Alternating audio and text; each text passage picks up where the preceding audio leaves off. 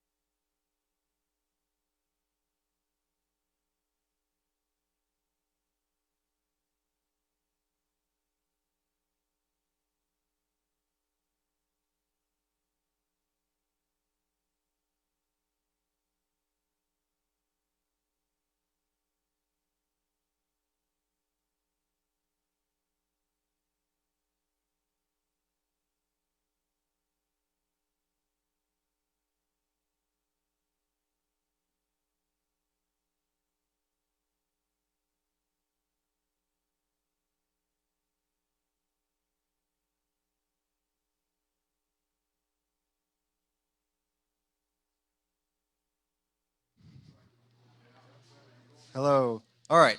Hello, everybody. That was loud. Hello, everyone. Welcome to the Fall 2019 Peaceful Solution Educational Conference. I hope everybody's doing amazing this morning, and I hope everybody had a safe trip here.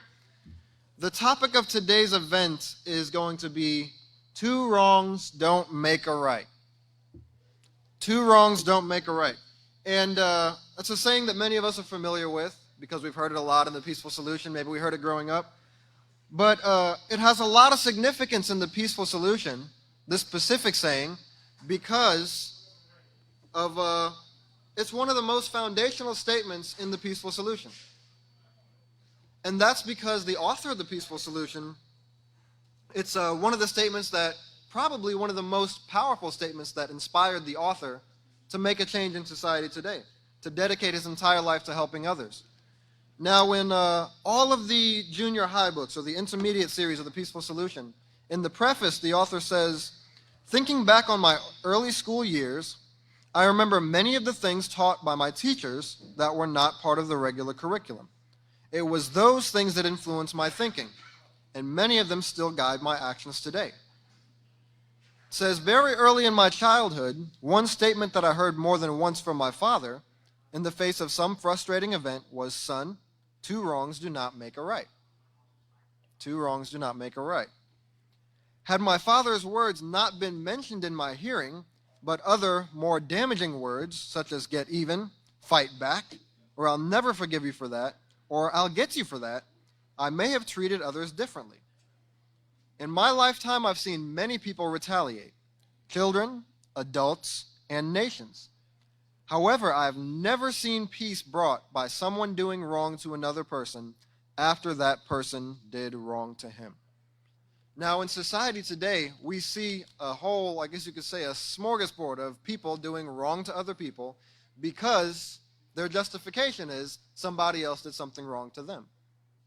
A nation attacks another nation, or even verbally, a president of a nation attacks another nation, and there's a whole barrage from the other nation of attacks going back at the original nation. Or violence in communities, in the home, even among young children. One kid says something to another kid, the other kid slaps the other kid, and it escalates and escalates until you have a serious fight on your hands that you got to try to de-escalate. So this retaliation of the idea that two wrongs, or that one wrong can be justified with another equally or worse wrong, is very, very damaging in society today.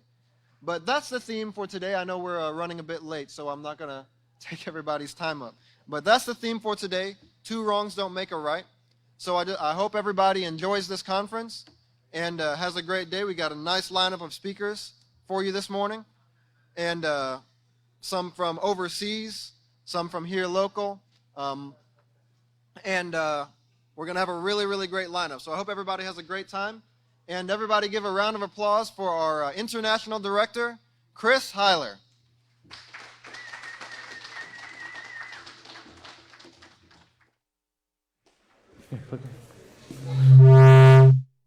Wow.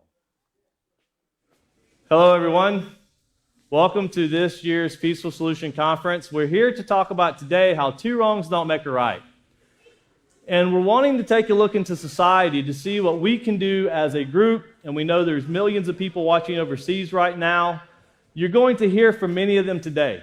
We've put together a great group of speakers who are not only going to bring up the problems that we see here in the United States, but the problems we see on a global scale. And the one thing we realize very quickly, that the problems that we're seeing, the problems that we're having, the problems that exist in our world, even though we may be separated by borders, the problems are very much the same. The problems, they interact within society, and the lack of education towards morality, well, it's kind of surrounded us. It's encompassed us from one end to the other.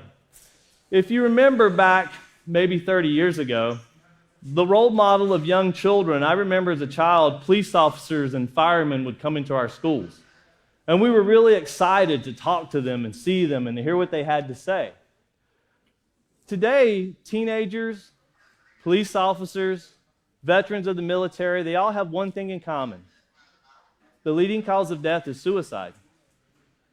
Now, when we look at society, you want to step back and take a look and think, why has suicide become a leading cause of death for children and those who used to be role models? Not that police officers are bad people, but why has the stress been put upon certain groups, individuals in life to the point to where they just can't handle it, to the point they want to give up everything to walk away from it?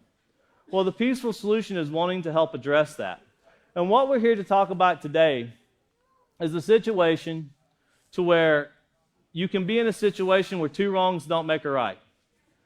And I want to tell you a little bit about a video a young man made who's in the peaceful solution, and he made this about 10 years ago. He's about 24 now. But he made a video, and it was showing two stick men. As one would push the other, one would hit the other, one would bring a gun, one would bring a bigger gun, one would bring a bomb, and another bring a bigger bomb. And when he made this video, the video was to show how when you retaliate, when someone responds with disrespect, when you add disrespect to more disrespect, it always escalates the problem. There's no solution to it.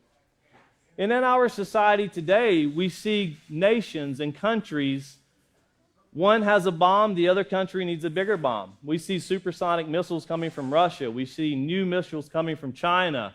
We see Minuteman missiles coming from the United States. That's on a global scale. And we have to start looking at a global scale, because if you and I teach morality, if you and I work diligent to make our communities better, if we don't start with leadership, and you're going to hear from leadership today. You're going to hear from U.S. congressmen.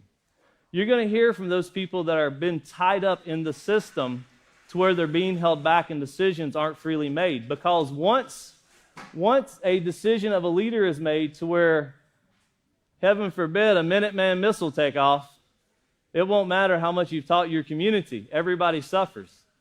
We tend to think that we have an antidote, a medication for society where bombs will only kill the guilty ones, right?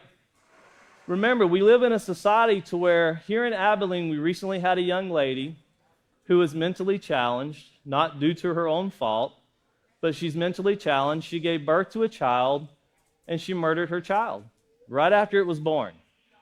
And now she's going to prison for murder, and that was a big thing here in Abilene in the news recently.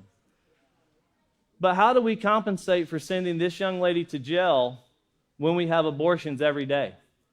When we have post-birth abortions in New York? Why do we have a double standard?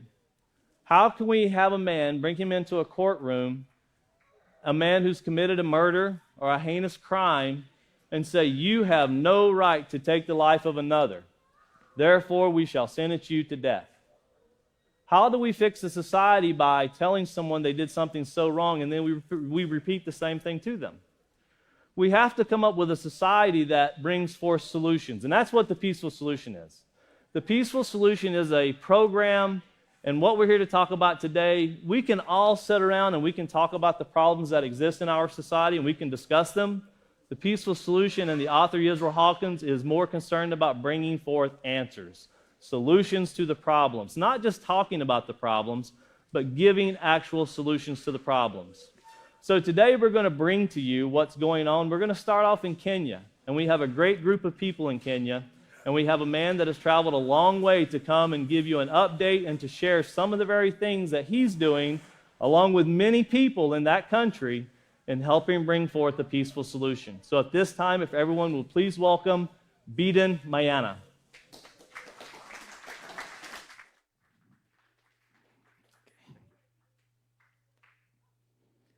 Greetings, everyone. It's absolutely a great honor to be before you today. But first of all, I come with a lot of greetings from the great nation of Kenya, as well as our neighboring country, Uganda. So the peacemakers down there, they send me with a lot of greetings. The organization you see on the screen is called the Peaceful Heart and Mind Changing Organization. It's an NGO that is in Kenya, registered with the NGO Coordination Board. We are now 8 years old because it was registered in 2011. And it is an organization that promotes peace through exclusive use of the Peaceful Solution Character Education Program. And within it, we have many members. Within the country, we have many small groups within the nation. I think at the moment we work with around 30 groups. So those are 30 local groups.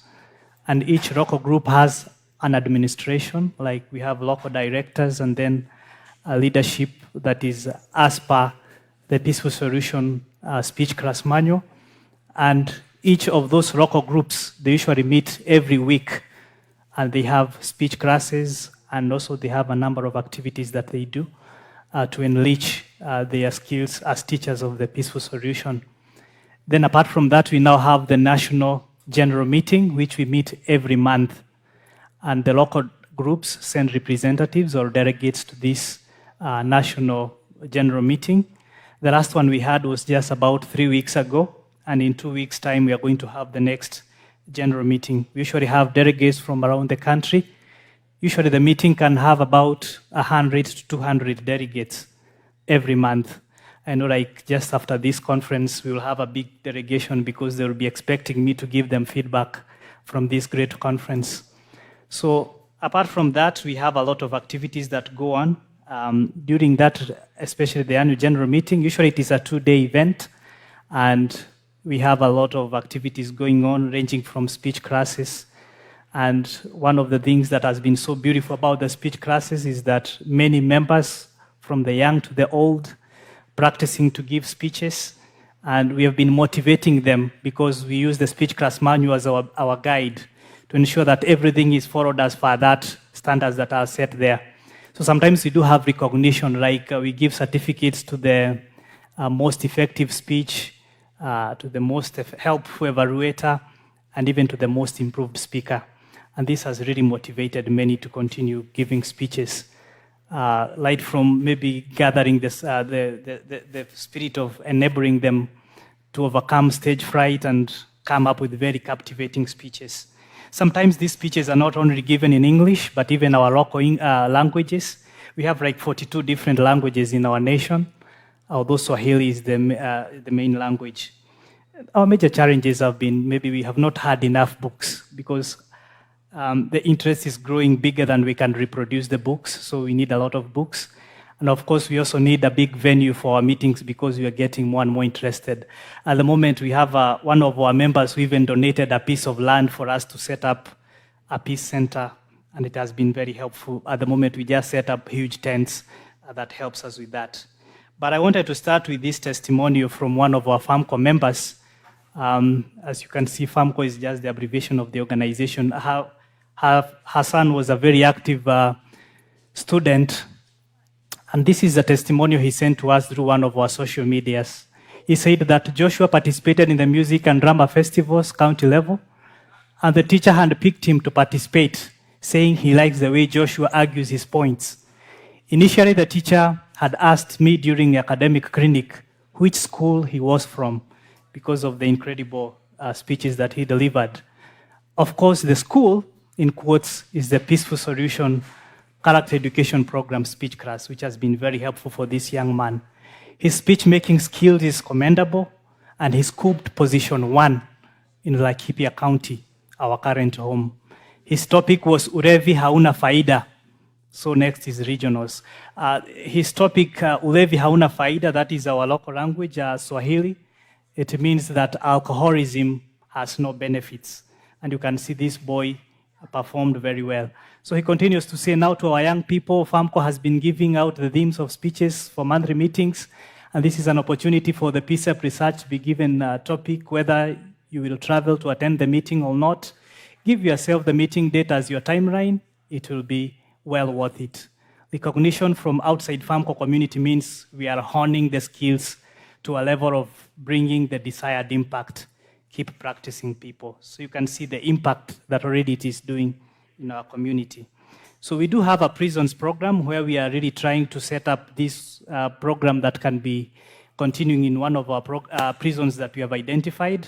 Our delegates to go and teach there, although we want it to be a continuous process because we want it to where we will have the last prisoner who leaves that prison to have been exposed to the program, because we dream of a world where we will need no prisons anymore.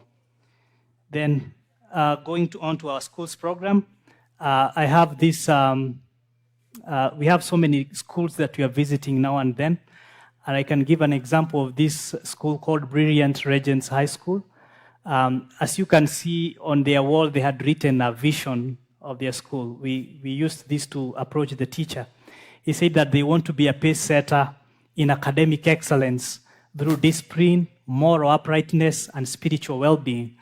And when we met the head of this school, we just told him there is nothing better to achieve that vision other than the peaceful solution. He was so impressed with the program that he said he wants it to be taught daily in his school. And our members in that area have been very supportive in that event. We have also had many outreaches that we conduct now and then. And I want just to give another example of another school apart from this one. There was the Marimanti Winners Academy. Here we just gave a speech to parents and teachers and the students. And several months down the line, we had one of the parents really appreciating an impact of what he saw from just a speech from the peaceful solution that really transformed his son to make the positive choices. So we always get these positive feedbacks from wherever we go.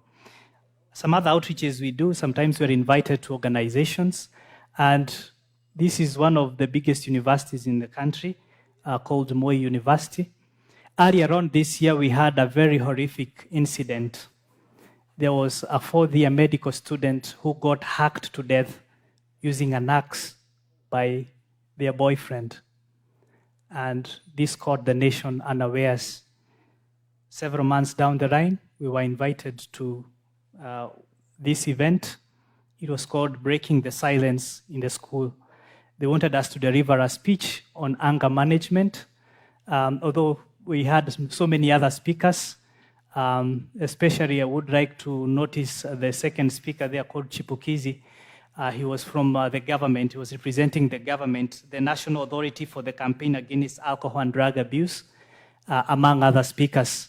But we talked about the peaceful solution. We really motivated the students on how they can use the peaceful solution to control their anger and not have such bad incidences. And of course, these are some of the lecturers that were in attendance. I was one of the speakers together with another gentleman called Akimende Sodungo. And the rest are just lecturers and fellow spokespersons in that event.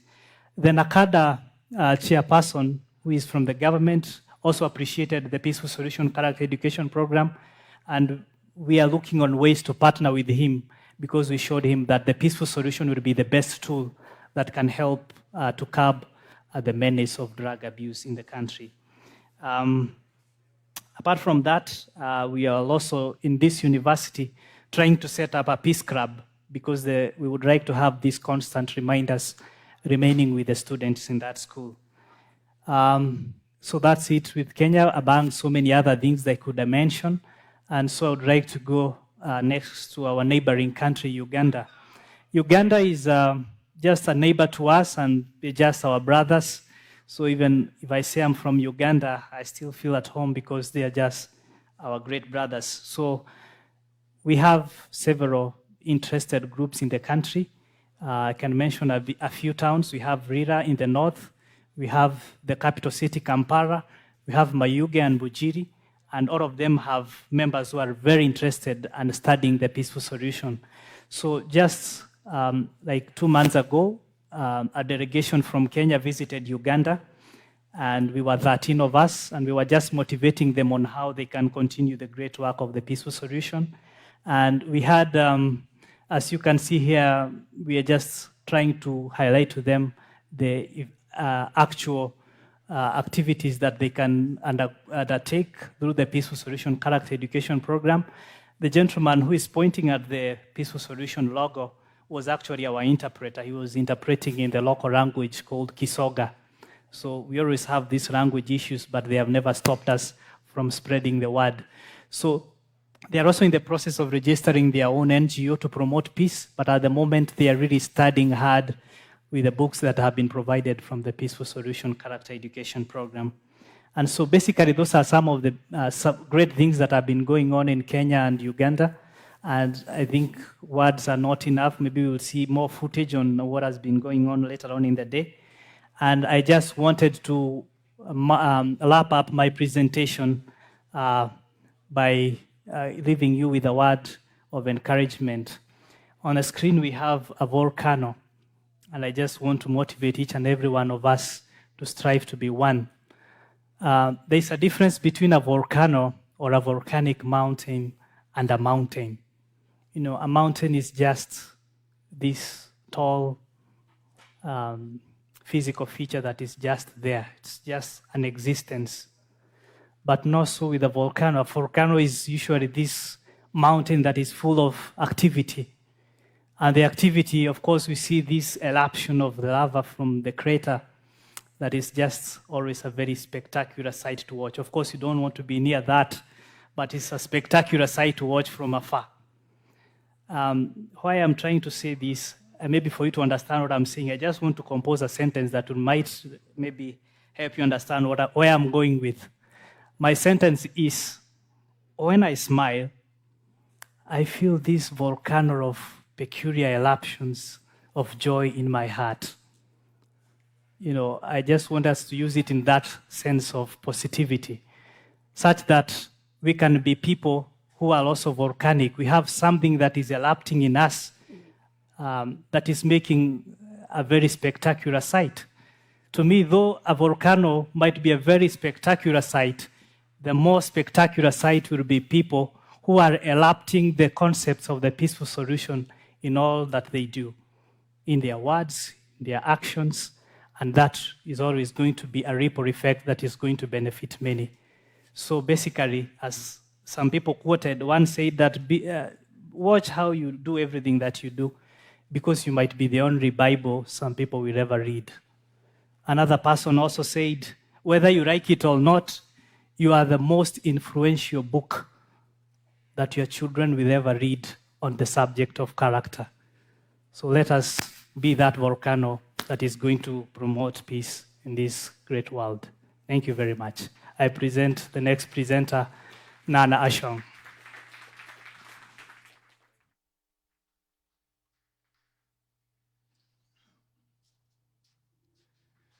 Thank you, Beden.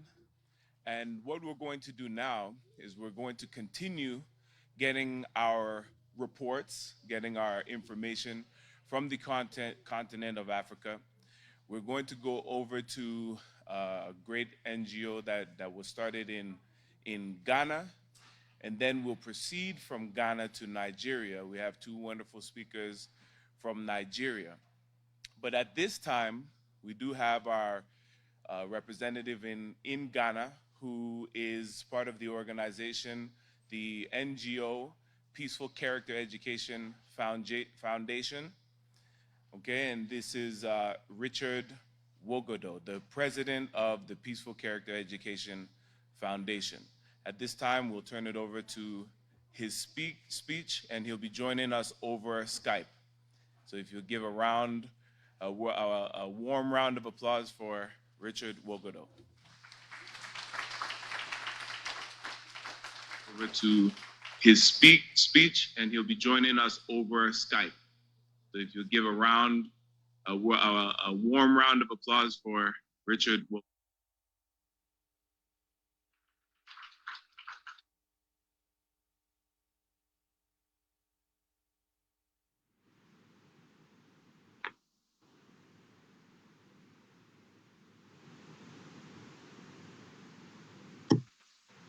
Hello?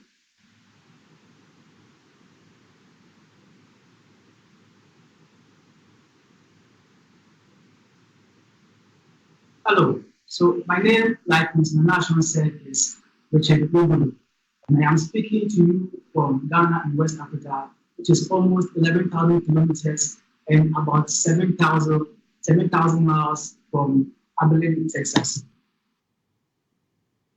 It's indeed a humbling experience to have been offered the opportunity to present to you some progress of work from the Peaceful Solution in Ghana. It's been a little over 7 years since we launched the Peaceful Character Education Foundation, or PCF for short, in Ghana. The PCF was set up with the sole purpose of teaching the Peaceful Solution Path Education Program right here in Ghana. Since we launched the PSCEP in Ghana, we have had several series of training programs that have taken us to schools, prisons, workplaces, and communities across the length and breadth of the country. In our missionary programs with the PSCEP, we have met several people, and the response has generally been positive. In our presentation across the various parts of the country, one thing that is very common is the various conflicts between friends, family, homes, workplaces, and also between security personnel and civilians. We shall focus a little bit more on this last one shortly. It is clear that they don't have the peaceful solution. So more often than not, the conflicts are not resolved, or their attempts at resolution has left the issue worse off and even escalated at times. It's some of these conflicts that we have tried to resolve by offering education in the PSCEP. For my presentation today, I'm going to touch on the topic, 2 wrongs don't make a right. Let's first start by looking at this scenario that occurred just 5 days ago in Ghana. And the headline is this: police murder civilian during an altercation between him and the police. Start of story. The unit committee chairman in the districts of the region has been narrating the circumstances that led to the murder of a 33-year-old driver. The chairman, who claimed to have witnessed the incident, said about 6 police officers from the division came to the area to arrest a lady who suspected sells marijuana at her pub.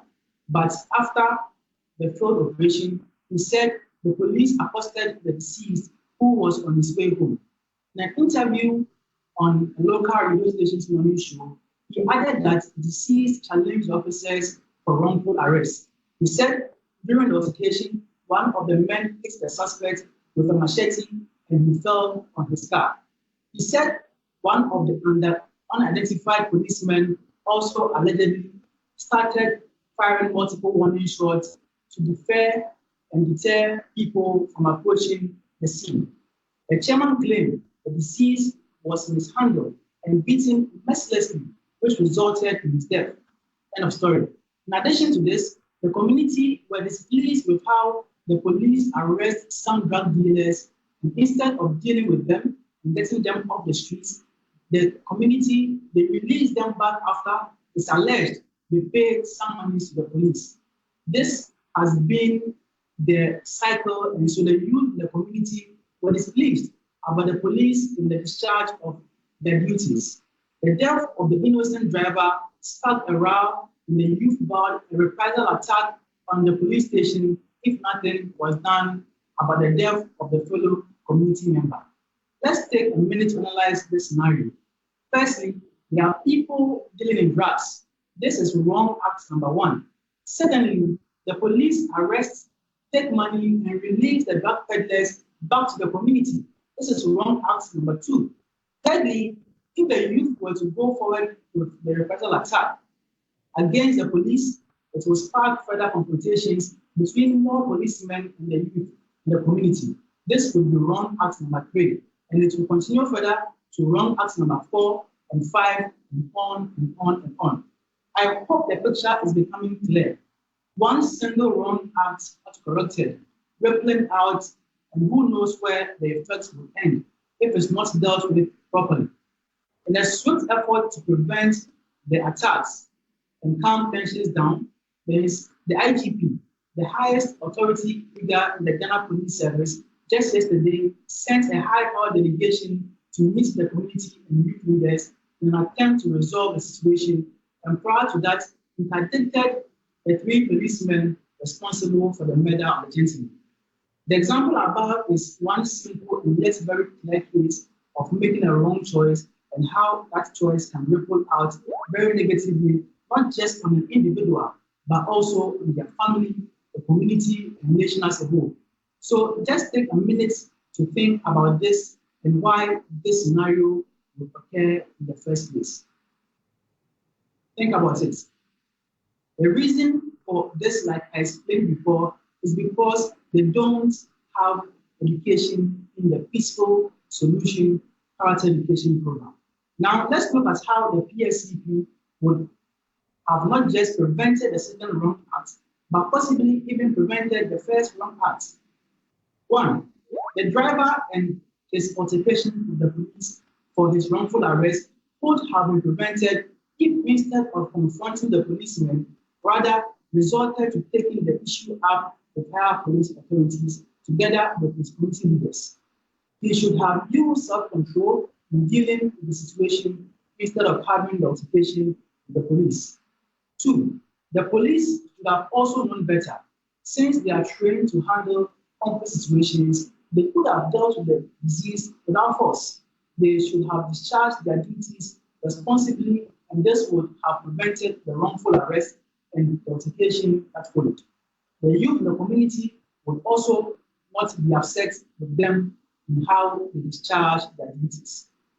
As for the reprisal attacks planned by the youth against the police, the least said the better, because that would mean an all-out war between the youth and the police, who are charged with keeping them safe.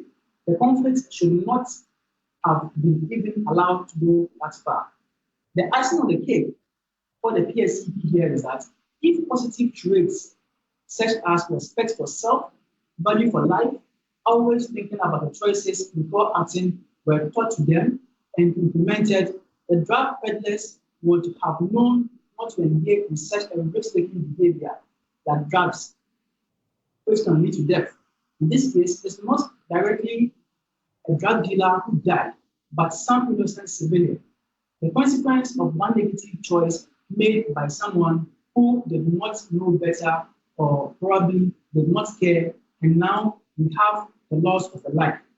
This simple positive trait, if learned by the drug dealers, would have prevented any of these acts, and that is what the PSCEP teaches.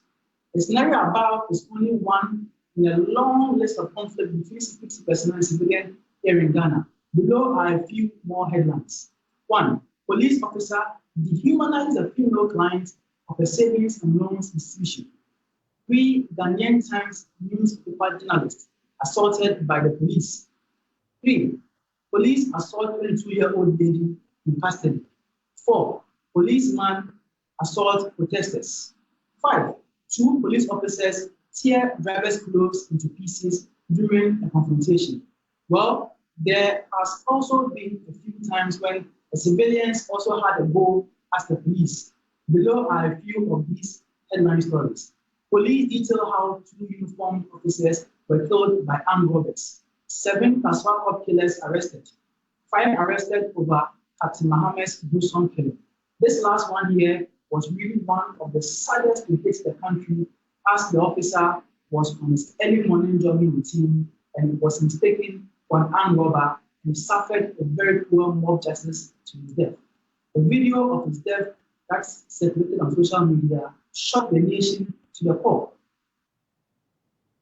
In conclusion, we must always learn to use the RESPOND acronym to help us remember how to stay in control when someone else is angry. The RESPOND acronym is simply this: R, remain calm. E, evaluate the situation. S, stay objective. P, practice being polite. O, overcome the desire to retaliate. N, negate the negative. And then D, be determined, meaning to set our mind in advance to maintain a positive communication, even in situations where someone else has lost control. PSCEP has not limited the security services to their own understanding of how to solve these problems. We started our work with them in the prison service in 2015. Then we pledged our support to the Ghana Prison Service by offering to train them in the PSCEP. We subsequently presented the PSCEP program to them, and they readily accepted and opened their doors to the pilots to a trainer program of 26 prison officers to be trained in the PSCEP. We in turn fulfilled our commitment to them by running a 5-month-long program for the first batch of trainees, which were completed in 2016, who were graduated as class of 2016. The next phase, pending approval, is to train new prison officers for police.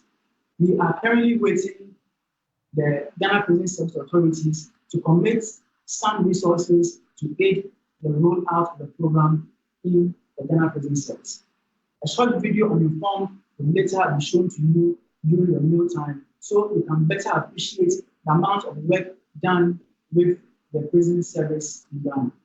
The work of PSCEP still continues in Ghana, and I would like to end with this.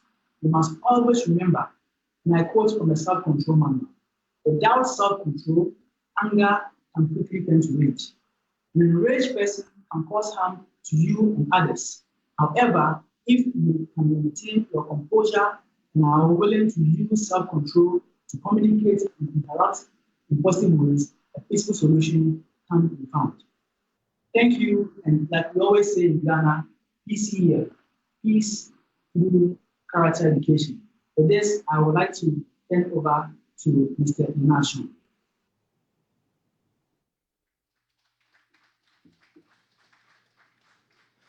Yes, let's give another round of applause for the work, the wonderful work that's going on in Ghana. You know, they've really taken this mission by the horns and have led by example. You know, Peaceful Character Education Foundation has been working with and through the Peaceful Solution Character Education Program for a number of years now. And they've been able to develop a number of teachers and affect thousands of lives by the work that they're doing in various schools and various regions in Ghana. So it is a wonderful work that they are doing there. We're going to go from Ghana. We're going to go a little bit to the west, to the east of Ghana, which is Nigeria. And again, you know, in these various places, the Peaceful Solution Character Education is much needed, and they've recognized themselves that it is very important that they take hold of the Peaceful Solution Character Education Program, form their own NGOs, and so in order to be able to push the Peaceful Solution Character Education and do their part in their communities. We do have two speakers, and at this time, we are preparing, to be able to hear from one of our speakers in Nigeria. His name is Anya Ifani, Anya Ifani, and he will be addressing you according to the exact same topic that we've been going over today. You know, two wrongs do not make a right. So at this time, I'd like to present to you our representative from Nigeria, Anya Ifani.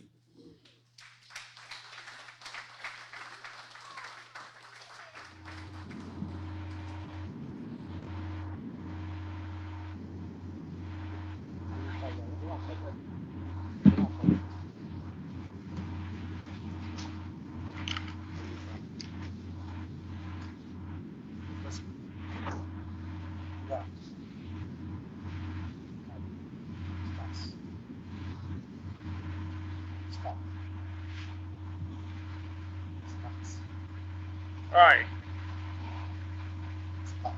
Okay. Greetings, everyone. My name is Ifeanyi Anya, and I'm speaking from Nigeria, here in Africa.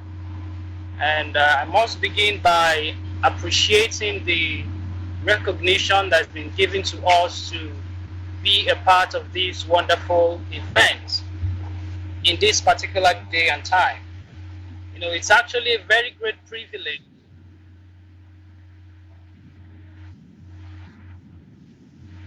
Right.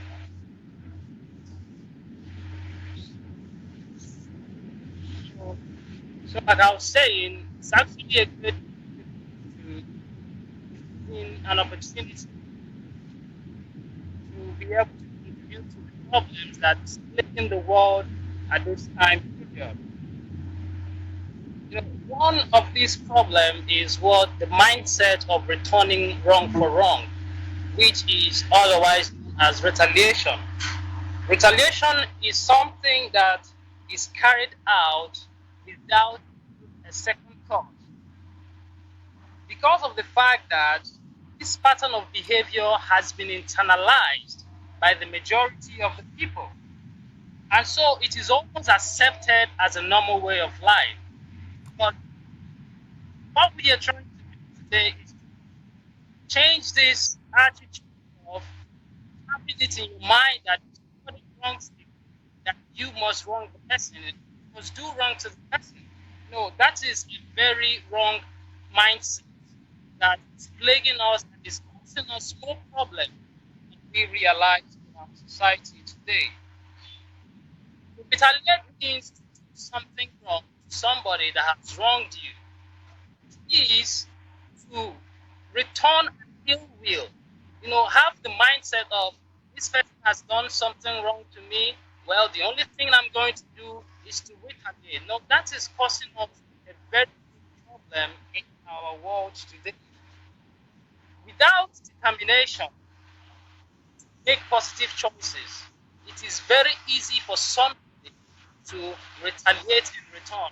If you are not on guard, assuming we are not learning what we are learning in peaceful solution, that wrongs doesn't make right, it is going to be very easy for me to respond with disrespect. Because I can tell you, in the society that we are living in, disrespect can be seen on everyday basis. I can tell you that after this speech, I could be walking down on the street and somebody is going to walk up to me with disrespect. Now, without the helpful tools that we are learning from the Peaceful Solution Character Education Program, I would willingly respond with disrespect. Also, that doesn't help because I've seen that retaliation always brings more retaliation. Retaliation creates room for more conflict. Being determined entails setting your mind in advance because you can't tell. Anybody can walk up to you, anybody can step on your toes. It's something that occurs on everyday life. But we are learning in the Peaceful Solution Character Education Program to be prepared. Set your mind in advance because these things can come up at any time. Now, that is what it means to be determined. You have to be humble also because so many times we are not the ones that are wrong. People wrong us. We might be right, but if you have a humble attitude, just like this character education program does, you can sacrifice as long as it doesn't contradict moral belief. We can sacrifice just for the sake of peace to continue what we are doing in pursuit for peace, which is one thing that mankind has been looking for. But before a person come to the stage where they set their mind in advance, before a person will reach this stage of mental awareness, it's going to take education that has been laid for that person. It's going to take a foundation laid for that person in their early childhood. And very quickly, I'd like to read a quote from one of the books authored by Israel Hawkins, the author of this Peaceful Solution Program. The book, You Must Talk Still by Israel Hawkins, on page 22 and page 23, it says, education has more impact in a person's life than most people ever realize. What is taught to the person in the early childhood influences that child for the rest of his life. This is not to say that a person will not, cannot be influenced later as he gets older. He can. However, early childhood training influences a child's life for the rest of his life. A child can be influenced at that very early age. A child can be influenced either to war or hatred, or he can be influenced to the war of peace. So this is how we use education as a tool in the Peaceful Solution Character Education Program to change the hearts and mind. Because we can admit that, like myself, I have been exposed to the pattern of society that doesn't see anything wrong to retaliate. But with the help of the Peaceful Solution Characterization Program, I am learning that even when somebody has wronged me, I have a choice. I can choose to forgive that person. I can choose to move on with my life because this program is laying a foundation in me that's telling me that two wrongs do not make right. If we judge by the statistics of crime in our world today, it is very clear that the majority of the people have been exposed to teaching that has established retaliation as a form of life. But that is not the solution because where it is leading us to, it is something that is going to affect us tremendously. And the various wars in the countries today are only possible because people are living war as a normal way of life because they are returning wrong for wrong, and this is certainly not going to turn out right. But the solution, just like the peaceful solution teaches us, is to set your mind in advance, is to be educated, and just like the person that inserted the introduction of the program mentioned, that also placed in the service of peaceful solution character education program how his parents influenced him by teaching him that two wrongs don't make a right. And that pretty much guided all his interaction with people. So if we can do our part, you know, teach, influence, and guide ourselves and our children and everyone that is under our guidance, we will be on the road to where we will achieve peace, which is the very thing that we have been looking for from the beginning of time. It is really going to be a tremendous, achievement if we place this mindset in our children and, of course, in ourselves. Very grateful for the opportunity you have given me, and at this time, I'd like to turn it over back to the second speaker. Thank you very much.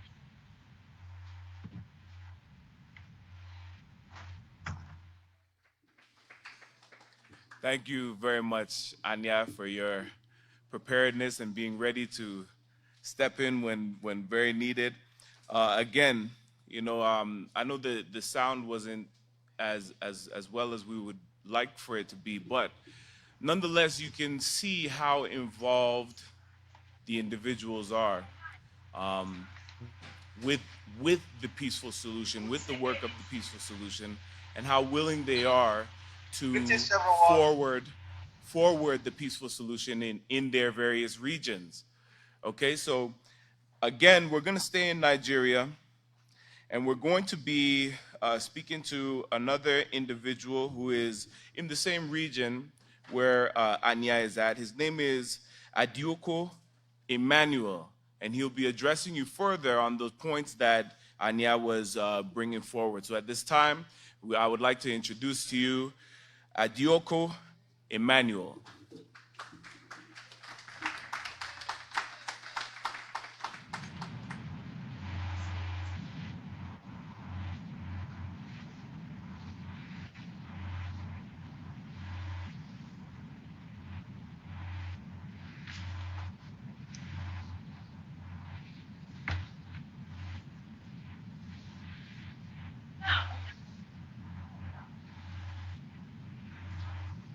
Uh, Thank you, the moderator. Greetings to everyone. My name is Adip Emmanuel. Uh, my title for this speech is Two Wrongs Do Not Make a Right.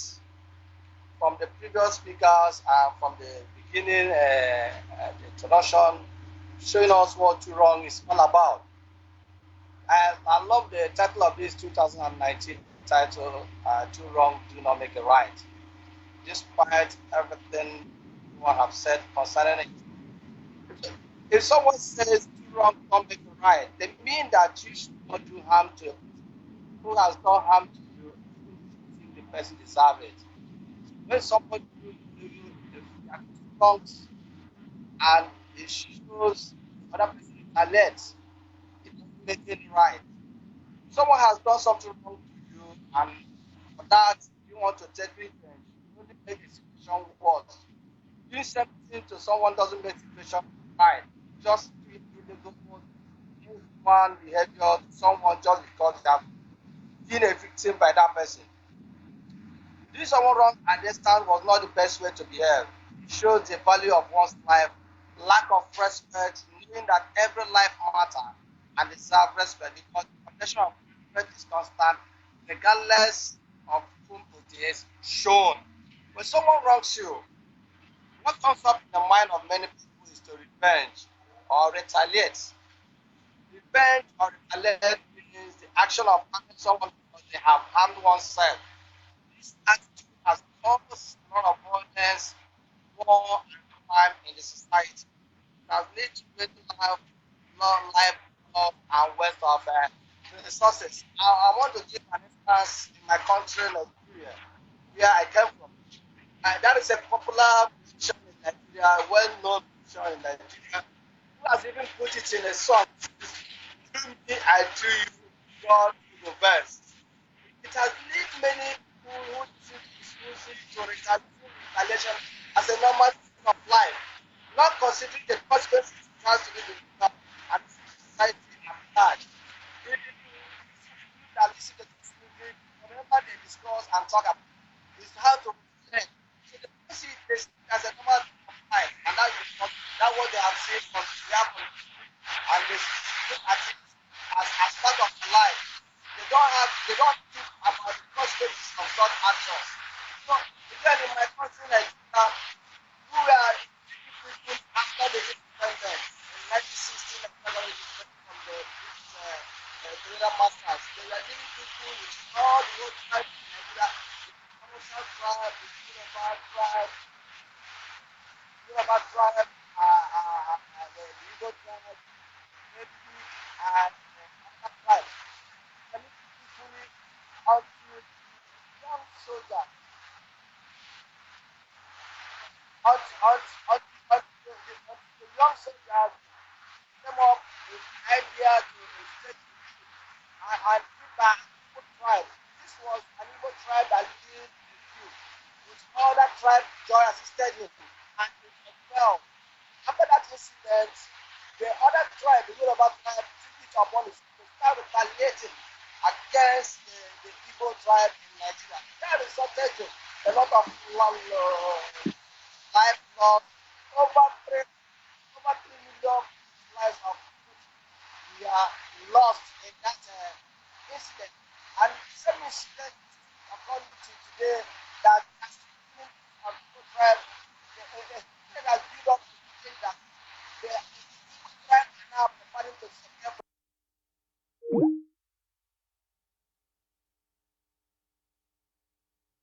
Okay, so we had an excellent exercise in patience, and I would like for all of you to give yourselves a round of applause for your great patience and endurance.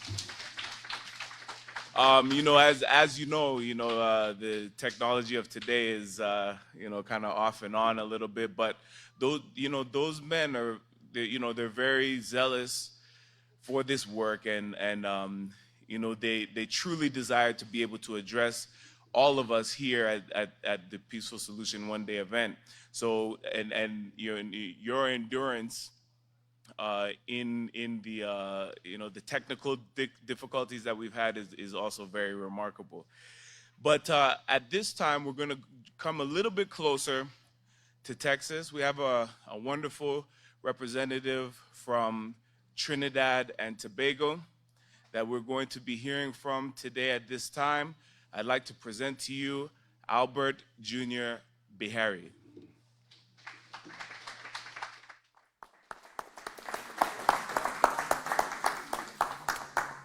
Hello, everyone. Welcome from the beautiful island of Trinidad and Tobago. Wow, I'm at headquarters. This is awesome. The place where peaceful solution is being taught and taught to our country. My job today is to tell you what's going on in Trinidad in terms of peaceful solution character education. It's very important to us from Trinidad because we have been taught directly from this headquarters here into our country.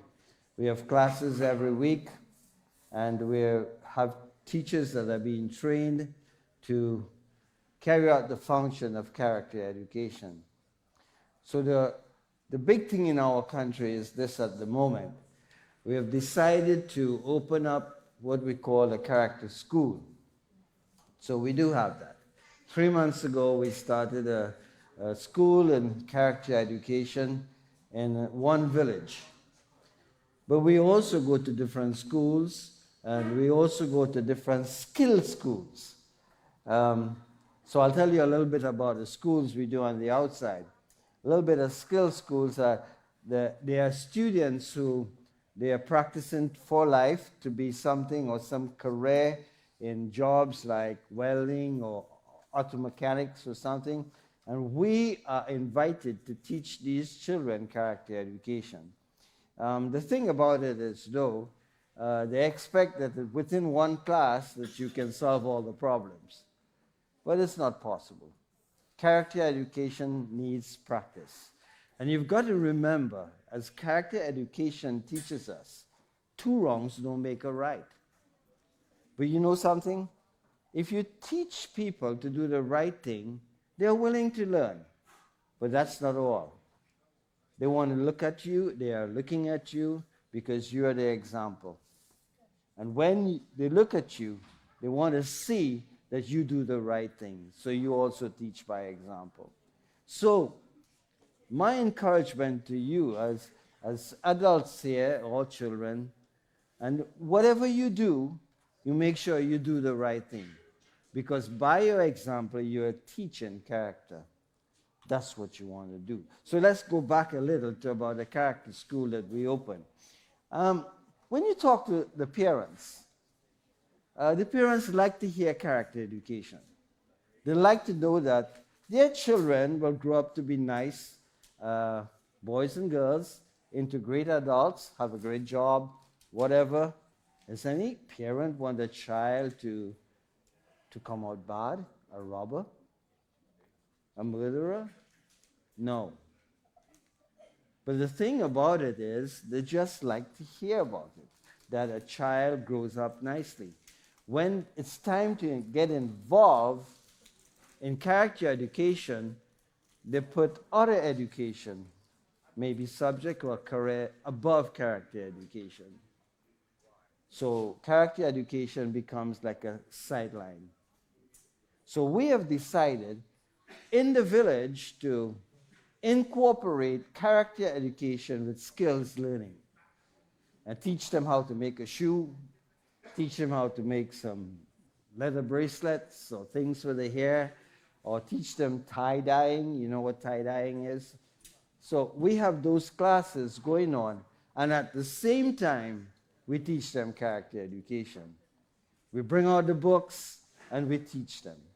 We bring out all the concepts that have been taught in the Peaceful Solution Character Education. And believe me, it's working.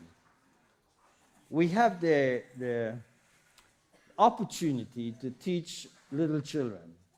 And you know, they come with their attitude sometimes, and they fight among each other.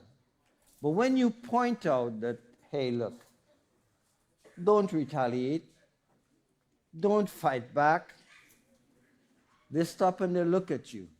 And they're wondering what you have next, how are we going to solve this problem? And there's where we teach them that 2 wrongs don't make a right. We also teach them, and they like the concepts.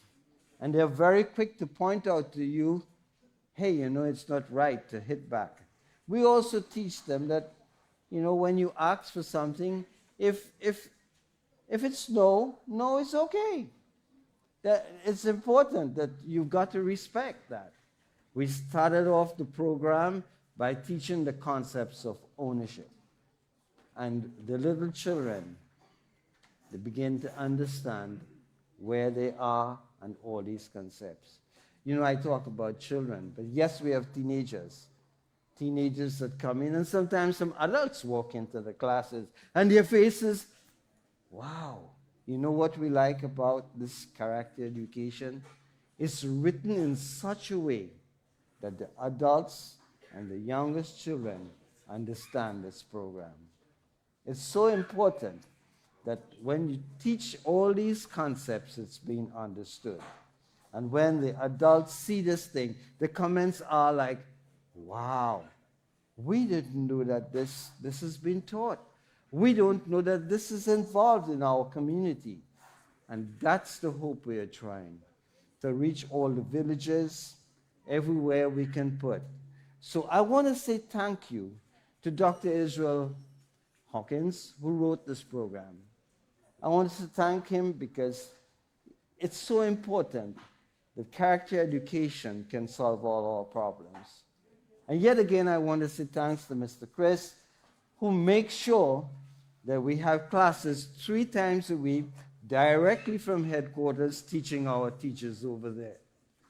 That's very important. And they teach us these things 3 times per week. We are very thankful for that. And we've also been able to acquire photocopying machines that can copy the material and make sure that our students do have it. So I want to say thanks again to everyone. Thanks again for headquarters. Thanks again to Mr. Dr. Hawkins and Chris Heiler for providing us with this great education. I now turn you over to the next speaker.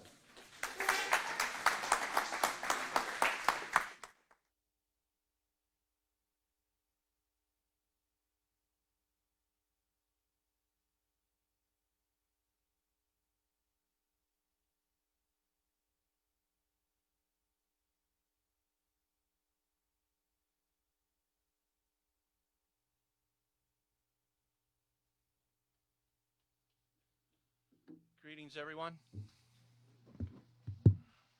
Greetings, everyone. I'm one of the Peaceful Solution instructors down in South Texas. And before I start my presentation, I want to make sure that I make it clear to everybody, whatever it is I'm going to say, all recognition, all acknowledgement needs to go to the president and the author of the Peaceful Solution, Israel Hawkins, because without him, these lessons wouldn't be possible. The Peaceful Solution started to be incorporated or pushed and taught in various organizations and places in San Antonio since 2007. I'm just going to name off a couple of places that the Peaceful Solution has been taught, and that is the Boys and Girls Club, Communities in Schools, Bexar County Juvenile Justice Academy, Catholic Charities of America, Refugee Center for Nepali Teens. There was a group of Nepali teens that we taught. Victory Outreach International. And Victory Outreach has been a long-standing organization that the Peaceful Solution has worked with since 2007. I would calculate we have taught over 600 to 700 classes with these men that society looks down upon because they're have been convicted of drug use. They're addicts, heroin, coke, methamphetamine. Some of them are ex-gang members. These are people that society wouldn't employ. But since the inception and the teaching of the Peaceful Solution character lessons to these men on a week-in, week-out basis, this particular organization has developed a reputation among area businesses, so much so that their phone literally rings off the hook because they're asking for that particular organization to send them honest, hardworking men who will follow orders, instructions, and be respectful. So that's some of the fruits, I should say, that the Peaceful Solution has produced in that particular organization. I would like to share a story with y'all because I think that the story has a pretty great witness to it, in that I think it provides a great testimony to the power and effectiveness of the peaceful solution lessons themselves. This particular story starts out like this. There was a man had a son. His son was out on the porch with his dog. Young 17-year-old neighbor from down the street starts walking down and crosses in front of the gate.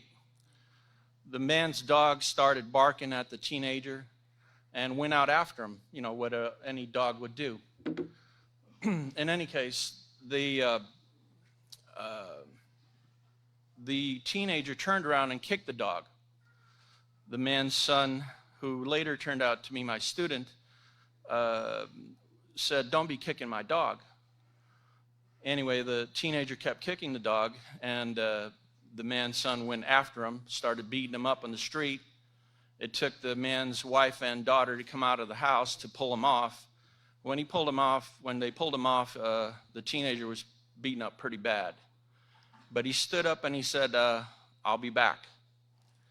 So later on that night, when everybody's sleeping, he came around and he shot about 8 to 10 shots inside the mobile home. One of the shots ended up going into the front bedroom, killed his little daughter of 4 years old.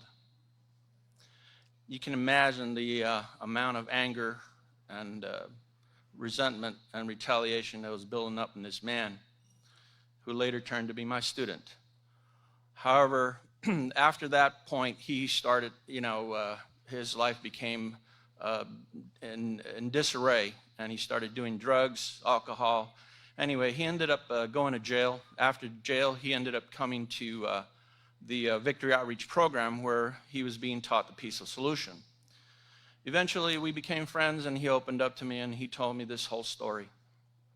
And over a period of time, he let go. He let go of those feelings of retaliation, anger, hatred, and he didn't want to take revenge anymore. He left the home after about a year, went back, and he showed up again about a year later. A year later, we're talking. I said, "So you're back?" And he says, "Yeah, I fell back into relapsed, and I started doing drugs and alcohol and everything again, and I need to come back and try and get myself cleared up." Anyway, during that time, he opened up to me, and we were talking. I said, "So how did you handle that situation we were talking about?"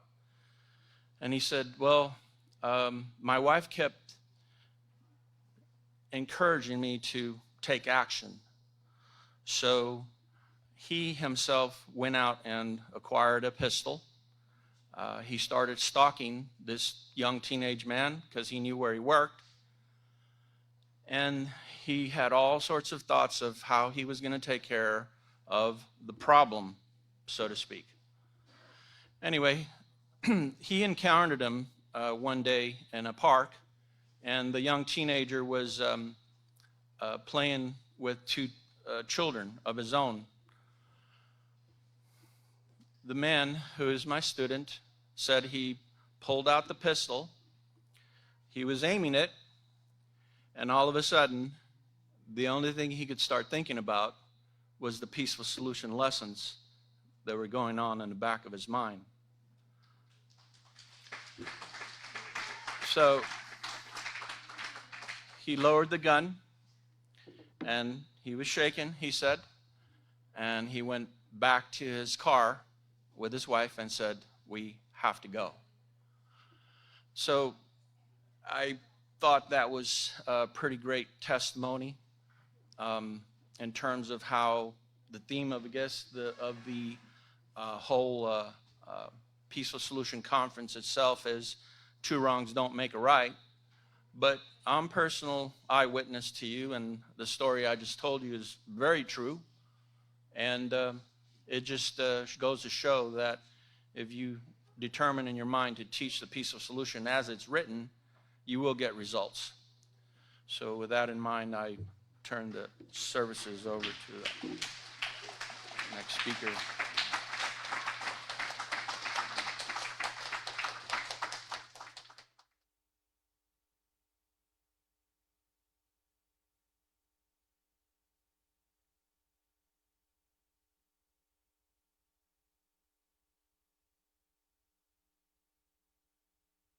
Morning. Welcome. My speech today is entitled, It Starts with Influences, but it doesn't have to end there. At some point, someone is going to wrong you, to hurt you, to disrespect you. You can't expect it. Whether it's stepping on your toe, cutting you off in traffic, bumping into you in the elevator, taking credit for something you've done, or any number of things that just are not right. It will occur. The question is, how will you respond? I teach young boys. I once had 2 little boys in my class that had some issues with negative attitudes and retaliation towards each other. They always found a reason to be grumbling and complaining against each other. One day, one of the boys was running and tripped and fell on his face. Immediately, he knew who had tripped him. Well, he thought he knew. He got up and was ready to fight. How many of you have seen the look in this child's face before? I don't think it's just me. We tend to respond in the way we've been trained to respond. We don't even think about it. If you watch small children interact for any length of time, you'll see that unless taught differently, children quickly learn retaliation for the slightest wrong. Joe takes Frank's book, Frank has been wronged, and he immediately pushes Joe. Now, Joe has been wronged, and he reacts in anger and retaliates. The problem is a nonstop, never-ending cycle, and it doesn't fix the original problem that started the situation in the first place. 2 or 3 or 4 or more wrongs will never equal righting the wrong. It just compounds the problem. It's not just children, it's adults, communities, cities, nations. You and I were trained as children to respond in a certain way, whether we were trained by a responsible adult or just by interacting with other children. Our responses are learned behavior. We are repeaters. We repeat what we have seen, what we have heard, what we have experienced. Usually what's most noticeable is the negative behaviors that come out when we feel we've been wronged or when we don't get what we want. It's called acting up or acting out. We act out like a stage performer, following a script without even realizing we're doing it. Science has found there are a number of negative influences that actually train us to have negative responses. Repeated viewing of violent and inappropriate TV shows, YouTube videos, violent video games, or even witnessing violence in the home have been proven to lead to violent and aggressive behavior in both children and adults. We don't always realize it because we have all been desensitized to the pain and suffering that others are going through.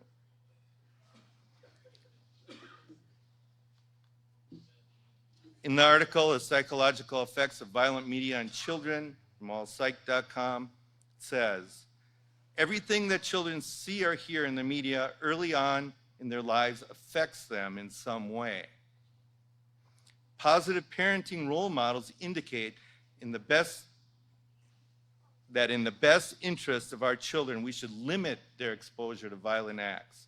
Current research tends to agree with the proponents who argue that violent media is associated with aggressive behavior. Risky behavior by children and young adults can include violence against others and lack of remorse for consequences. The Academy of Pediatrics says more than 1,000 scientific studies and reviews conclude that significant exposure to media violence increases the risk of aggressive behavior in certain children. It desensitizes them to violence, makes them believe the world is a meaner and scarier place than it is. If children begin to think that this type of violence is normal behavior, these thoughts are often said to be difficult to change later in life. This is similar to the studies of domestic violence, where children who are exposed to violence either become offenders or victims because they believe that what they're exposed to is the norm. One instance that brought the worry of violence in media is the Columbine incident. The two young men that committed this act of violence were said to have played numerous hours of violent video games. When I was growing up, I remember everyone watching violent movies. We talked about it in school all the time. Violent TV shows. All the children were playing cowboys and Indians, war games. Everyone wanted to be an action star or a superhero, saving people through fighting the bad guys. Fighting. It's a bad idea. Thugs and bullies will not transform the world into something we want for our families. Disrespect, violence, fighting, and war will never end in peace. The evidence is overwhelming. The question we need to ask is, what are we going to do about this? We cannot pretend it will go away on its own. We have to remove our children and ourselves from the bad influences. The great news is there's a way to break the negative training. We don't have to respond in the way we've been trained. We can change, we can unlearn that behavior. The Peaceful Solution Character Education Program is designed to change the hearts and minds to always respond in a positive, moral way when placed in any situation. The children's books teach concepts such as ownership, asking, respect, self-control, and honesty. These are themes that run through every book and every program from the K through 12 curricula, through the adult programs such as the parenting and workplace manuals.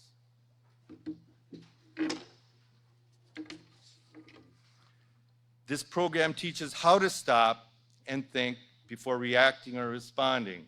The Peaceful Solution has a great acronym for RESPOND, which gives a step-by-step way to reprogram ourselves. And we can teach this method to our children as well. You can find it on page 107 of the Intermediate Self-Control Manual. Respond. R, remain calm. E, evaluate the situation. S, stay objective. P, practice being polite.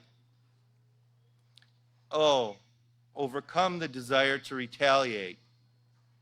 N, negate the negative. D, determined, set your mind in advance. Simple, but effective steps to respond appropriately. Think about it. If we can teach science, math, reading, writing, why can't we teach self-control, respect, and moral responsibility? There's no reason why we can't do this. Did you ever hear of the bystander effect? It's when there's an emergency and someone is hurt, people will just stand by and allow the person to suffer. The crowd just stands there doing nothing.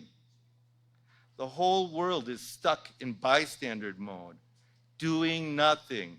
Our children are having an emergency. What are we going to do? Follow the crowd and do nothing?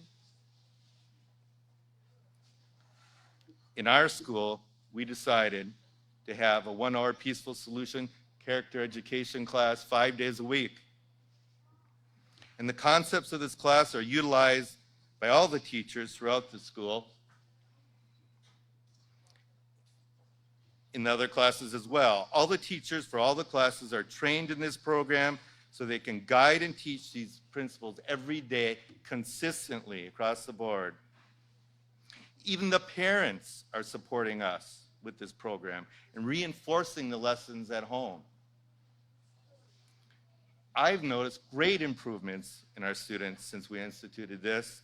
In order to make a change, we have a plan and we intend to follow it. We are following it. We've all heard it said, those who fail to plan, plan to fail. It's absolutely true. My students now know that two wrongs don't make a right. That retaliation against someone who you think harmed you in some way doesn't fix the problem. They want to bring this concept to all the world. These boys want to share the things they've learned. They want to help. They see it's made things better for them. The peaceful solution really does work if you apply it. It really does. With that, I'll turn it over to Chris.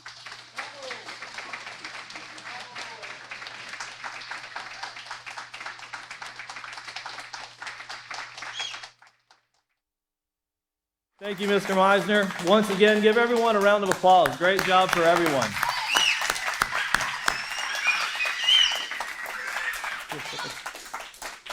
You know, today in life and society, we're faced with many challenges. The peaceful solution teaches us about the curveballs and the pitfalls, and life doesn't always go the way that we expect it to. Many times we can get caught into situations, and whether we put ourselves in those situations or not, we can face some really hard times. And whenever times are tough, it's really hard to keep a positive outlook on life and to stay humble, to keep humility, and to always make the right choice and to be a positive outlook for everyone else. Our next speaker, we were blessed enough to have a recorded speech given by him so he could share with us about how he's going through to keep a positive outlook on his life and what he's going through and what he's doing and how humility is helping him get by in everyday life. At this time, if everyone could please welcome Yedidia Hawkins.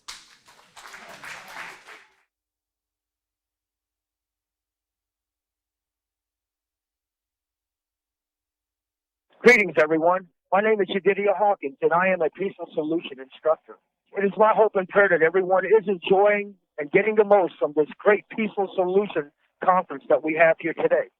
I would like to talk about one of the key attributes of bringing forth a peaceful solution, and it consists of the artwork of humility, the effects of humility, and what humility brings to the table as being problem solvers in any case that we may enter, whether it's your job, dealing with your employees, or dealing with prisons, whether we're over law enforcement, or dealing with our own families, or whatever you're given to govern over.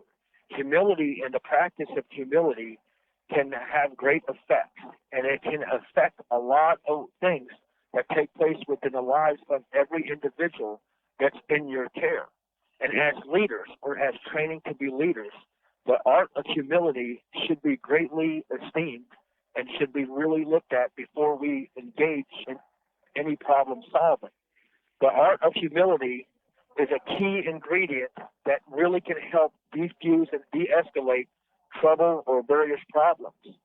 An ancient saying is, humility comes before honor.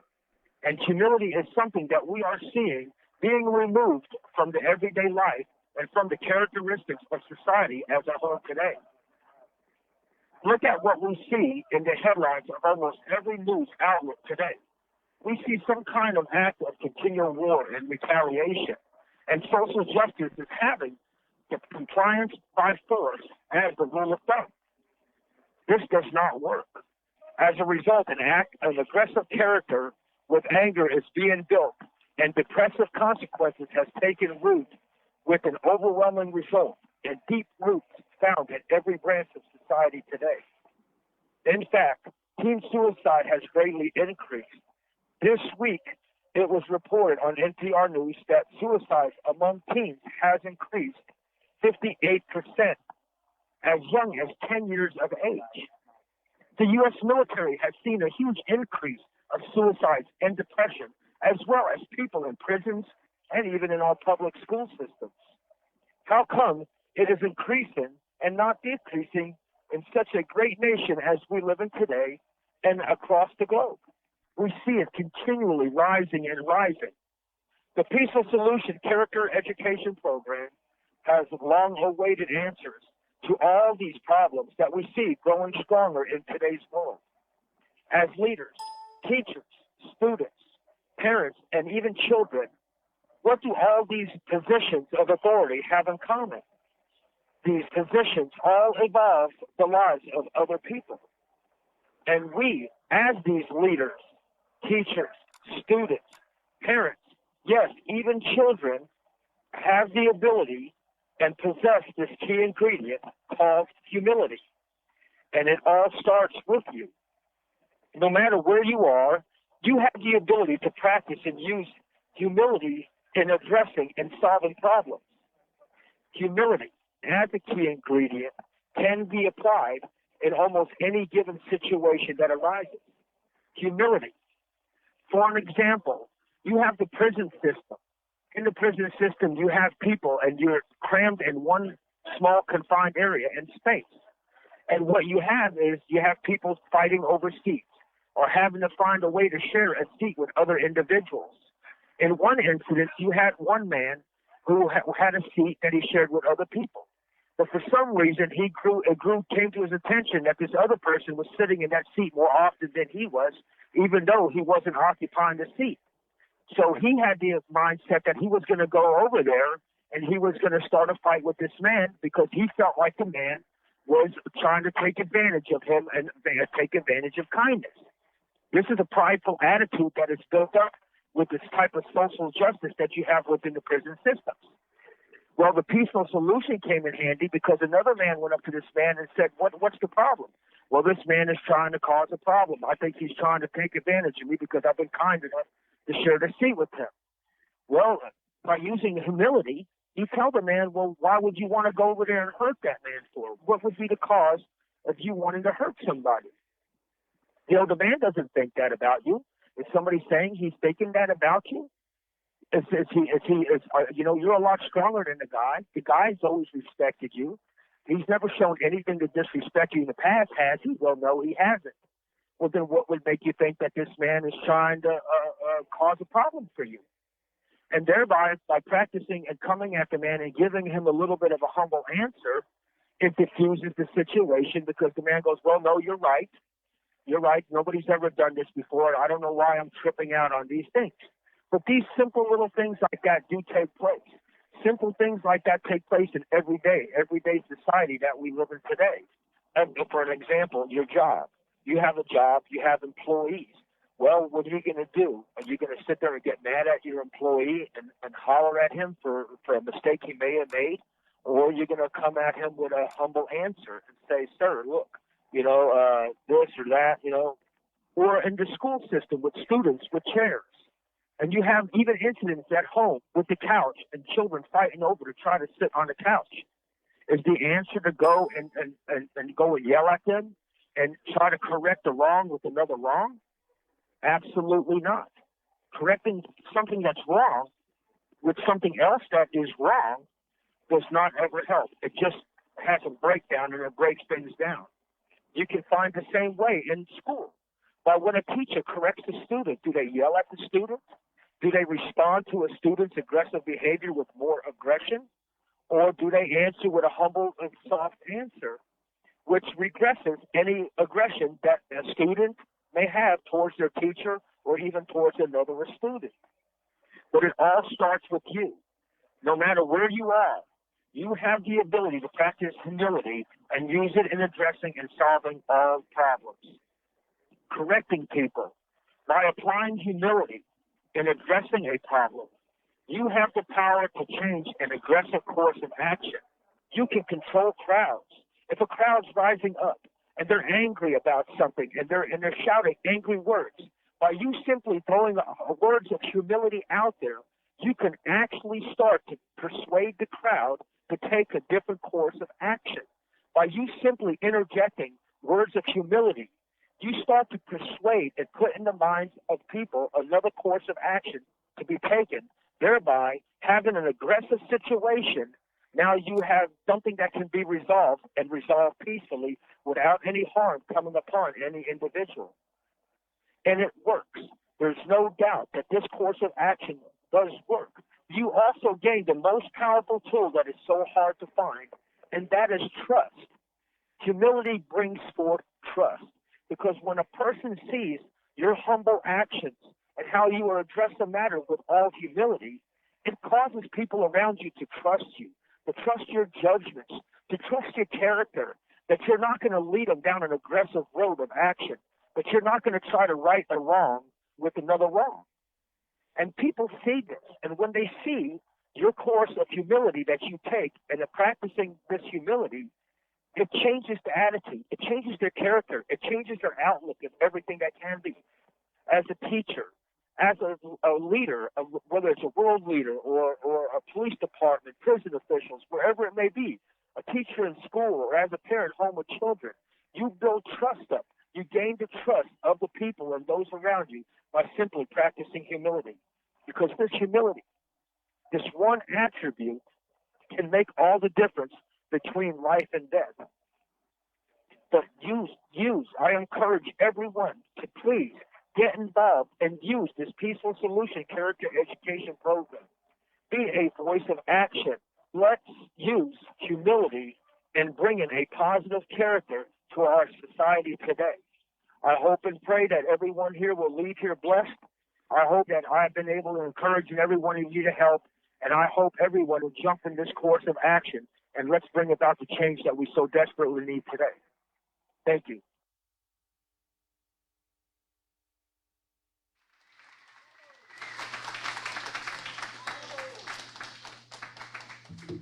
I hope everybody could understand everything he was saying. I don't know how many of we've gotten a lot of new members over the years, and I don't know how many of y'all actually knew Yedidia personally, but he was an extremely, in my eyes, an extremely great influence when it came to dealing with situations and advice on how to deal with situations. I know I had a lot of problems in my life that he was able to just, it's like naturally come up with a solution. And that's what we're being trained to do, is when we have a problem, when there's a problem in leadership or whatever, to come up with solutions. We're being trained to be teachers, be problem solvers. And he was a really great example of that, that's for sure. And I really, really have a lot of respect for that man.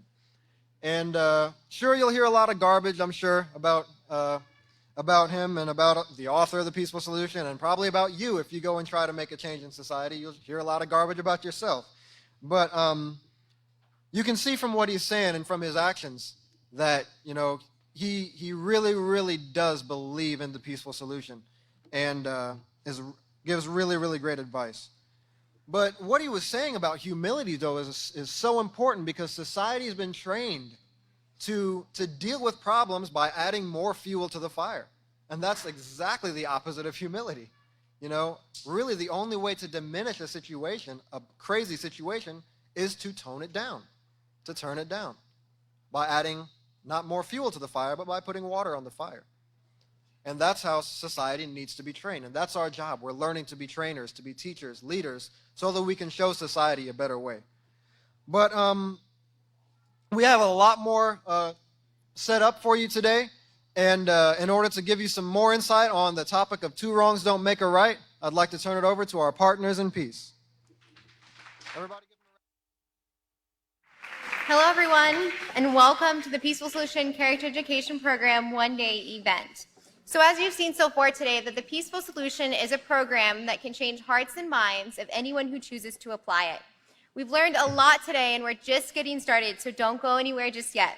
So to continue gaining knowledge, we're going to hear from some wonderful speakers who will continue to talk about the topic, two wrongs don't make a right. So without any further delay, let's welcome our first speaker.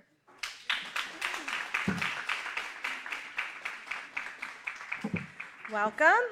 My name is Rebecca Matthews. I'm from South Carolina, and we're going to continue today with this theme, two wrongs don't make a right. Imagine with me for a moment that we could reverse time, that we could go back and take away all the school shootings, that we could bring back the lives of every single one of those children that perished while at school. That we could take away the hurt and the pain of the shooters themselves, because most of them were there to begin with to deal with their bullies. Imagine the looks on the parents' faces when they see their precious children going throughout their daily routines instead of watching an empty room with only pictures to keep their memories alive. If we could take back all of that, we would see a very different look on their faces than what we see today. If we could only go back in time and take back every single incident that a person caused hurt, harm, and pain because they were hurt and they had pain caused to them. Recently in the news, we heard about a man from Houston who was so angry at his ex-wife for leaving him that he went to his sister's house. He went to her sister's house. He lined up the entire family, the father, the mother, and the 5 young children, the youngest being 4 years old. He made them all lie down on the floor face down, and he shot them in the head one by one. The oldest child was 15 at the time, and she survived. She was able to call the police, who intercepted him while he was on his way to the rest of her family's house to continue in his slaughter, all out of anger for his ex-wife. When the man went to court and the details of what he had done were read out loud, he collapsed. And they had to tranquilize him every time he would have to go back to attend the rest of the court proceedings because, he didn't know how to deal with what he had done. He didn't know how to deal with his emotions or his actions. But if we could go back and prevent it, how would that affect the 15-year-old that watched her entire family slaughtered in front of her? She survived, and she relives that every single day of her life. Does the problem end with his sentencing? No. And the comments on the news article that reflects people's opinions about what he had done, does that help? No. Comments of more revenge on this man for committing an act based on revenge. It's a very vicious cycle. And we as society, we need to learn to deal with our emotions properly and to get to the point to where our desire is to help the person that has made the wrong choice. Even a disastrous choice, that they get the help that they need. That takes a program that has the ability to change the very heart and the mind of a person. And the reality is we can't go back in time and we can't take it back. But we can move forward, we can learn from the wrong done, we can understand the whys, and we can incorporate the right kind of education to prevent these situations from taking place again. We live in a very wealthy nation, but most of that wealth is spent on war. And I have an article here, a quick article. This was posted in the Washington Post, and this was in 2018. And the article says, the headline is U.S. military budget inches closer to $1 trillion mark as concerns over federal deficit grow. And it says the U.S. Senate on Monday voted to give the military $716 billion for 2019, approving one of the biggest defense budgets in modern American history. And then Mark Goldwyn, Senior Vice President of the committee for this federal budget, he says we'll be near $1 trillion deficit next year. And the fact we're spending so much on defense means we have less resources for everything else. Now, with so much money being spent on taking lives through war, is it any wonder that we have a problem? It's time that we start taking that money and spending it where it saves lives, where it ends pain, where it helps to bring a real solution to us. And 2 wrongs don't make a right. This is our theme for today. Revenge and retaliation. There's no positive that comes from these acts. We've seen it time and time again. Most of the offenders whose lives have been thrown away with a lock and key, they admit that if they could turn back time and they could change things, they would have done things differently if they had the proper education. We look at the news today and we see the world begging for answers. They're crying and they're pleading for a solution to stop the pain. And the Peaceful Solution Character Education Program, it is that solution. And our goal is to prove that today. So today we have 7 portions that will be deep diving into this topic that 2 wrongs don't make a right. The first is going to be an interactive skit, and the next we're going to see how our prison systems are a failed solution. After that, we hear a powerful testimony of how this program has changed the heart and mind of the speaker. And then we have a solution on a global scale. And then the next speaker is going to discuss how this program prevents negative outcomes and supports positive interactions. And then our final portion will summarize what we've heard this morning and bring it all together. So in conclusion, please keep in mind the multiple deep layers of changes that need to be healed in our society. There's not a person alive here today that doesn't need to know how to make a proper decision in advance and deal with our emotions. You know, we have the solution to properly educate and strengthen a person's ability to positively benefit everyone. The Peaceful Solution Character Education Program is that solution. And to validate this point, I would like to introduce our first speaker.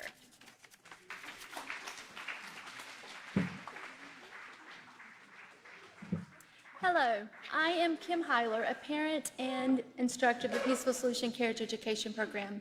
Today we have 2 live skits that we would like to present to you.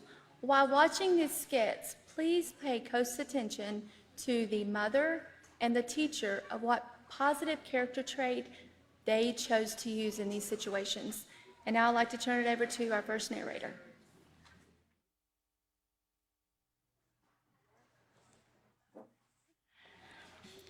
So we are going to show 2 skits of how we can implement 2 wrongs don't make a right.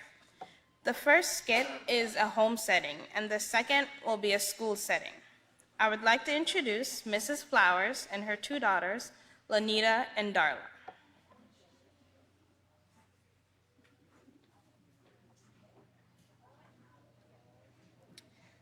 So the 2 girls are doing their homework while their mother is there with them. How was your day today at school, girls? It was okay, Mom. We just have too much homework to do, and math is our hardest subject. We're learning how to carry over numbers in class, and I just don't have enough fingers to count on. Well, I can help you with your homework. Do you have a pencil? No, but I can go find one. Oh, dear. Let me know when you find that pencil. She starts looking in her book bag, then her purse, and under the table. Very fresh.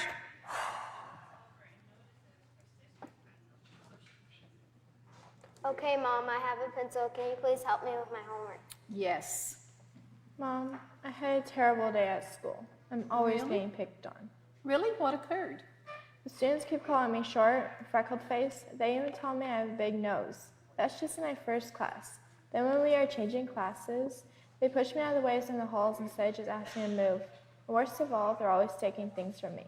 Anytime I go to use a pencil for class, it's gone, like it vanishes in thin air. Mom, I don't know what to do.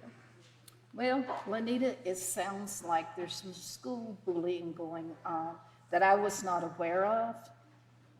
What I can do is your father and I can schedule a meeting with the principal and the teacher and see how the principal would like to handle the matter. But in the meantime, I need you to remember what we've taught you about 2 wrongs don't make a right. And when these situations come up like pushing, name-calling, and taking your things, go to a trusted adult as soon as it occurs. Okay, Mom, I'll take her advice. I need to start on my assignments. She goes to pick up her pencil to write and realizes it isn't on the table where she put it. She starts looking in her book bag, purse, under the table, and then she looks up and sees her sister has it in her hand. She gets mad, pushes her sister, and Hey, jerks Mom, the she just pencil pushed out of me. her hand. Could I ask for it back? You took my pencil. You should Wait a have minute, asked. girls.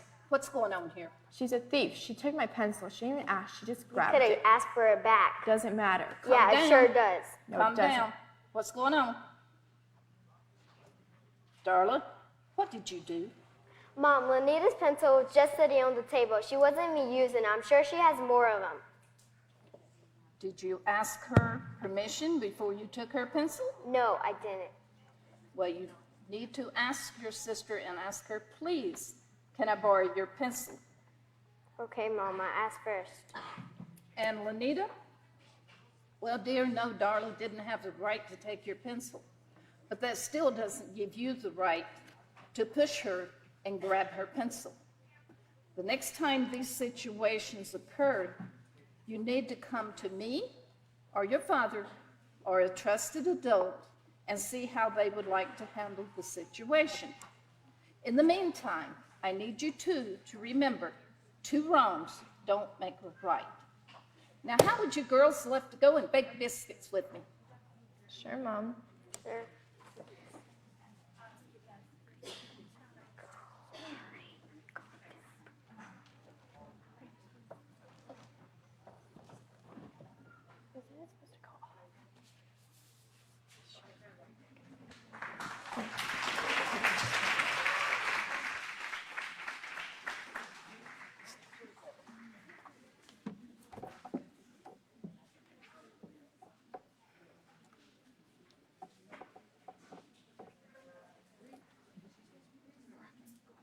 No, your mind starts first. Your mind.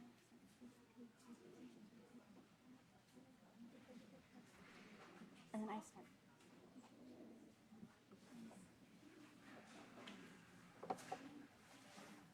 Wait, Jimmy, what the hell is she doing? Okay, this is a normal day for Lanita. She walks into school and looks up to see all the students laughing at her. She puts her head down to ignore the stares, but feels them as she walks to her desk. Hanging her backpack on the back of her chair, she sits down to get a pencil out of her bag. She places her pencil on her notebook and turns around once more to close her backpack. As she faces forward, she knows her pencil is gone. She hears the students giggling and knows they took it because this occurs every day.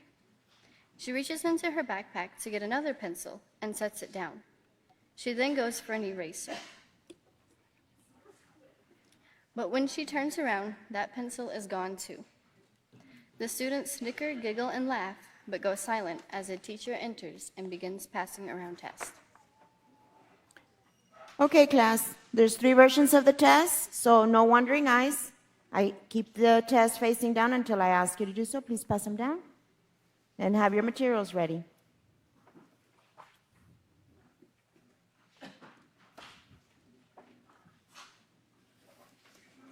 Lanita goes back into her bag to get another pencil. And as she turns around, this time her test is gone. She screams and slams her hand on the table and stands up abruptly. All year. Taking my things, first my pencil, now my test. I'm tired of it. I understand. You still need to settle down. Let's see what's going on. Lanita proceeds to tell Miss Thomas everything that has taken place over the school year. The bullying, the stealing of her things, and being treated like she's not part of the class. She explained how she tried to stop them by asking why they treated her this way, but they just mocked and laughed. Okay, please collect your chair. It looks like we're going to have to put a pause on our field trip next week, class. Miss Thomas' class is learning that for every action, there's a reaction. For every cause, there is effect. It all depends on the choices we make. Every person deserves respect, and 2 wrongs don't make a right.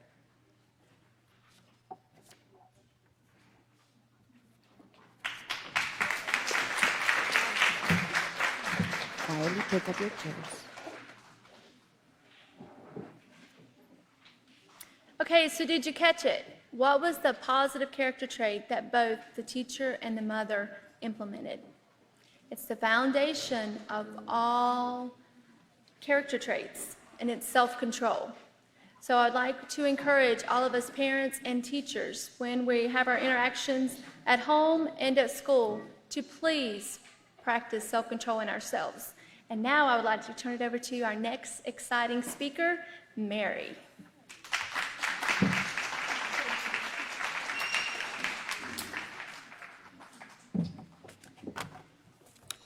Hello, everyone. I heard about the Peaceful Solution Character Education Program when I lived in Indiana. The school systems, the neighborhood where I lived was subject to crime, negative influences, fights in school, children against children, teachers against their children, was all part of our daily lives. Organizations were trying to help, but they were lacking. What they needed was something that turned our hearts, the children's hearts, away from disrespect and violence. What our school system, communities needed was the Peaceful Solution Carriage Education Program. And once I heard about it, I started to want to learn everything about this program that can change the heart and mind. So I signed up for the classes, and I started going to class, and as the teaching started coming, I started changing from the inside out.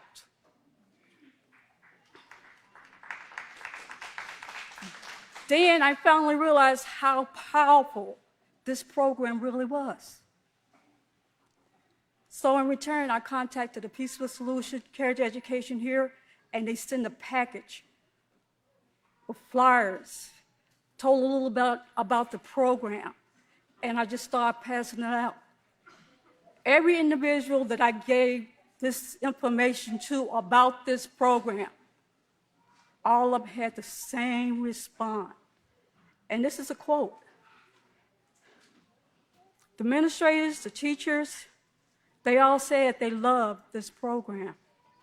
And this is exactly what we need. Around the same time, I moved into a huge apartment complex. I met the manager, signed a year's lease, but then again, I noticed the residents that were living there, they were acting kind of different. Wasn't really friendly. My greetings were met with silence. I was shocked and kind of saddened. So a week later, I decided to go check the mail. You have your management office here and the mailbox on the other side. So I walked in to check my mail, and then once I started hearing a bunch of yelling, screaming, anger. So I checked the mail and left. So I waited a week later to check the mail again. And soon as I went to my mailbox, I started hearing the same screaming, yelling, rage, anger. Checked the mail and went back to my apartment. So after the third time, I knew that the anger and the rage was toward me. So I contacted my teacher here and told her what was going on at the time. And she just told me just avoid her, and which I did.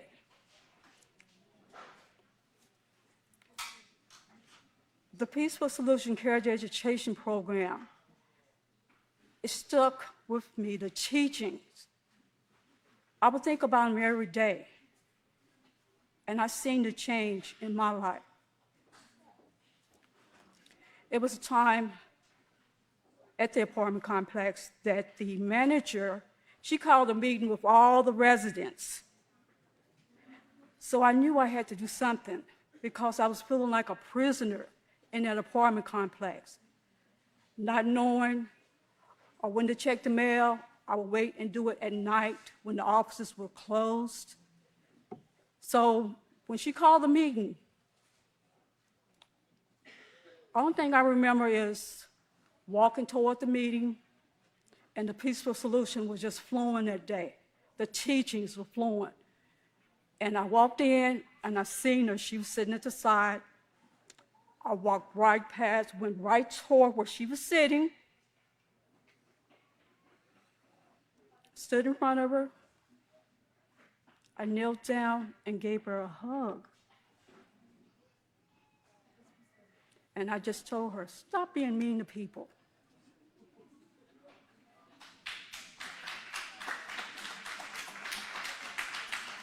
her response, okay. Okay. So I knew then the power behind this program, the words behind this program. It took disrespect and turned it into a friendship. It took negative influences, negative character, and turned it into positive character traits. It took the teachings of the peaceful solution and it made a friendship. It builds bridges.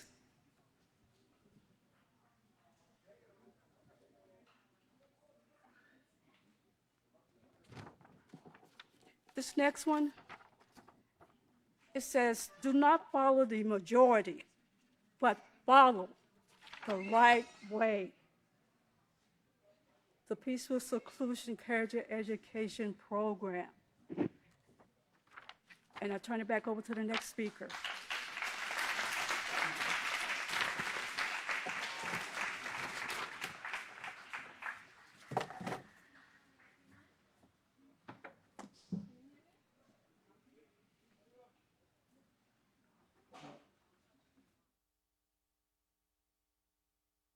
Talk.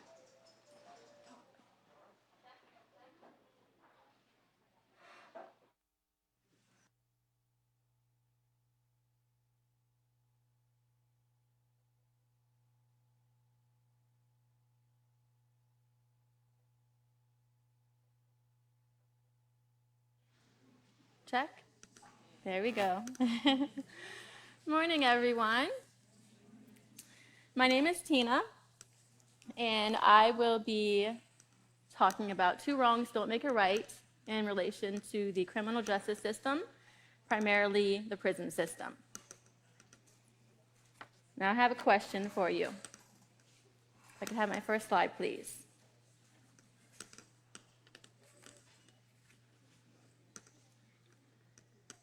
The question that I have for you is, are you a felon?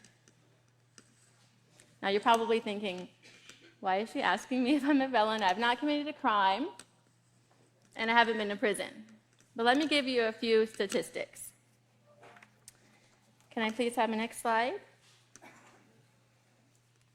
A felon is a person who has committed a felony. Now, a few well-known felonies are assault, DUI, drug-related crimes, and theft. And a felony is a crime that carries a minimum sentence of 1 year.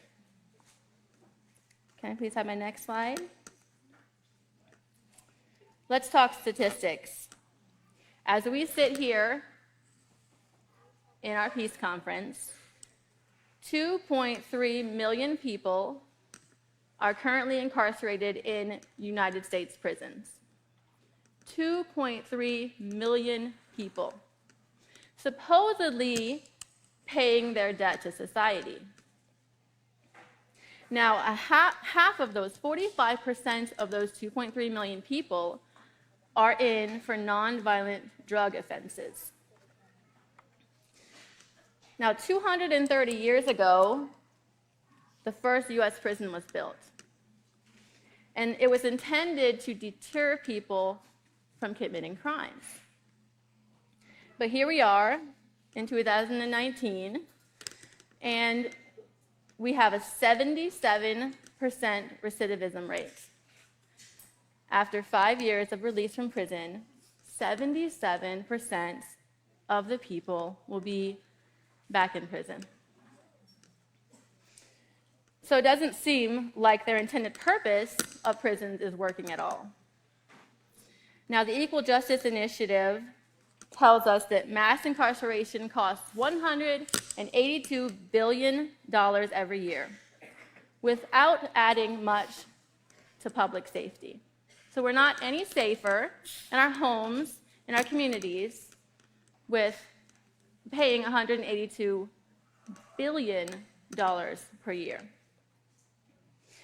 Now, when I was getting ready for this conference, I was looking through reports, about the various things that take place in prison. And I know that a lot of you are aware of them, and most of them I can't even mention at this conference. But the horrors that take place, people are broken, they go through abuse, the environment, it's very violent, and just the fact of being confined, it does something to a person's mind. It breaks their mind so that when they are released, they end up going back. Now, the prison system is a classic example of two wrongs don't make a right.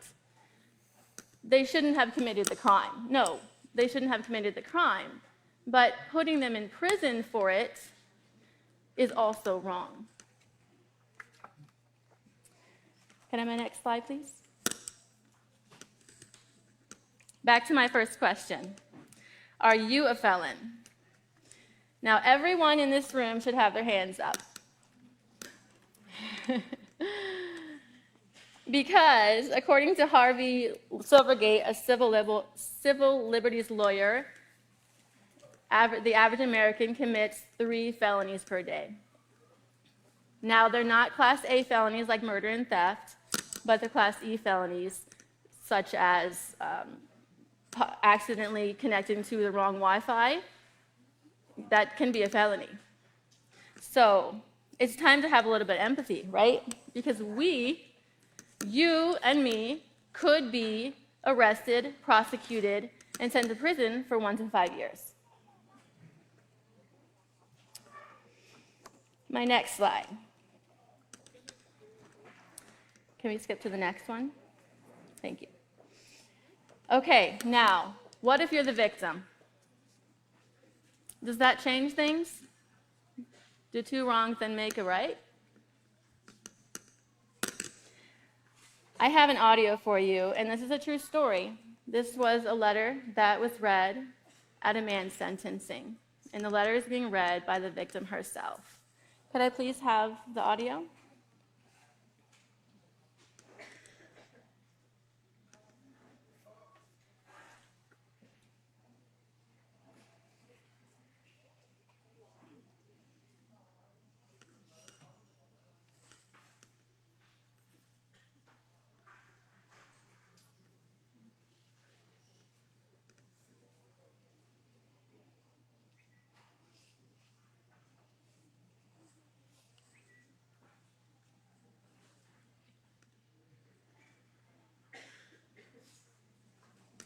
Could I have my audio, please?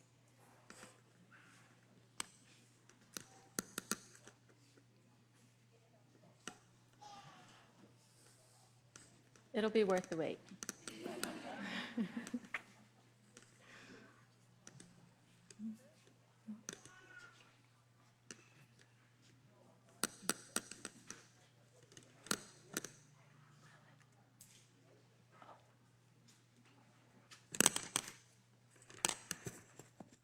August 2004, to the Honorable Mark Weiss.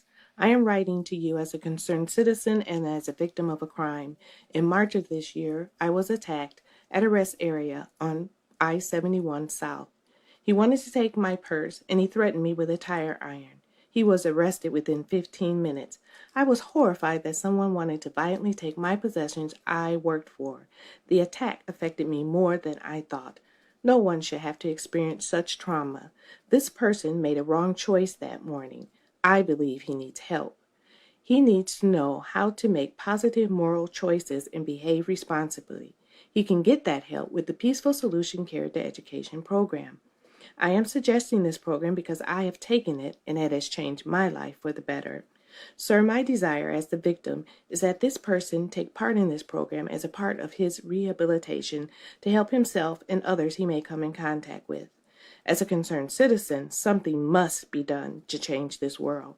The Peaceful Solution Character Education Program is a step in the right direction. Very truly yours. Thank you. Now, within society, if someone is drowning in the ocean, we send out rescue boats, lifeguards to go and save their life, right? But if a person is drowning in destructive habits, thoughts, and attitudes, we send them to prison, but not the Peaceful Solution Character Education Program. We do something a little bit different.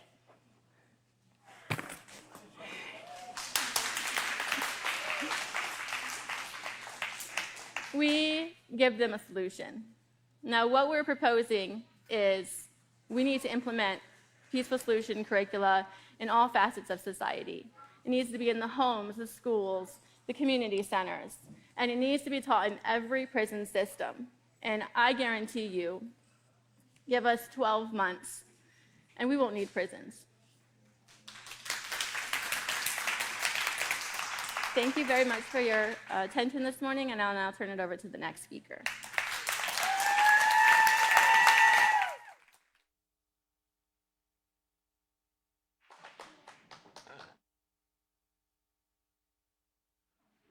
I am Celine Okala, a student of Peaceful Solution Character Education Program.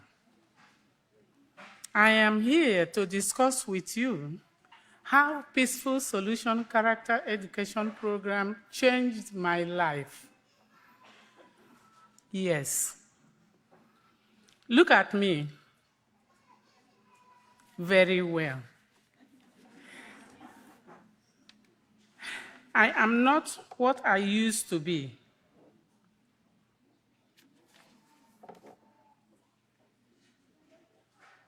If you look at me very well, you will see a new me. I am no longer what I used to be since I was introduced to Peaceful Solution Character Education Program.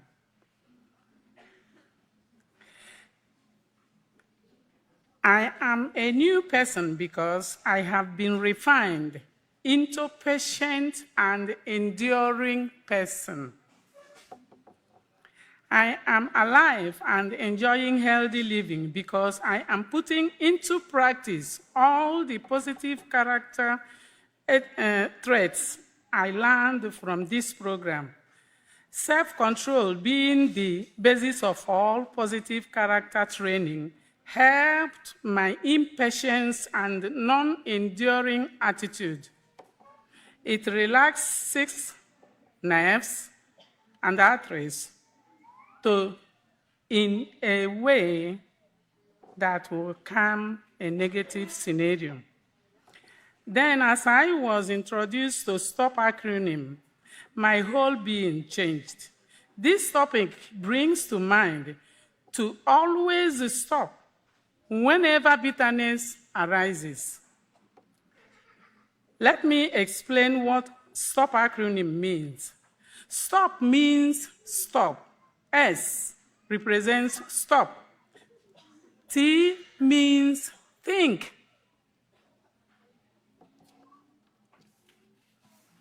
O means options. And P means proceed. When you are faced with a scenario, you think. You weigh your options. Then you will turn to the right direction that will benefit you and your opponent, even the environment. I used to be hateful because almost everybody, every human, are selfish to me. I loved keeping malice to avoid pains. Do you know that patience and endurance brings peace of mind and relaxes arteries and veins in your body circulatory system? Acid and base, which are contained in the blood and water in your body, will only be at equilibrium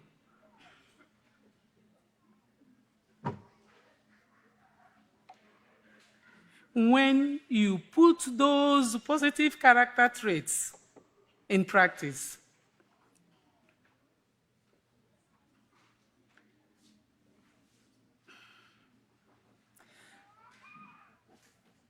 Remember to practice these 2 positive character traits.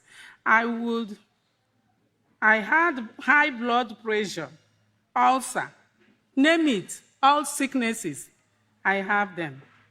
But I mean, it is this program that saved my life. Yes, I worked with one pharmacy for 15 years and had a salesman who changed to be stealing the profit as I had reasons to be traveling. When I called on him to explain, he became bitter and aggressive. Crowd gathered and summoned him outside. I was also invited outside to explain. He slapped me strongly. After sternly looking at him, I walked back into the store and shut up my mouth for him not to come again. Two wrongs cannot make a right. Any positive character trait displayed sincerely for a long period of time ripples out positively too.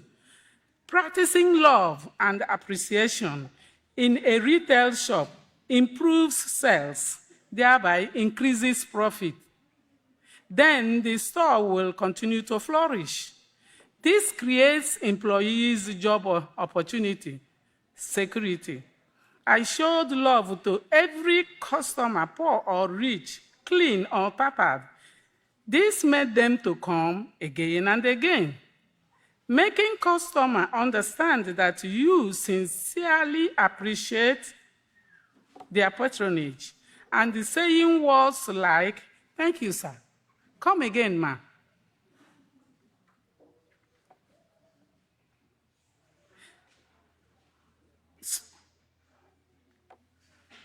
Without mimicking or throwing tongues like this on them, because sometimes they see. So I enjoyed promotion and increased salary by consistently practicing these two positive character traits. The verbal expression and the positive body language spells a lot of value to them.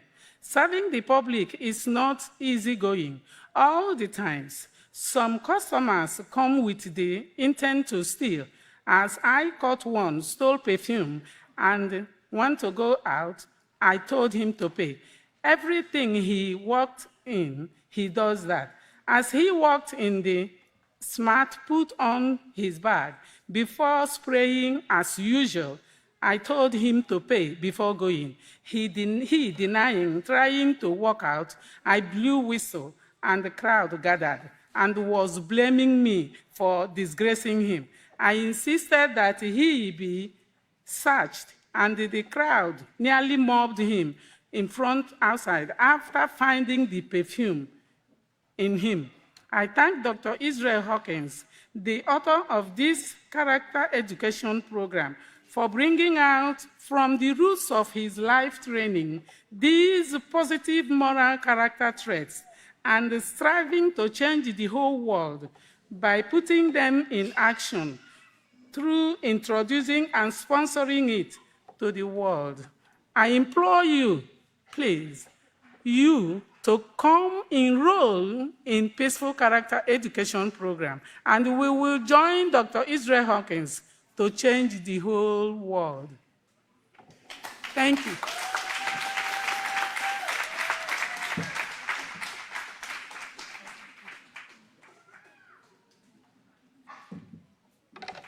Hello and welcome, everyone. Two wrongs don't make a right, so let the peaceful solution be your intervening light. I have been practicing the peaceful solution for 19 years now.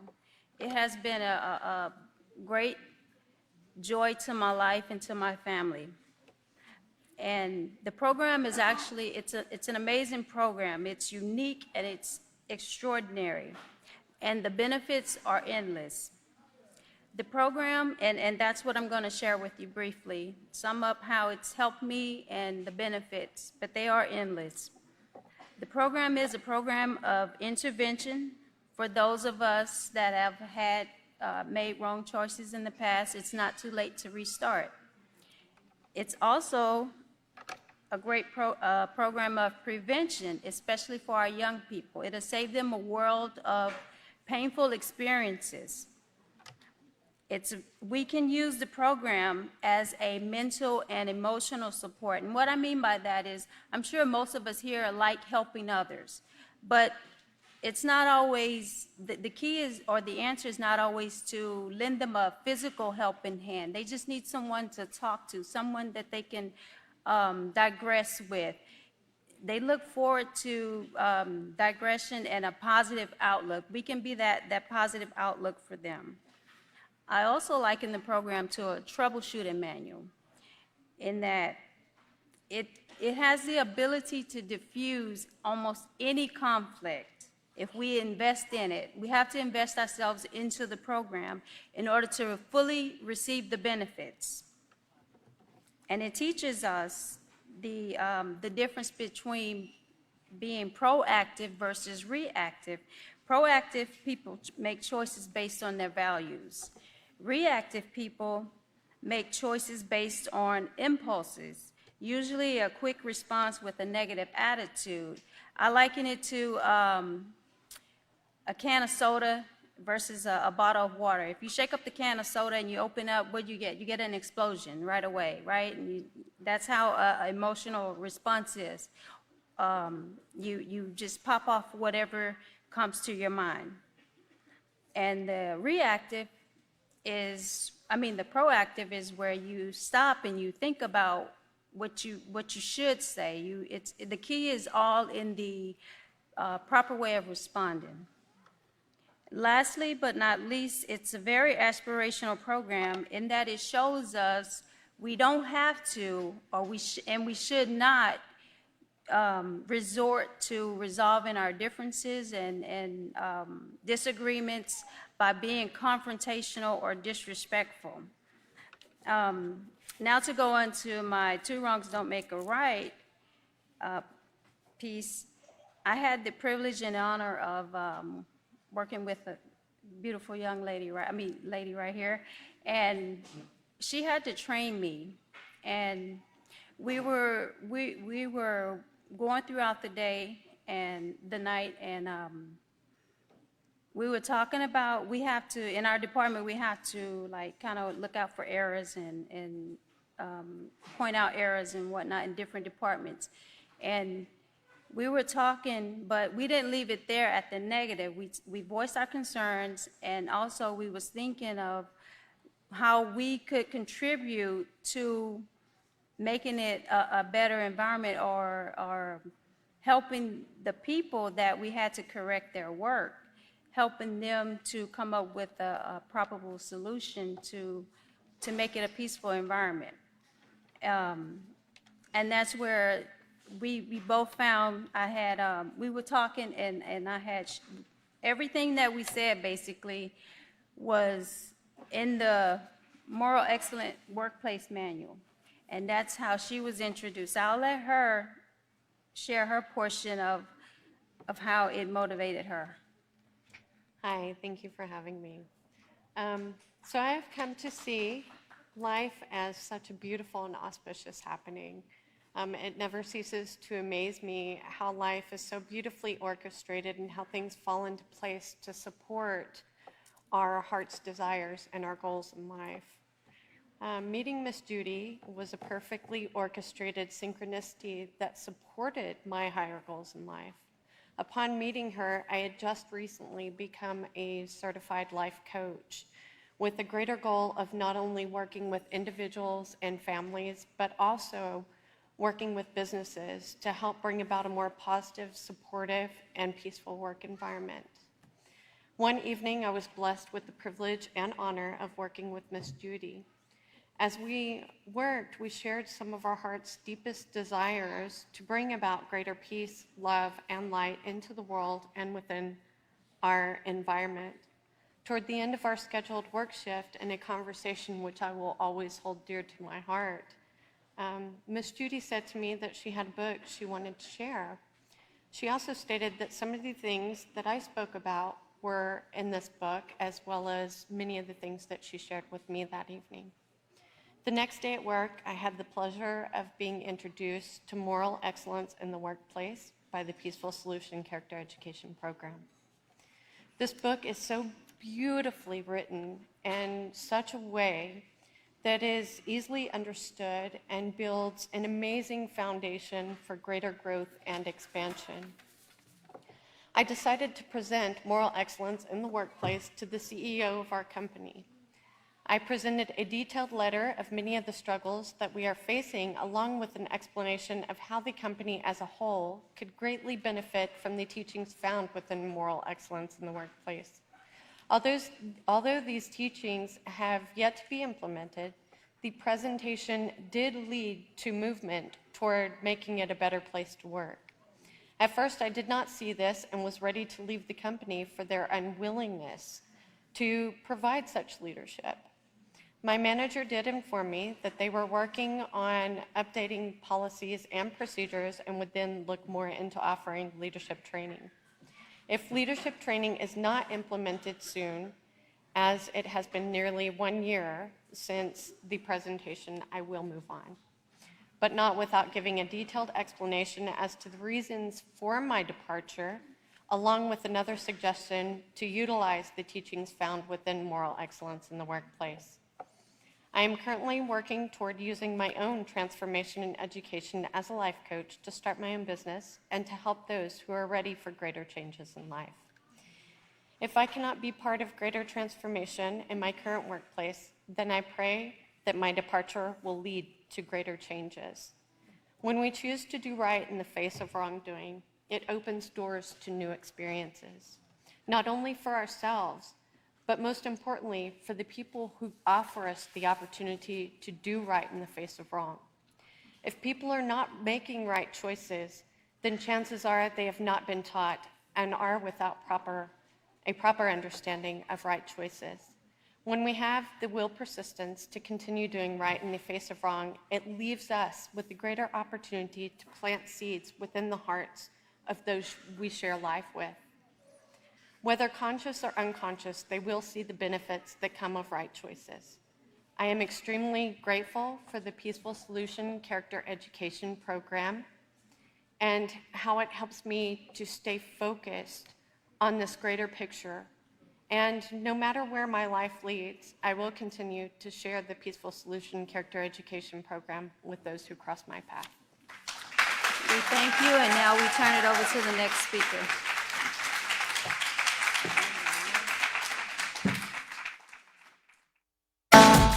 It's not a dream, it's obtainable.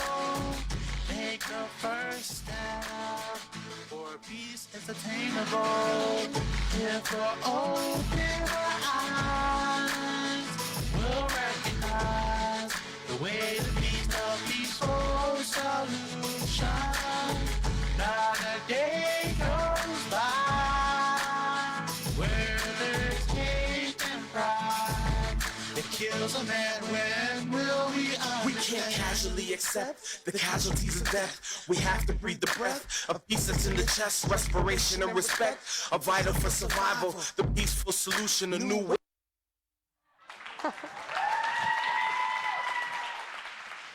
Mic check, can you hear me? I'm on. Okay, morning everyone. Chairperson, my fellow spokeswomen, and many honored guests. Can we give them another round of applause? Y'all were slamming. Okay. Now, to those watching on social media, to Ghana, Nigeria, Cameroon, Zambia, and so many other countries, right now, we welcome you as partners in peace. My name is Amaya Ashong, and I'm a student and practitioner of the Peaceful Solution Character Education Program for 22 years. Before I get into my speech, though, I would like to give a warm applause to Israel Hawkins, the author and teacher of the Peaceful Solution. Without his inspiration, determination to create such a practical yet effective, which we've heard many testimonials of today, program, none of us would be here today. So we can give him a nice round of applause. Thank you, Israel. The theme for our program today is 2 wrongs do not make a right. I know we hear that a lot, and I'm sure it was stated, but I'm going to restate it. What exactly does that statement mean? Simply put, by collinsdictionary.com, it means we should not do harm. We should not do harm to a person who has done harm to us, even if we think they deserve it. This takes a lot of emotional maturity. In other words, do not retaliate. We do not have peace among the nations today. Would you raise your hand if you agree with that statement? We do not have peace among the nations today. Excellent. Because this particular statement, two wrongs do not make a right, is not practiced. In fact, retaliation and getting even is promoted and encouraged from young and old alike. We often hear headlines such as, China threatens retaliation if U.S. passes Hong Kong bill. Mexican governor calls for retaliation after 13 police killed. 2 men killed after retaliation shooting in Arkansas, and that's in the United States. The common denominator, in all these 3 headlines is the desire for one person to get back at another for the wrong that he has done. Think about this on a national level. What if all nations made the decision not to retaliate against the neighboring nations, but rather committed to implementing the concepts taught by the Peaceful Solution Character Education Program? Character, self-control, responsibility, acceptance. Wow, what a different world we would see. We would see nations, number 1, admitting that they have problems, that there is problems among the individuals. 2, they would be assessing their situations as the situations arise. And 3, they would be laying the foundation for Peaceful Solution Character Education Program, the foundation to be laid, by teaching it to their citizens with the concepts that I just spoke on. I want to focus right now on the assessing situations in individual nations. There would be more dialogue. This is what we would see. More dialogues as conflicts would arise. Nations and individuals within the nations would ask themselves the following questions. 1, am I perceiving this conflict correctly? 2, is this a real or imagined offense? And 3, will this conflict matter in a year or so? In some cases, third-party intervention is necessary to find a peaceful solution depending on the severity and the emotion involved in the situation. You would see a lot more honesty, humility, and a spirit of cooperation among the nations today. Every nation looking out not only for their best interest, but for the interest of their nation, their neighboring nation. And finally, we would see a display of great courage.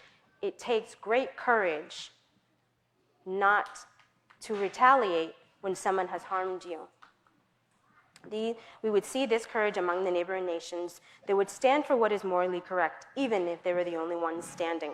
Although it may be a lonely place to be, it will eventually pay dividends. At this time, I would like to plead with the mothers, fathers, aunts, uncles, all the caregivers of our children. These concepts of retaliation need to start within our homes. People don't wake up retaliating against their neighbors. This is a taught, learned behavior in every stage of, This concept of not retaliation starts at home. In the early stages of the children's development, when the child's mind is growing at a tremendous rate, is when we need to seize the opportunity to teach the children these concepts of the peaceful solution, as I stated earlier. And every human being, in every human being in the world, there is a default mechanism to retaliate or get even by diligently practicing and teaching. Practice and teaching, they have to go together. The 5 concepts taught by the Peaceful Solution Character Education, we can totally eradicate this mechanism within ourselves and our children. The Peaceful Solution Character Education Program is a valuable tool, and I mean valuable tool, and it works, period. All of us are examples of that. This tool will help us to totally eradicate the desire to retaliate. Now, what we choose to do with this valuable tool is up to you and I.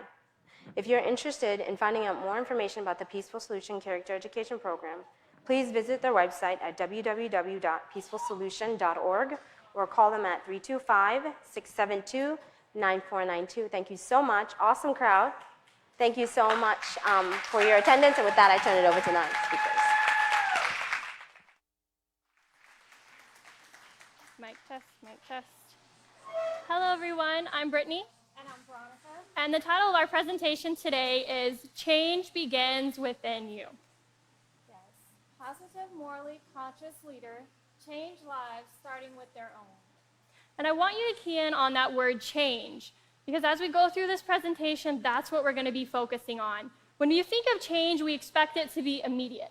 You want to see it. If you've ever tried dieting, the next day you immediately expect to lose 10 to 20 pounds. Or if you've ever tried exercising, you expect after 30 minutes to see the full effect. That's not really how change works. It takes time. Yes, exactly. We live in a world where everything is instantaneous. You have instant coffee, you have drive-thrus, you get your food instantly, text messages, emails, picture messages, everything comes very quick. We don't take the time to practice patience and wait on change. Absolutely. And patience is something that we can see we're lacking in our world today. When it comes to change, that's what we have to have is patience. And the patience and the willingness to see that we need to make a change. And we've heard this from a lot of our speakers today. One of our speakers mentioned the prison system. And we can see that the prison system isn't working. If you don't give someone the opportunity to change, how do you expect them to change? And the prison system is not working, but education does. We also heard from one of our speakers who talked about using the two wrongs don't make a right, which is our theme for today, in their everyday lives and the importance of that. Exactly. Also, not retaliating on a national level.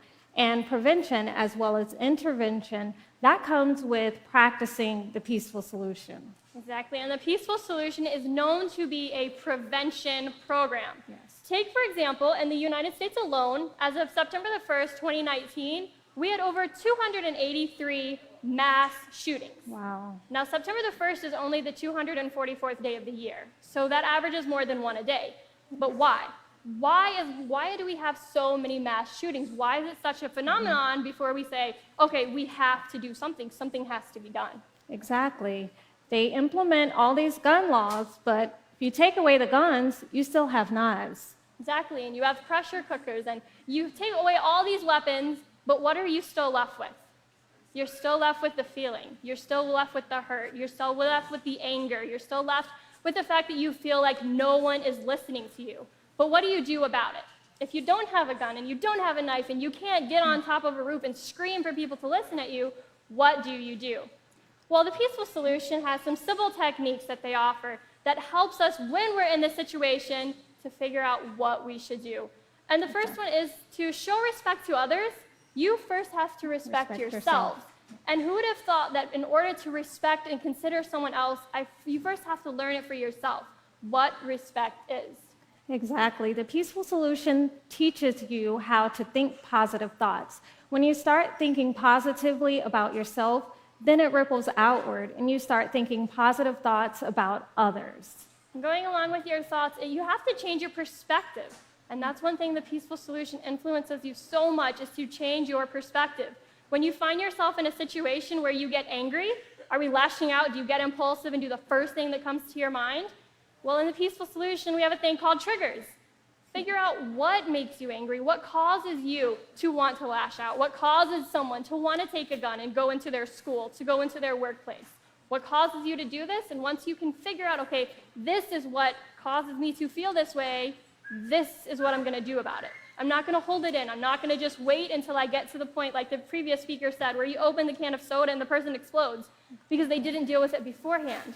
You're going to think about it and know, what can I do so that I don't hurt myself, I don't hurt others, and I'm a benefit to those around me. Exactly. And we've been speaking about two wrongs don't make a right. And in society today, children are being bullied. The parents and the authorities are telling them to fight back, get even. You know, they think that if you control your anger and you don't lash out, that shows weakness. But we know that's not true.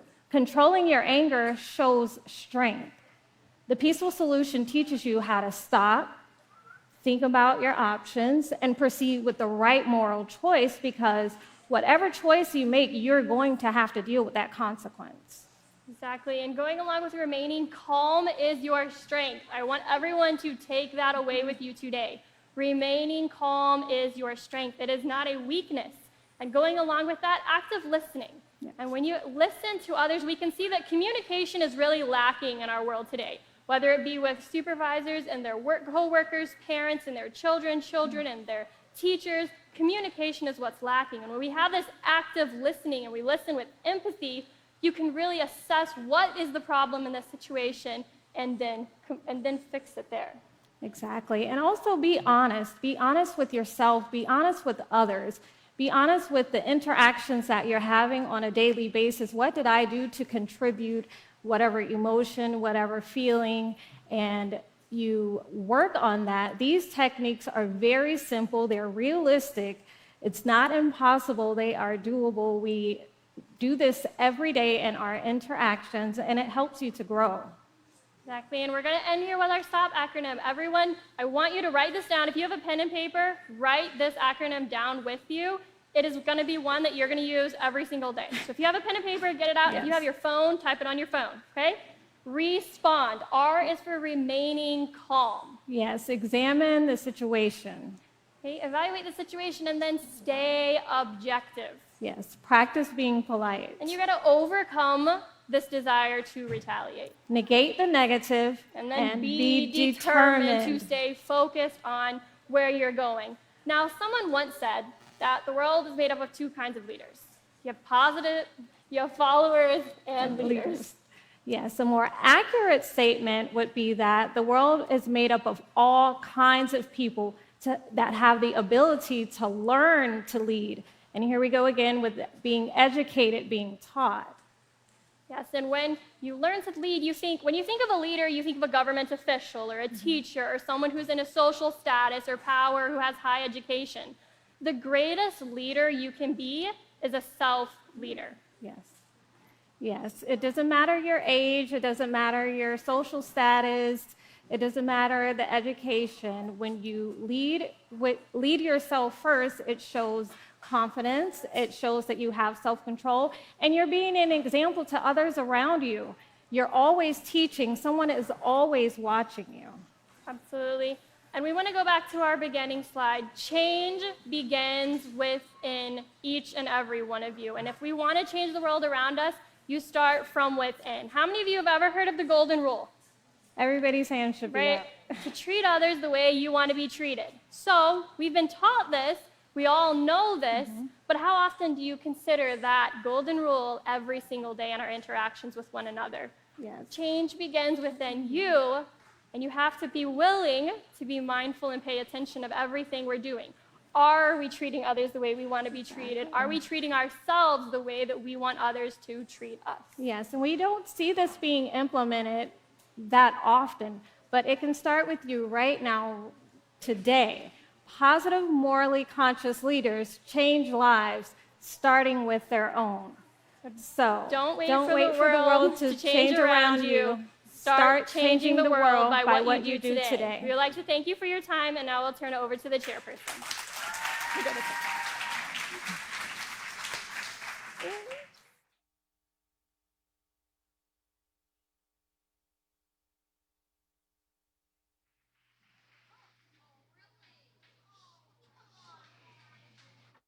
By consistently practicing positive character, you can make a difference and stand up for what is morally right, even if you are the only one left standing. So this wraps up our speakers for this morning, but don't worry because the learning never ends. So please help me welcome Shakaya.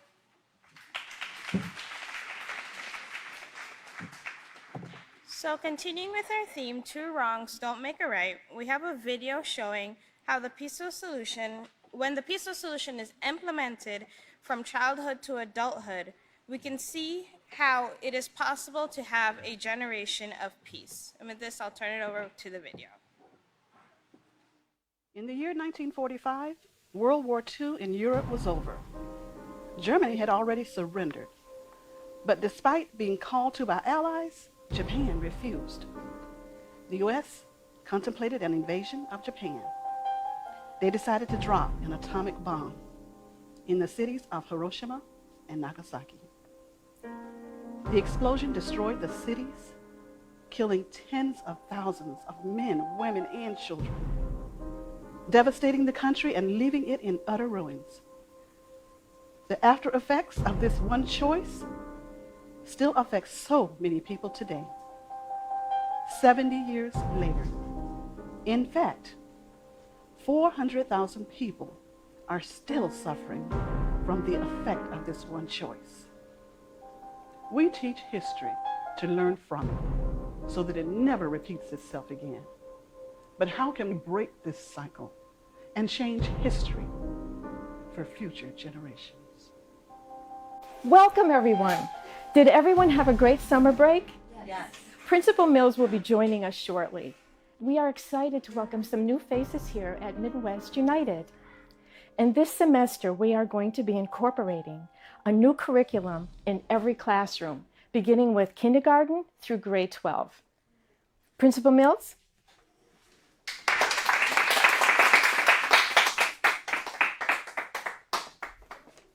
Thank you, Vice Principal Adams. As teachers and educators, we live with the real possibility of school shooting taking place. And as sad as it has become, we have all seen an increase in violent behavior in our students. So this year, we will be introducing the Peaceful Solution Character Education Program. The theme is, 2 wrongs don't make a right. We will be covering topics such as ownership, asking, positive character development, acceptance, self-control, how to deal with anger appropriately, respect themselves as well as others, and being accountable for their actions. As teachers, we would like you to work this into every class, and guidance counselors, we're asking you to reinforce this. We're very excited to see how this goes and look forward to seeing great results.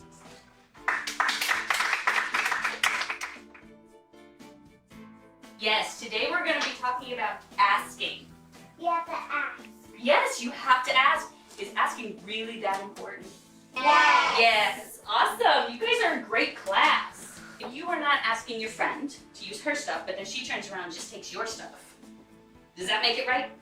You'll be It's retaliating, but that's 2 wrongs, right? So 2 wrongs didn't make anything right? That's why asking is so very important, right? So let's say that all together. 2 wrongs don't make a right. You two have fun in school today? Yeah, we really did. Can I color you a picture? Of course you can. I will be in here through the evening.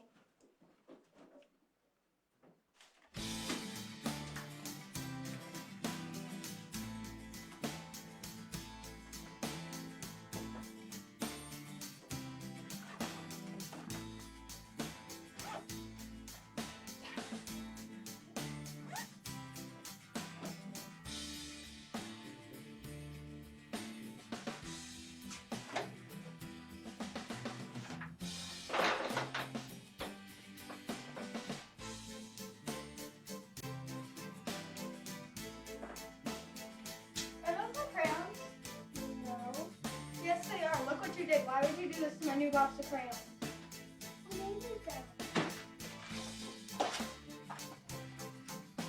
That's what you get. Mama! Polly ruined my picture! What is going on here? She was stealing all my crayons. Both of you go to your rooms, and I don't want to hear any more yelling. See, that's what you did. And stop arguing. You see, class, the story that Katrina just shared with us shows that two wrongs don't make a right, okay?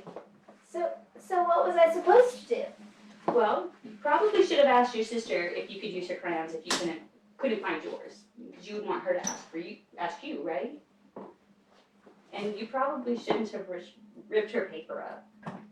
So you see how both of you did something wrong? So now you can both apologize to each other, and in the future, try not to do anything to hurt each other again. I'm sorry, Alexis. I'm sorry, next time I'll be more patient with you.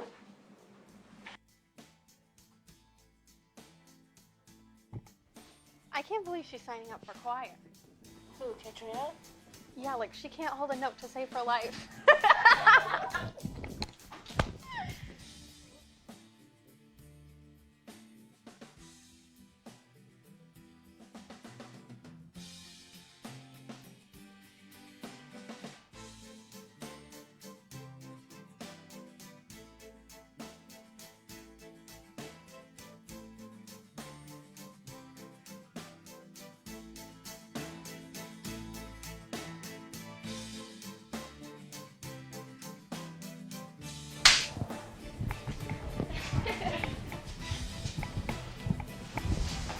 Just forgot my pen. Today we are on another exciting part of the Pieces Solution Character Education Program, and we will be covering the self-control unit. But these tools, you will find that every day that you do your interaction, you'll be able to use these tools to be able to have positive, rewarding interaction. One of those very vital tools I want to cover today is the one that we call the STOP acronym. Stop acronym. So S stands for stop. T stands for think. O stands for and P stands for proceed. So the only one that you can control is to control yourself. And always remember, no matter what anyone does, whether what they do or what they say, 2 wrongs never make 1 right.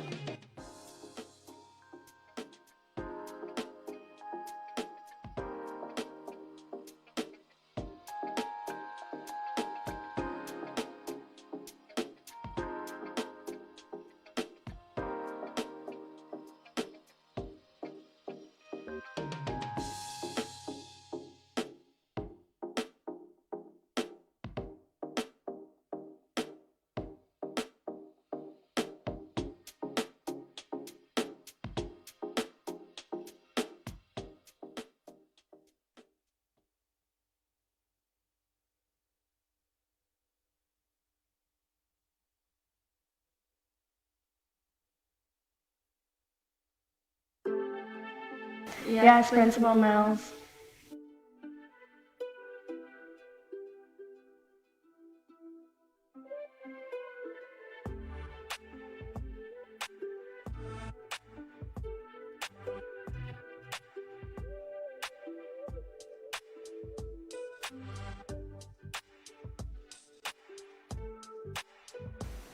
We're very sorry, Principal Mills. Yes, Principal Mills, it won't occur.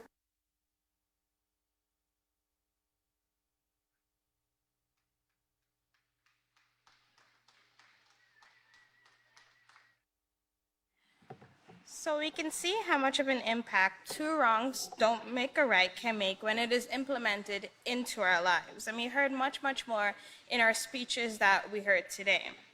So the Peaceful Solution Character Education Program is truly the lifesaver of all the problems that we heard and saw about today and much, much more. And with this, I'll turn it over to the next chairperson. Hi everyone, hope you all have been enjoying our presentation. So we're about to hear a song that has been being worked on for a while and working to present it to you all. So without further delay, let's listen to the song.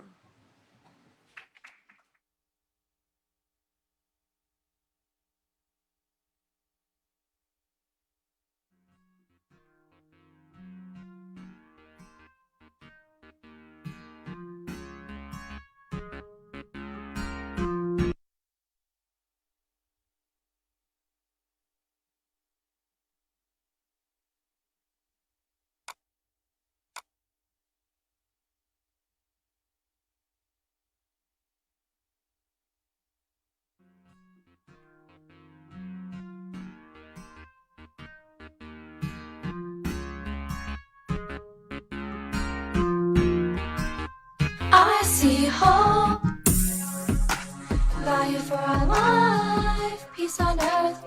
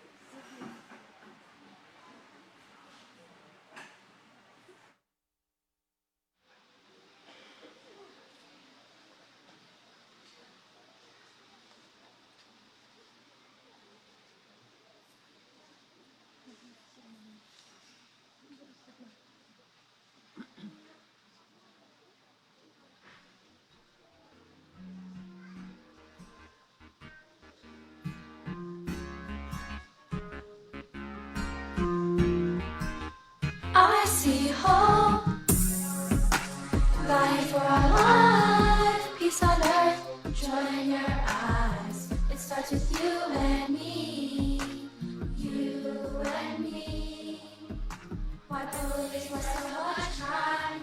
Look at what we allow to influence our mind. Learn to be the perfect criminal, but you have to serve time. The way we're going has brought us to our knees. Time is up, we need to change and put our mind at ease. No more can we say, do as I say, not as I do. It's time to change, it's time to change. Oh, it's time to change. I see hope, light for our life, peace on earth, joy in your eyes. It starts with you and me, you and me. Get up, change your reality. Get up, don't wait around. Get up, be the change you want to see. Don't accept this world is how it's gonna be. Family values is a thing of the past.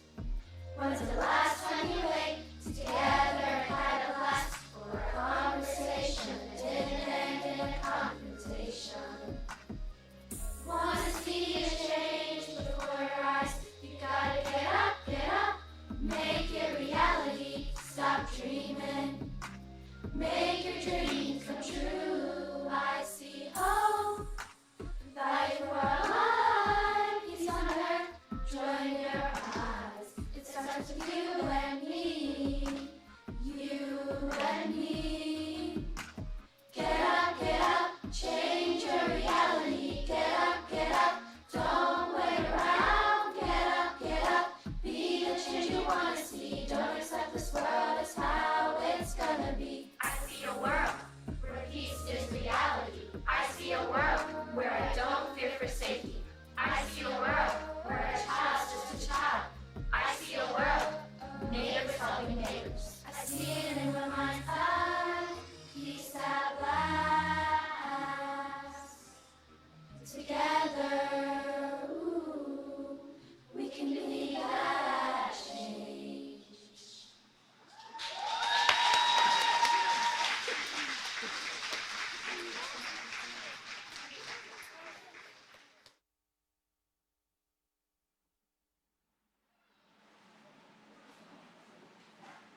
Check, check. Okay, we're sorry about the technical difficulties. We'll have the video to show you later on. But let's give another round of applause for that beautiful song. And this concludes our portion, and I'll turn it over to our co-partners in peace.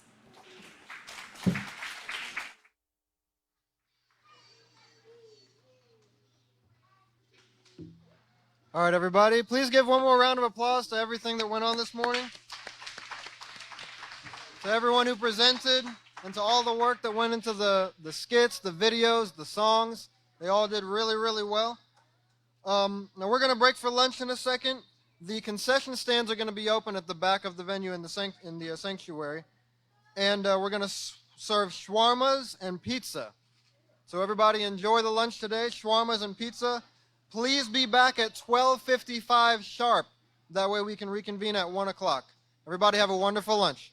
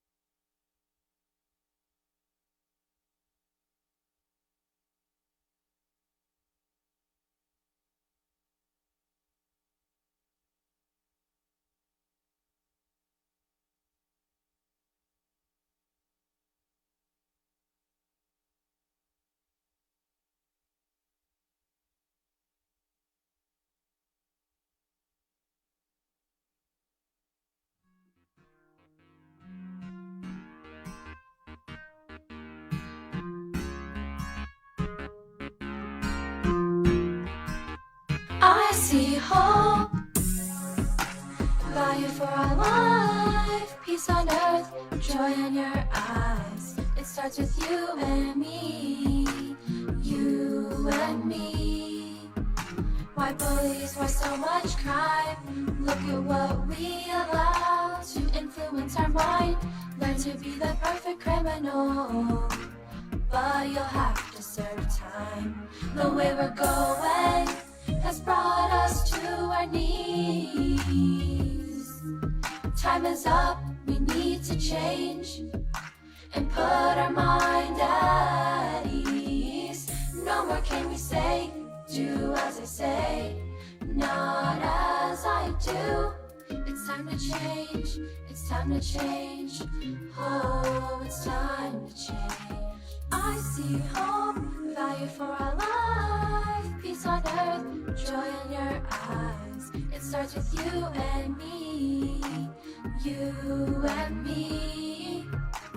Get up, change your reality. Get up, don't wait around. Get up, be the change you wanna see. Don't accept this world as how it's gonna be. Family values, a thing of the past.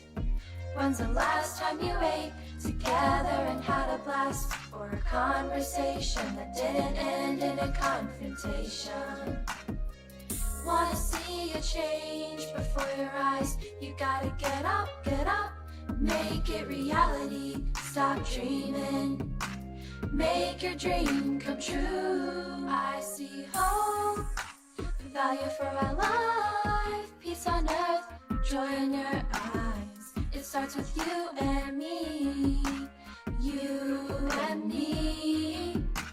Get up, change your reality. Get up, don't wait around. Get up, be the change you wanna see. Don't accept this world as how it's gonna be. I see a world where peace is reality. I see a world where I don't fear for safety. I see a world where a child's just a child.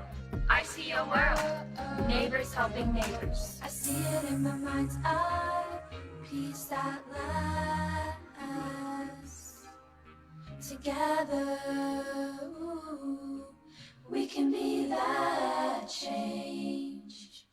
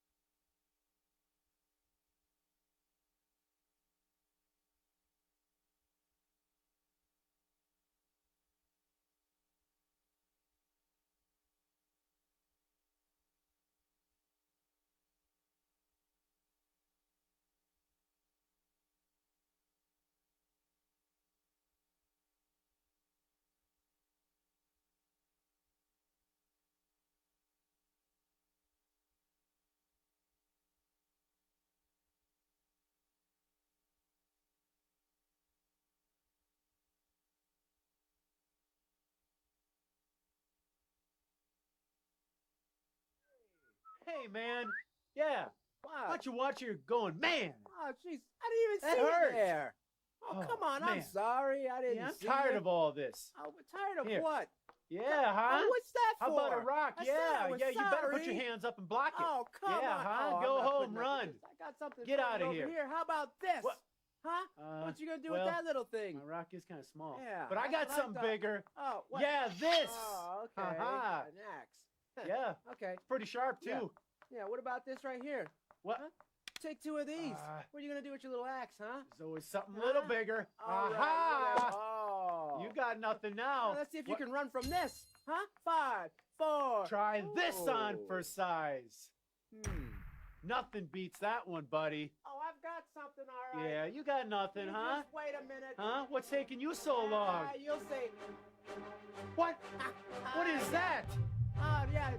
Are you Okay. crazy? I hope you're a fast runner. Neither one of us are gonna live.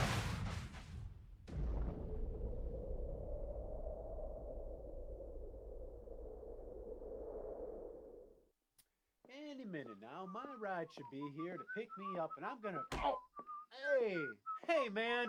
Yeah. Why don't you watch your going, man? Oh, jeez. I didn't even That see you hurts. there. Oh, come on. I'm man. sorry. I didn't Yeah, I'm see tired you. of all this. Oh, but tired of Here. what? Yeah, huh? Oh, what's that for? How about a rock? I said Yeah, I was yeah, you better put sorry. your hands up and block it. Oh, come yeah, on. huh? Oh, I'm Go not home, putting up with run. this. I got something Get for out you of over here. How about this? What? Huh? What you gonna do well, with that little thing? My rock is kind of small. Yeah, But I that's got what I something thought. bigger. Oh, what? Yeah, this. Oh, okay. Ha-ha. An axe. Yeah. Okay. It's pretty sharp, too. Yeah, what about this right here? What? Huh? Take two of these. What are you gonna do with your little axe, huh? There's always something a little bigger. All right, Aha! whatever. Oh. You got nothing now. Well, let's see if What? you can run from this. Huh? 5, 4. Try this on Oh. for size. Nothing beats that one, buddy. Oh, I've got something, all right. Yeah, you got nothing, You huh? Just wait a minute. Huh? What's taking you so long? You'll see. What? What is that? Oh, yeah. Are you Okay. crazy? I hope you're a fast runner. Neither one of us are gonna live.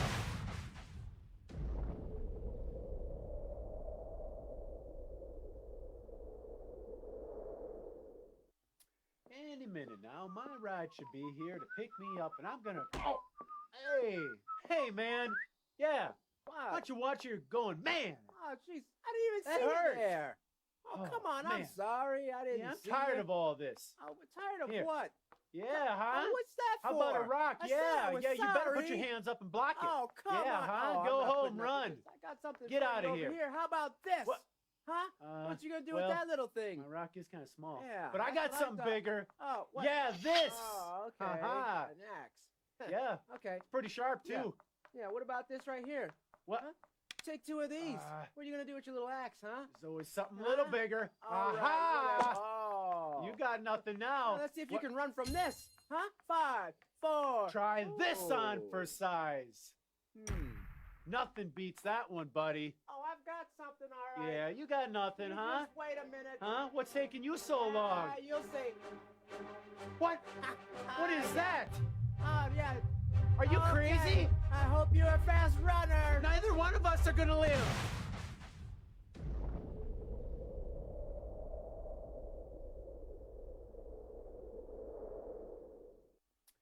Any minute now, my ride should be here to pick me up, and I'm gonna. Oh, hey, man. Yeah. Why don't you watch your going, man? Oh, jeez. I didn't even That see you hurts. there. Oh, come on. I'm man. sorry. I didn't Yeah, I'm see tired you. of all this. Oh, but tired of Here. what? Yeah, huh? Oh, what's that for? How about a rock? I said I Yeah, was yeah, you better put sorry. your hands up and block it. Oh, come yeah, on. huh? Oh, I'm Go not home, putting up with run. this. I got something Get for out you of over here. here. How about this? What? Huh? What you gonna do with that little thing? My rock is kind of small. Yeah, But I that's got what something thought. bigger. Oh, what? Yeah, this. Oh, okay. Ha-ha. An axe. Yeah. Okay. It's pretty sharp, too. Yeah, what about this right here? What? Huh? Take two of these. What are you gonna do with your little axe, huh? There's always something a little bigger. All right, Aha! whatever. Oh. You got nothing now. Well, let's see if What? you can run from this. Huh? 5, 4. Try this on Oh. for size. Nothing beats that one, buddy. Oh, I've got something, all right. Yeah, you got nothing, You huh? Just wait a minute. Huh? What's taking you so long? You'll see. What? What is that? Oh, yeah. Are you Okay. crazy? I hope you're a fast runner. Neither one of us are gonna live.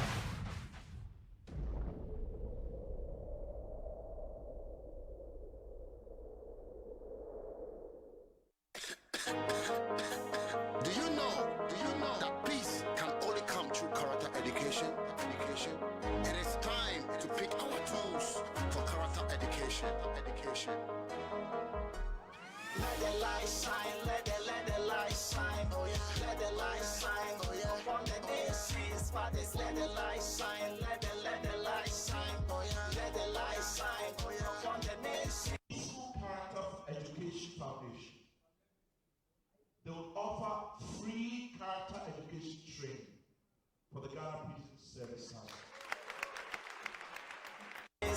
Let the light shine, let the light shine, oh yeah, let the light shine, oh yeah, on the nations, brothers, let the light shine, let the light shine, oh yeah, let the light shine, oh yeah, on the nations. Always in time, always saves 9. Do use your breast to shine your life for the peaceful solution is the right flight. And if you are in, you've got the light. Back in the days, back in those times, parents always teaching with the joy as I ride back to what we seen is more teaching. How can the children of today be so humble? Mothers don't know, fathers are no more teaching. You've got respect with no value for living. Media being teachers and full of pollution. So many laws here we ain't seen. Enemies, wars and agony, hate and miseries, theft and murdering, sickness and diseases. How can they stop when we ain't doing the right? The peaceful solution is the right light. Get it. Let the light shine, let the light shine, oh yeah, let the light shine, oh yeah, on the nations, fathers, let the light shine, let the light shine, oh yeah, let the light shine, oh yeah, on the nations, fathers, let the light shine, let the light shine, oh yeah, let the light shine, oh yeah, on the nations, fathers, let the light shine, let the light shine. The Deputy Director General of Prisons, Mr. Patrick Dakumisa, coordinator and facilitators of Peaceful Solution Character Education Program, representatives of the Regional Commander, representative of the Commandant, representative of the CO Headquarters, ladies and gentlemen from the media. I'm not seeing any lady from the media. They are there. Oh, okay. Well, welcome. Participants of the program, distinguished ladies and gentlemen. On behalf of the Director General of Prisons, the Prison Service Directorate, officers, and our compatriots behind bars, I welcome you all to this lunch. The Ghana Prison Service is grateful to Peaceful Solution Character Education Program for taking this bold initiative to contribute their quota towards helping the Ghana Prison Service to achieve its mandate in ensuring the reformation and rehabilitation of inmates. May I report for your information that the staff of Peaceful Solution Character Education Program attended the launch of Project Efiase and have since declared its intention to help in the transformation of the Ghana Prison Service.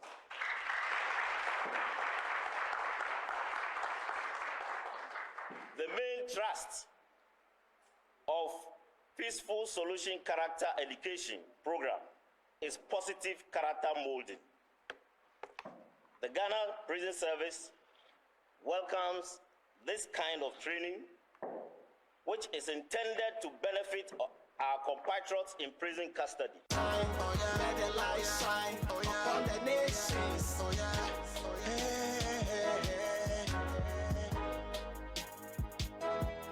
This is the peaceful solution time, yeah.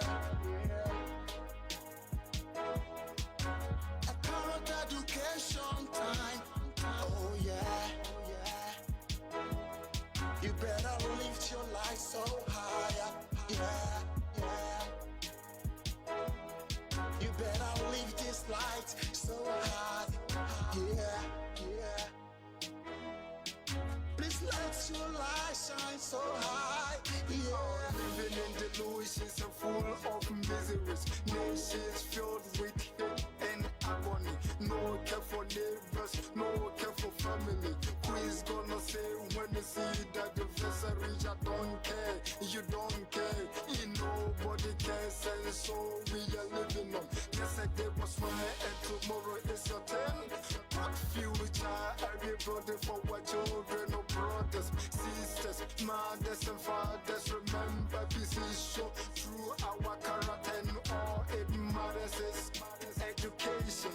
Let your light shine so your people be educated. No hate and miseries, no theft and pollution.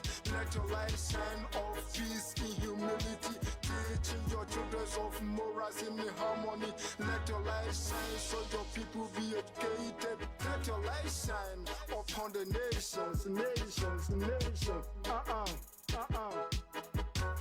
Let the light shine, let the light shine, oh yeah. Let the light shine, oh yeah. Upon the nations, fathers, let the light shine, let the light shine. Peaceful Character Education Program is a very educative, very practical program that when anybody enroll onto it, it will help you as an individual to shape up your character, and it will help you to know how to relate to other people in society. This program is a very positive one, which I think my service will benefit from it after we have gone through the course successfully. We will be able to impact it onto fellow officers and then inmates under our care to make them positive people, positive thinkers. Beginners like us should be crusaders to carry on the good message to others who are not here. We can even start from our homes with our kids and our wives, and then they also telling others they interact with. This program will go a long way to help the whole country. Let the light shine, upon the nations, let the light shine, let the light shine, let the light shine, upon the nations, brothers, let the light shine, let the light shine, let the light shine, upon the nations,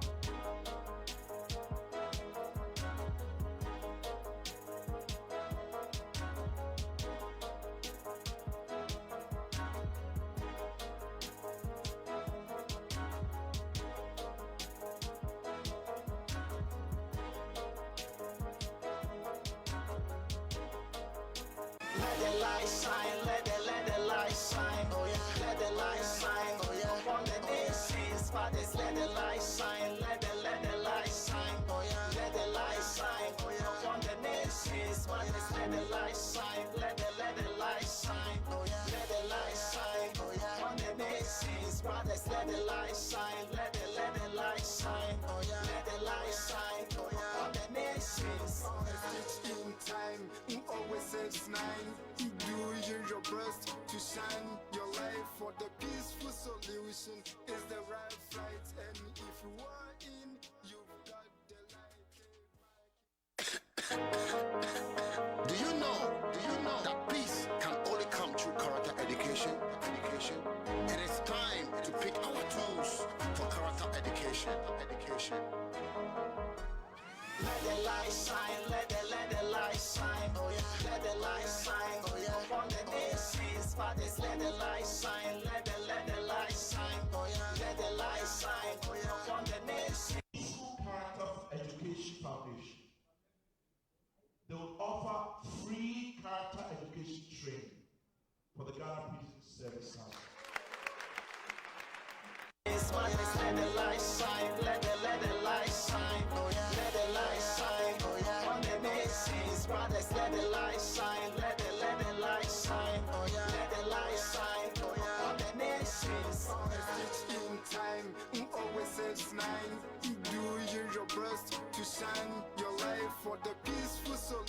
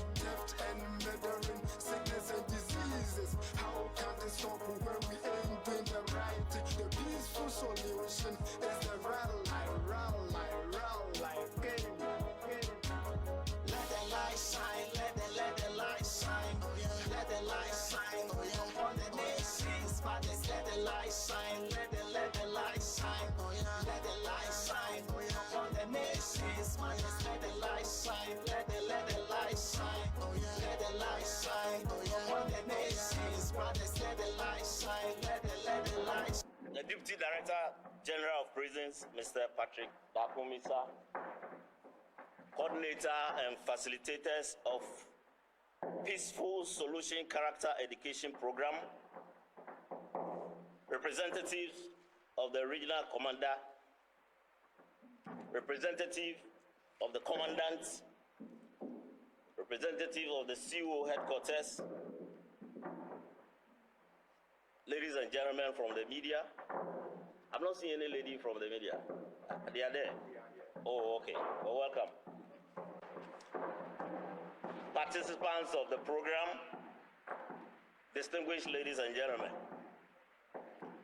On behalf of the Director General of Prisons, the Prison Service Directorate, officers, and our compatriots behind bars, I welcome you all to this lunch.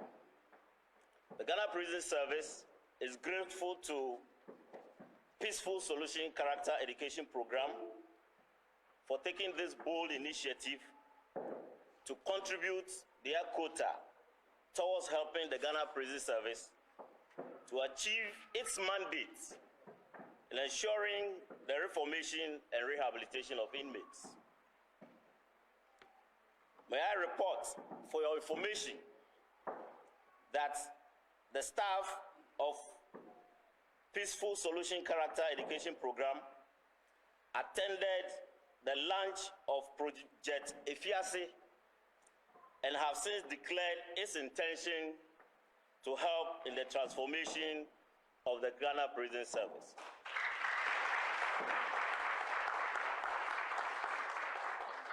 The main thrust of Peaceful Solution Character Education Program is positive character molding. The Ghana Prison Service welcomes this kind of training, which is intended to benefit our compatriots in prison custody. Let the light shine upon the nations.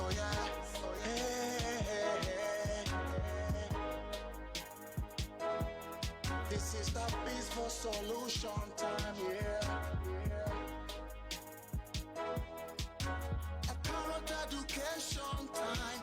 Oh yeah. You better lift your light so higher. You better lift this light so high. Please let your light shine so high. Living in delusions and full of miseries. Nations filled with hate and agony. No care for neighbors, no care for family. Who is gonna say when you see that the vessel reach? I don't care, you don't care. Nobody cares, and so we are living on.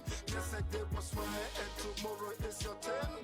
What future everybody for what children or brothers, sisters, mothers and fathers. Remember this is show through our character and all it matters is education. Let your light shine so your people be educated. No hate and miseries, no theft and pollution. Let your light shine of peace in humility. Teaching your children of morals in harmony. Let your light shine so your people be educated. Let your light shine upon the nations. Let the light shine, let the light shine, let the light shine, upon the nations. Fathers, let the light shine, let the light shine. Peaceful Character Education Program is a very educative, very practical program that when anybody enroll onto it, it will help you as an individual to shape up your character, and it will help you to know how to relate to other people in society. This program is a very positive one, which I think my service will benefit from it after we have gone through the course successfully. We were able to impact it onto fellow officers and then inmates under our care to make them positive people, positive thinkers. Beginners like us should be crusaders to carry on the good message to others who are not here. We can even start from our homes with our kids and our wives, and then they also telling others they interact with. This program will go a long way to help the whole country. Let the light shine, upon the nations. Let the light shine, let the light shine. Let the light shine, upon the nations. Brothers, let the light shine, let the light shine. Let the light shine, upon the nations.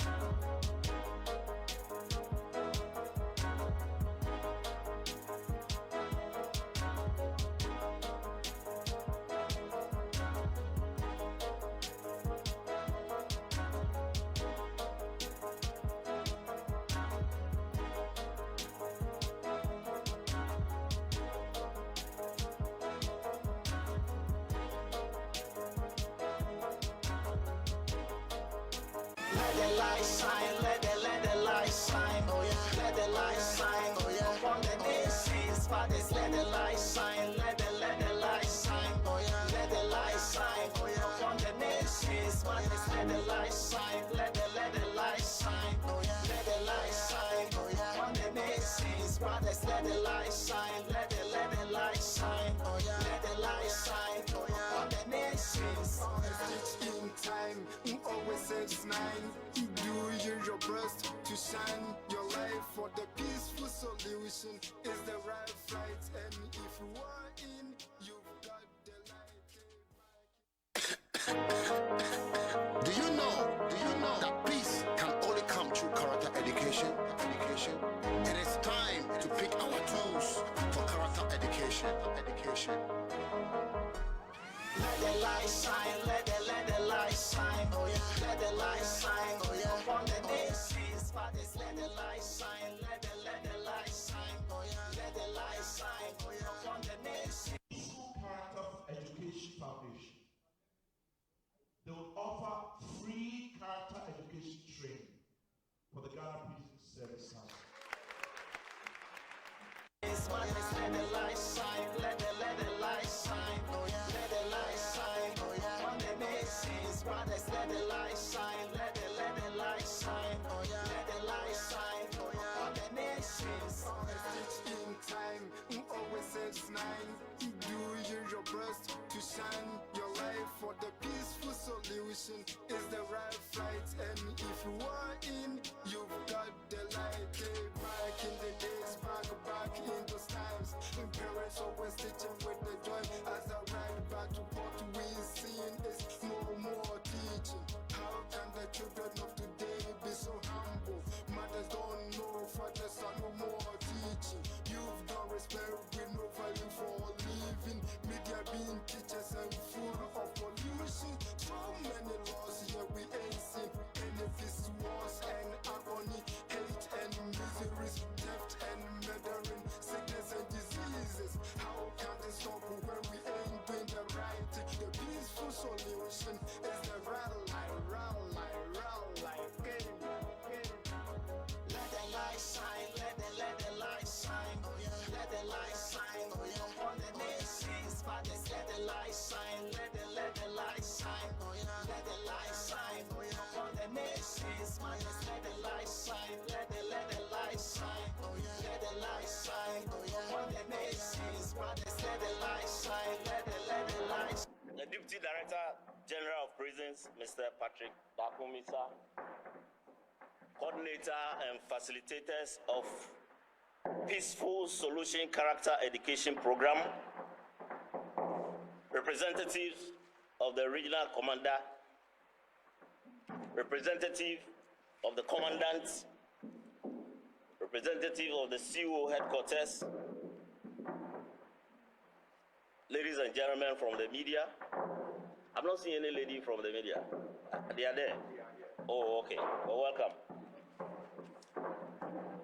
Participants of the program, distinguished ladies and gentlemen, on behalf of the Director General of Prisons, the prison service directorate, officers, and our compatriots behind bars.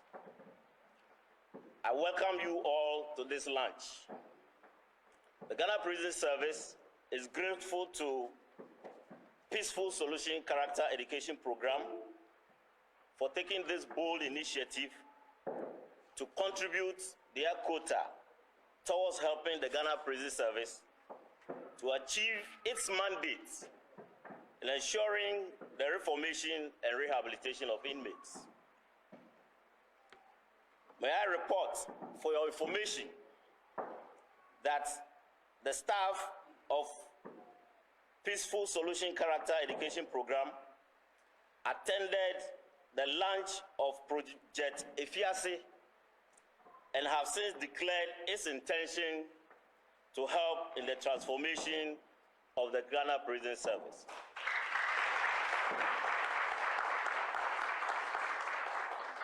The main thrust of Peaceful Solution Character Education Program is positive character molding.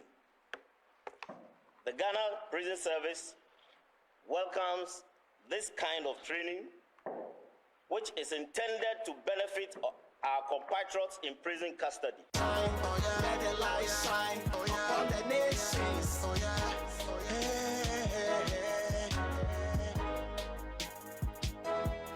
This is the peaceful solution time, yeah. A current education time, oh yeah. You better lift your life so high, yeah. You better lift this light so high, yeah. Please let your light shine so high, yeah. Living in delusions and full of miseries. Nations filled with hate and agony. No care for neighbors, no care for family. Who is gonna say when you see that the vessel reach? I don't care, you don't care. Nobody cares, and so we are living on. Yesterday was mine and tomorrow is your turn. What future are we building for our children, or brothers, sisters, mothers and fathers? Remember this is show through our character and all it matters is education. Let your light shine so your people be educated. No hate and miseries, no theft and pollution. Let your light shine of peace in humility. Teaching your children of morals in harmony. Let your light shine so your people be educated. Let your light shine upon the nations. Let the light shine, let the light shine, oh yeah. Let the light shine, oh yeah. Upon the nations, fathers, let the light shine, let the light shine. Peaceful Character Education Program is a very educative, very practical program that when anybody enroll onto it, it will help you as an individual to shape up your character, and it will help you to know how to relate to other people in society. This program is a very positive one, which I think my service will benefit from it after we have gone through the course successfully. We will be able to impact it onto fellow officers and then inmates under our care to make them positive people, positive thinkers. Beginners like us should be crusaders to carry on the good message to others who are not here.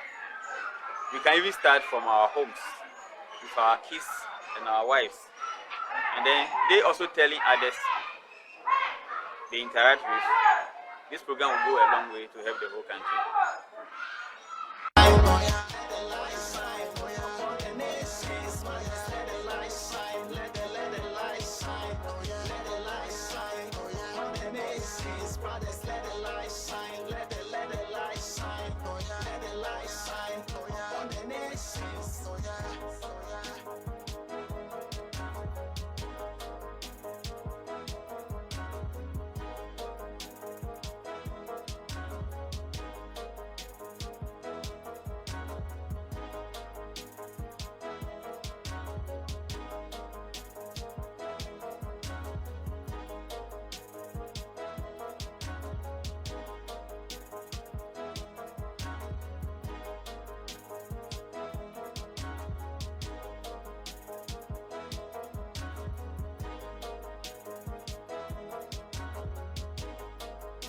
Let the light shine, let the light shine, oh yeah. Let the light shine, oh yeah. Upon the nations, fathers, let the light shine, let the light shine, oh yeah. Let the light shine, oh yeah. Upon the nations, fathers, let the light shine, let the light shine, oh yeah. Let the light shine, oh yeah. Upon the nations, fathers, let the light shine, let the light shine, oh yeah. Let the light shine, oh yeah. Upon the nations.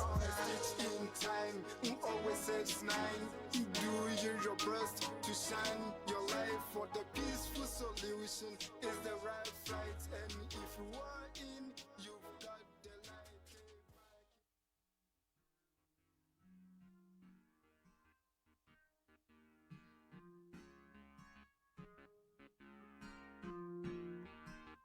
I see hope, value for our life, peace on earth, joy in your eyes. It starts with you and me, you and me. Why bullies, why so much crime? Look at what we allow to influence our mind. Learn to be the perfect criminal, but you'll have to serve time. The way we're going has brought us to our knees.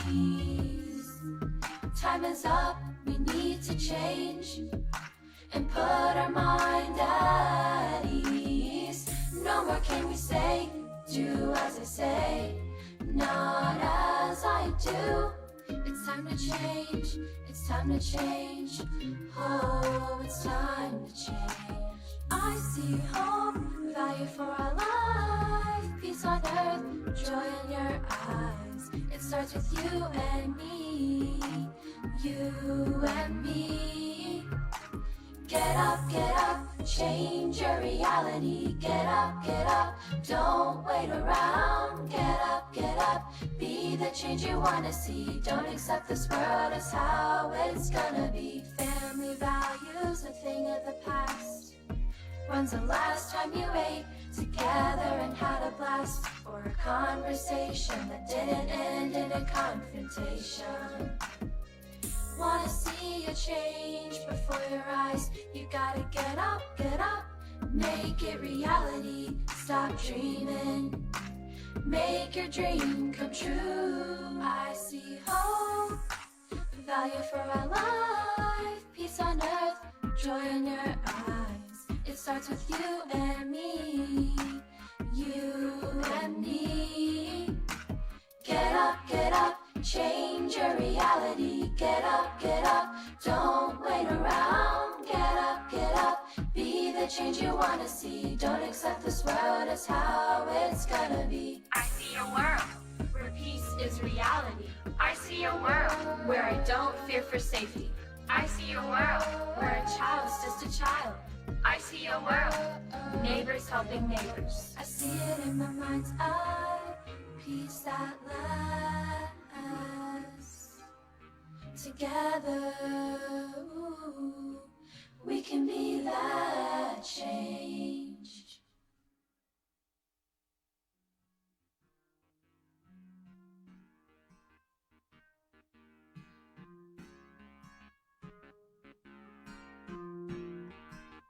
I see hope, value for our life, peace on earth, joy in your eyes. It starts with you and me, you and me.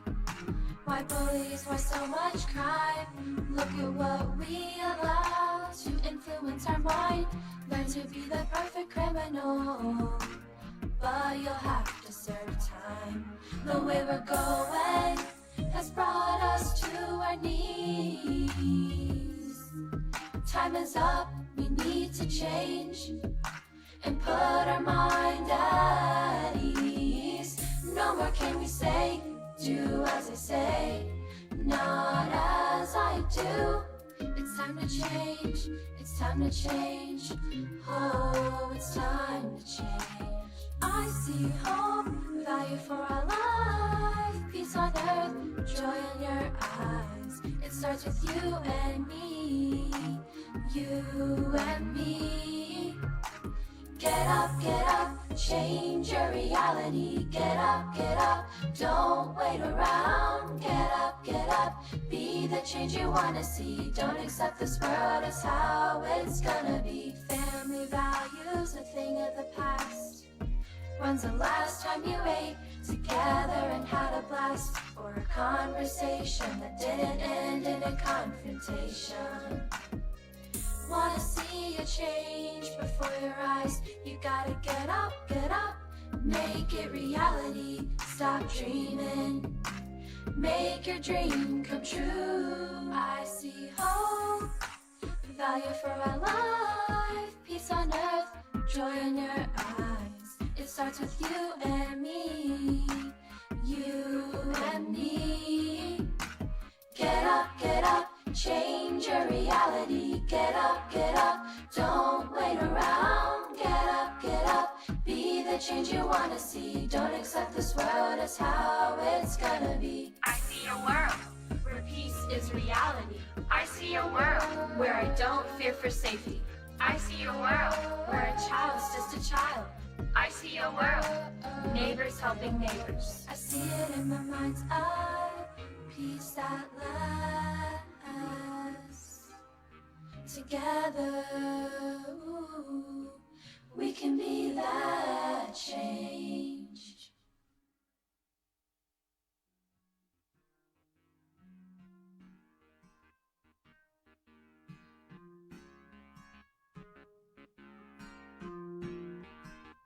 I see hope, value for our life, peace on earth, joy in your eyes. It starts with you and me, you and me. Why bullies, why so much crime? Look at what we allow to influence our mind. Learn to be the perfect criminal, but you'll have to serve time. The way we're going has brought us to our knees.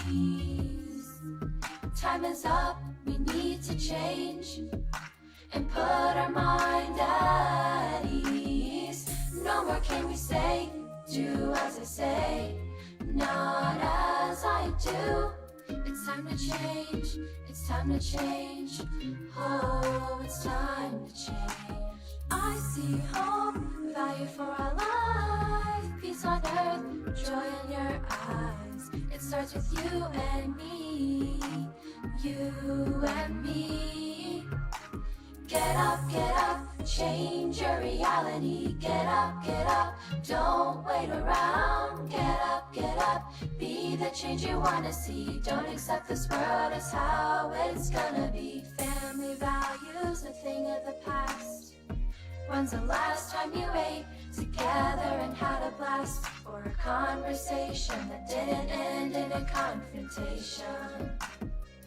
Wanna see a change before your eyes? You gotta get up, make it reality. Stop dreaming, make your dream come true. I see hope, value for our life, peace on earth, joy in your eyes. It starts with you and me, you and me. Get up, change your reality. Get up, don't wait around. Get up, be the change you wanna see. Don't accept this world as how it's gonna be. I see a world where peace is reality. I see a world where I don't fear for safety. I see a world where a child's just a child. I see a world, neighbors helping neighbors. I see it in my mind's eye, peace that lasts. Together, ooh, we can be that change.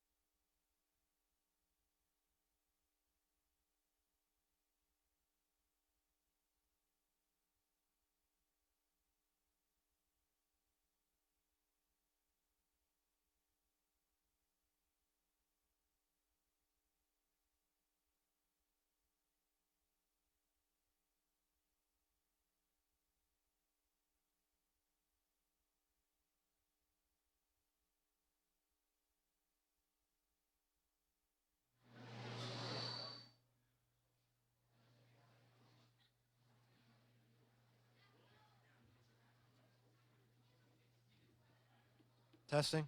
Attention, everybody. Please go ahead and start finding your seats. We're going to start in about 5 minutes.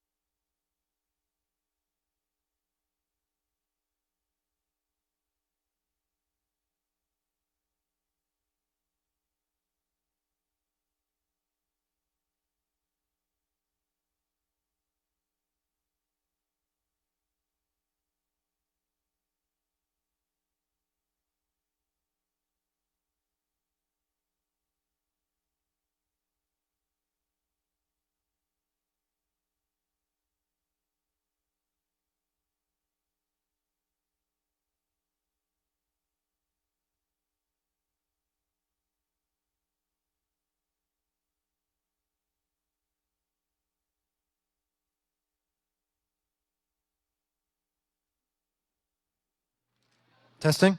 Hello, everybody. Welcome back. Welcome back to the Fall 2019 Peaceful Solution Conference. Just to refresh everybody's memory, we're talking about two wrongs don't make a right today, and how retaliation or returning wrong for wrong only makes problems worse. It only makes them escalate. You know, if you're trying to de-escalate a situation, you can't add more fuel to the fire. You have to lessen it by adding water to the fire, by being respectful, being humble, like some of the speakers talked about this morning. Now, I hope everybody enjoyed their lunch. We had a lot of awesome things to eat down at the bottom back there. To continue on, though, we have a nice lineup of some speakers this afternoon, some presentations. We also have some men from our local area who will be presenting to us, so I look forward to that. But without further ado, we're going to go ahead and get started. I'd like to turn it over to the first speaker, our International Director, Chris Heiler.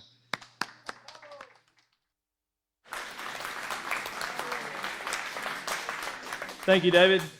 Thank you, everyone. And for everyone watching overseas, we would like to welcome you all back. Etese, welcome back. Shalom, and also hola, because now we're going south. We're going to speak a little bit about the work that's taking place in South Texas and the many relationships we've built over the years.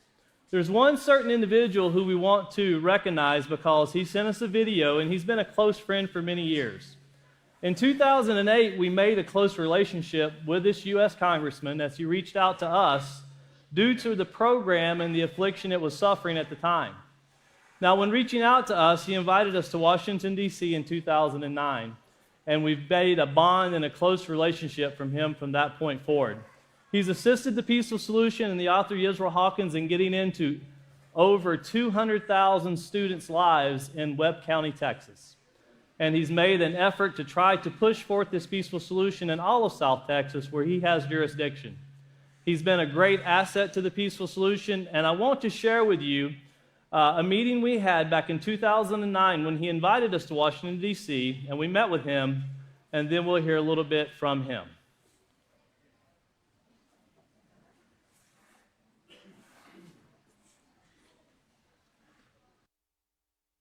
And I was working at the Sheriff's Department for a couple of years, and they had the election, and your brother Martin made the sheriff, and I haven't had the opportunity to really sit down with him yet,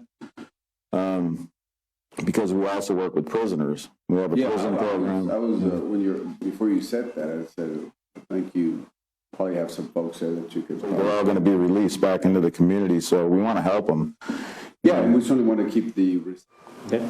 At this time, on behalf of the Peaceful Solution Incorporated and author and founder Israel Hawkins, we would like to present you Congressman Henry Cuellar for this award for your exceptional support for moral character education. Congratulations. Thank you. Thank you. I appreciate it. Thank you, Congressman. And also on behalf of the Peaceful Solution Character Education Incorporated, myself and Israel Hawkins, the founder, we'd like to present you, Congressman Cuellar, with this Building Moral Excellence Manual, so you can get on the road to teaching yourself and others a great importance of moral character, and not only in your own family, but in this whole Washington, D.C. area. I think we could all use some here, too, right? Especially here in D.C. Congratulations. Congratulations, Congressman. Thank you very much.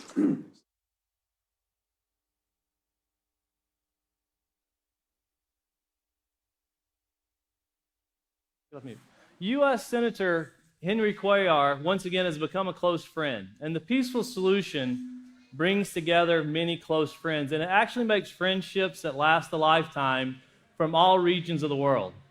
And at this time, to tell you a little bit more about the work that Henry Cuellar is doing, along with our South Texas Peaceful Solution, I would like to present our director of the South Texas Peaceful Solution Character Education Program. Please welcome William Krause.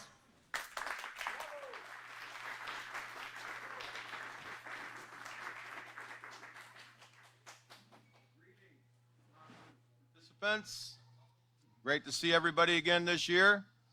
Thank you, Mr. Heiler, for the introduction. And as Mr. Heiler indicated, we're having a lot of success in South Texas right now with the Peaceful Solution Character Education Program, and we're reaching more people than ever through this program. And we're changing lives. We're changing hearts and minds. Now, one of the people that's been instrumental in helping us push this forward, even before 2009 when we first went to DC to meet with him, was Congressman Cuellar. He's currently working with us on a project right now, but he wanted to really attend the conference today. He wasn't able to because he's in DC on business, but he did send the conference attendees a video message that we would like to play for you at this time. So if you could please go ahead and play the video, and everybody...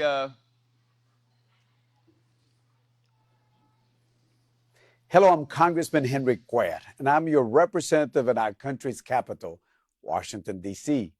I'm the oldest of 8 children to migrant farm workers in Laredo. My parents, Martin and Odilia Cuellar, never completed schooling beyond a few years of education. My mother taught us the importance of an education. My father taught us the importance of an honest living and working hard because they knew it was the key to achieving success. Education is about more than just getting good grades or finding a good job. Education is about giving each and every one of us the chance to fulfill our promise and to be the best version of ourselves we can be. And part of that means treating others the way we want to be treated, with kindness and respect. Sometimes kids can be mean to other kids, and that's true of adults as well, by the way. As a congressman, I often do not agree with my colleagues, but I will always respect them and their opinions. I can disagree without being disagreeable. And I take pride in the fact that I'm one of the most bipartisan members of Congress. This means that I can work with everyone, regardless of party affiliation, to achieve a common goal. But no matter what someone says or does to you, it is important to strive to be a better person. We must show respect and kindness even to those people who do not treat us well. The way we treat others is not a reflection of the character of others, but it is a reflection of our own character. I am confident that if you do all your part by being kind to your neighbors, your friends, your classmates, and even strangers, no matter their age, their race, or their gender, that our community and our world will be a better place. Thank you for all the work you've done, and have fun at this conference and learn.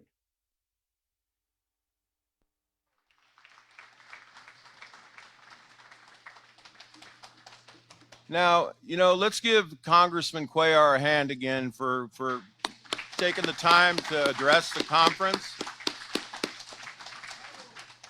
You just never really know what's going on behind the scenes with the Peaceful Solution Character Education Program. There are many people that want to see change, that want to effectuate change in our world, and Congressman Cuellar is one of them. And we've all been, as a team, in South Texas. I don't know, I can't even count how many times Chris Hyler and the whole Peaceful Solution team have come down to Laredo, Texas, and that whole area down there. Congressman Cuellar is actually over not only Laredo, but he's also over all up through San Antonio. District 28 is actually his district. And a lot, I can't even, I think Chris would know the numbers better, but we've reached well over 1 million students throughout District 28 in the last 9 years or so since that team's been coming down. So everybody give yourself a hand, because everybody's a part of this great Peaceful Solution team. No matter where you are in this world, no matter what you're doing, if you're a student trainee or if you're a teacher yourself, everybody's a huge part of the success that the Peaceful Solution's seeing. And we saw this morning, we're seeing Africa and these other places, where this Peaceful Solution's being taught. This thing is taking hold, and it's rolling, and it's going to keep building. It's going to keep growing, and it's going to spread out throughout this whole world. But all of us need to do our part, and each one of us need to continue, in our own little world, our own little sphere of influence, to make a difference. We all need to do our part to make a difference, as you're doing now at this conference. And one more time, let's give Congressman Henry Cuellar a hand for being a part of our conference. And I believe at this time, it's my great honor and opportunity to present to you one of the colleagues of the Peaceful Solution Character Education Program that travels to South Texas has been going there since I've been down there in 2004. Everybody give a warm welcome to Mr. David Knighton.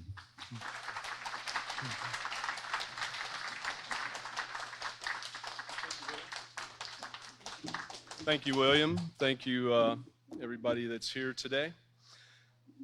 I'd like to start out just by mentioning that in today's society, we have so many problems in the countries, in the states, in the communities. And these things range from crime, drugs, suicides, many things taking place today, and it's like we look at it and really don't know what to do because it's rampant. It's from not teaching positive morals to a child from the time even before they're born on up and through their teens and even adults. We have this problem. All of us have these problems, and they've got to be worked on. We think, and I include myself in this, in the past, I always thought that a child would learn how to conduct themselves mostly based upon how the parent conducts themselves. Similar to learning to walk and talk and so forth, right? But it doesn't work that way. They can learn to a certain degree, but it has to go deeper than that. A child has to be taught what true positive moral character is. They've got to be taught about character, what it is, why we need positive moral character.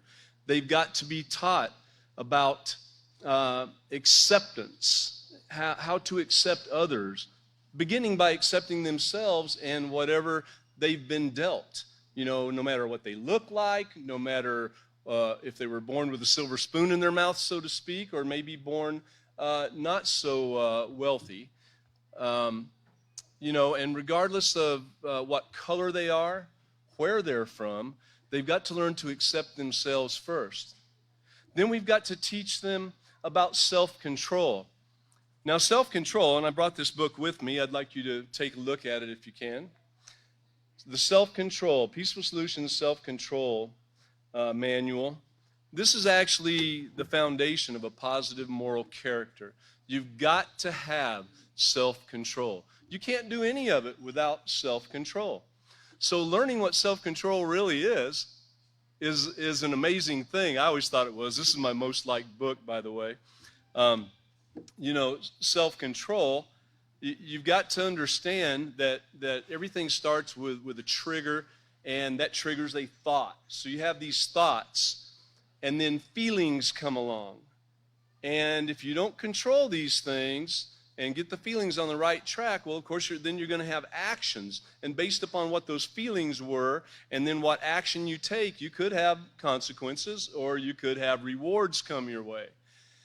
And this is the thing that we're missing in society today. We've got to start teaching. And I'm from Little Rock, Arkansas, and I can tell you now with the influx of gangs and with the crime that's taking place there, this has become one of the top murder cities in the United States per capita. I mean, it's amazing. You'd think Little Rock, Arkansas, well, it seems so serene, all the trees and lakes and so forth. But don't let that fool you. And don't let it fool you that a small community could have the same thing taking place. We all have it taking place. The drugs are rampant. All types of crimes are rampant, whether the people are getting caught or whether they're not, or whether it's even being reported. There's so much that goes on that's not reported. So we have to start from like a grassroots type beginning. We have to start at home. We have to start in the schools. We have to start in the community working together to bring about positive moral change. Otherwise, we're going to continue to have more of the same. And if we allow that to continue, you know what that's called? Insanity. And looking around and watching the news today, what do you see? Insanity. So I urge everybody that's here to please consider implementing the Peaceful Solution Character Education Program in your community, everybody that's watching out there, I encourage you to please consider implementing the peaceful solution in your workplace. If you're a business owner or a supervisor, there's portions of it that you can include on a daily basis in your life, and you can teach it to others each and every day. So it takes all of us. And I, for one, am ready to make those changes. And I know all of you sitting here today, if you weren't ready to make those changes, you probably go ahead and continue and learn as much as you can about the peaceful solution. And let's get this started today. Thank you. Now, it's my great privilege and honor to present to you a fellow worker with the Peaceful Solution, a great friend, Mr. David Weston.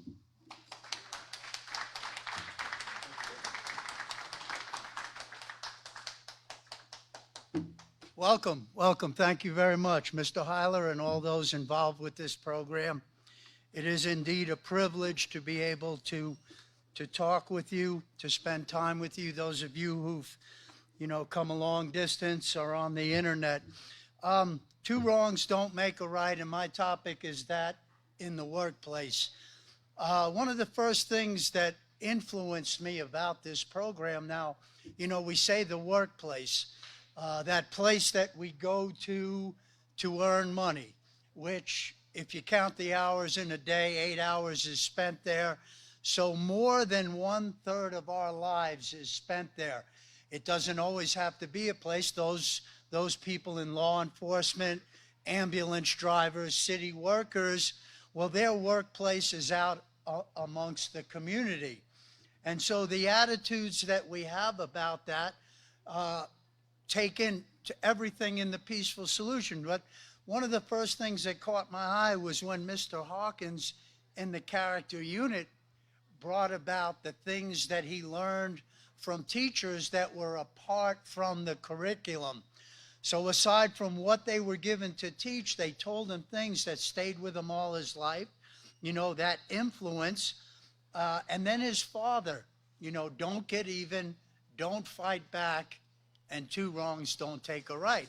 Now, a lot of us probably thought, well, what's wrong with my character? I think I'm just fine. And then you read a little bit, you learn a little bit, and you realize that you didn't really have much of a character. It was all negative. And the influence, or the few words placed in a person's mind at the right time, can direct our thoughts and actions for the rest of our life. You go to get a job. You grow up, you're young. Well, what do you want to be when you grow up? Well, I particularly didn't want to because it was expensive. You had to be responsible and you had to pay bills, but you have to give some thought to a career directive. So you move forward and you go get this job and you get the employee manual. And it's going to talk about no cell phones or hard hats or the way to conduct yourselves. In this book, The Moral Excellence in the Workplace, I keep it with me in the truck.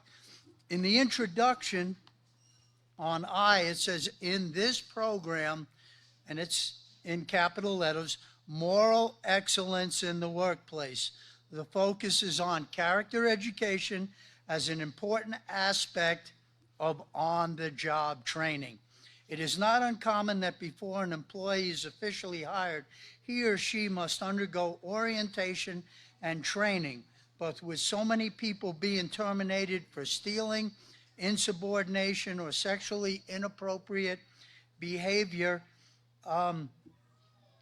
traditional orientation or training are no longer adequate.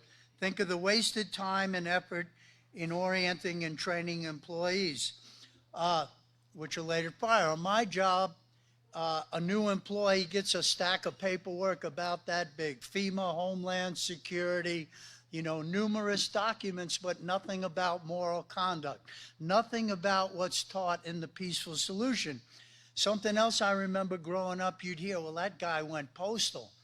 Oh, I didn't know much about that. I thought being a post office worker would be, a great job.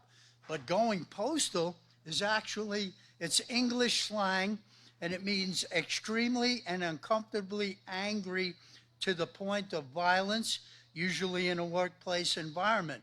Between 1970 and 1997, more than 40 people were killed. Well, more than 20 years have gone by since that, and of course we have the school shootings, but we see numerous violence in the workplace, and that involves law enforcement officials. Can you imagine what goes through their mind? They got to go to another workplace, shooting, or they enter themselves. So look at these influences and go to character and values. The character, start with what Mr. Hawkins said. Those early influences led him to further himself in quality character building. Traits, positive versus negative. I know time is limited, but I made some copies of negative character traits, positive character traits. Well, in order to avoid two wrongs don't make a right in the workplace, well, you're going to have negative character traits: uneducated, disrespectful, impatient, dishonest, arrogant, envious, selfish, hateful, aggressive, just to name a few, pessimist, lacking self-control. So with all of those types of character traits, you're going to have the wrong choices made. Those values, principles, or qualities we consider to be important to us. Well, in the workplace, what's important to you? Is the job important to you? Is how you serve these people and the quality, the moral values, knowing right from wrong, to us? Is stealing, is that a positive character trait? Does it have value to us? Or does making sure that everything you do and use on your job is to the benefit of that employer? A lot of people think, they need to be thankful I'm working for them. No, we need to be thankful we have a job. We need to thank that employer every day and give the very best we can in those positive character traits to get along with the other people we work with. And it's like a pay it forward. If you show up disgruntled and you show up with all these poor character traits, what do you expect to receive? So you show up with a positive attitude and try to have a little understanding about what actually we're dealing with. The moral values, right from wrong, the foundation, they are the very foundation of that character that we could build upon and bring to that workplace. Behavior and attitude towards all life, acknowledging, accepting value, and the right to live and work in safety. Who wants to go to work? Is somebody going to get upset? Is there going to be a fight? Is somebody going to get shot? Is there going to be, violence? Or are we going to go to work? When you like your job, you never work a day in your life. It's what you are. And again, look at the amount of time that you spend on that job. 1/3 of your life. Well, you're still going to get up and prepare, and you're still going to get home. And we've often heard, don't take home to work and don't take the job home. But if there's all positive character traits, it all intertwines itself and we're comfortable in our job.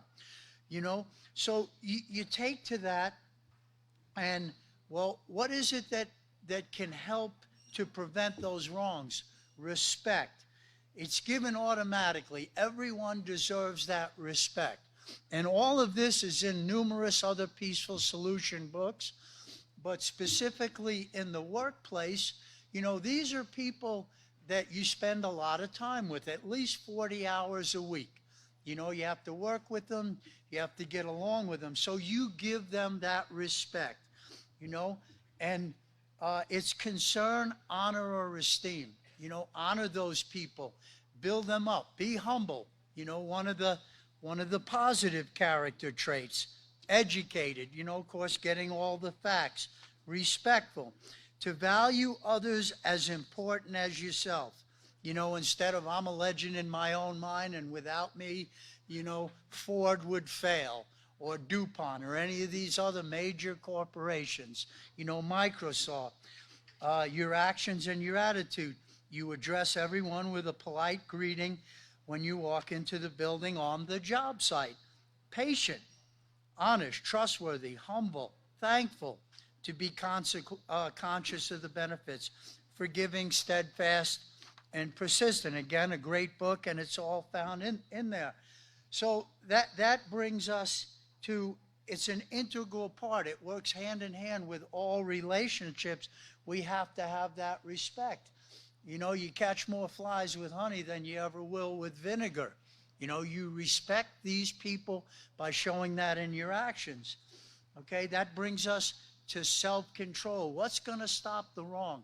The self-control coupled with positive character traits, you know, respect, the moral values. Self-control is the foundation of all positive character. You know, henceforth why it's the first book. We must develop that self-control in our interactions, you know, with other people. It must be developed. It doesn't come naturally. You know, some people will do better than others. It has to be managed, and you're always going to use those positive thoughts in order to handle your emotions. So in order to approach a situation where there is a wrong, we've got to address just exactly, well, what is it that's wrong? Maybe that person's having a bad day. Maybe, you know, there's something that I don't quite understand, instead of having an arrogant outlook upon it. And watch how quickly the day goes, you know, when you do, you know, present it that way. And I'd like everyone to consider that, you know, work is, it's a very big part of everybody's life. You know, you're in the kitchen, you're working. You're, you know, out in the garden working. You're always working somewhere. So, you know, we can extend that environment to everywhere we go, and then it becomes second nature. It becomes the essence of, you know, who you want to be. Because as I said earlier, I thought, well, I'm a character, all right. Many people have told me that. But you really didn't know what that meant. And I think with this program, when you set foot out that door, if you could start out with that positive attitude before you leave, and then go interact with everyone in the community, no matter who they are. You know, when your power goes out, you've got to call the power company. Well, that becomes a workplace. Make that guy feel comfortable. You know, show, hey, thank you. Not, it's about time. You know, it's been 15 minutes I've been out of power. Where were you? You know, let's consider that and bring that into play. I want to thank you for your time and urge everyone. Mr. Hawkins also said the only way that this program won't work is if you don't use it. You know, keep these books out. Consider all of this and make two wrongs go away. Make the right thing to do, your character, your positive character traits, and pay that forward. I want to thank you, and I'll now turn over the program to a very close person I've known for a lot of years, over 20 years, Mr. Barfoot.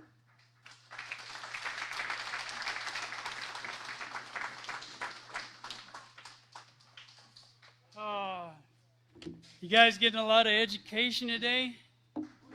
Boy, I was sitting here waiting to come up here, and my heart rate went up to 104, and it's down to 84, so I should be all right.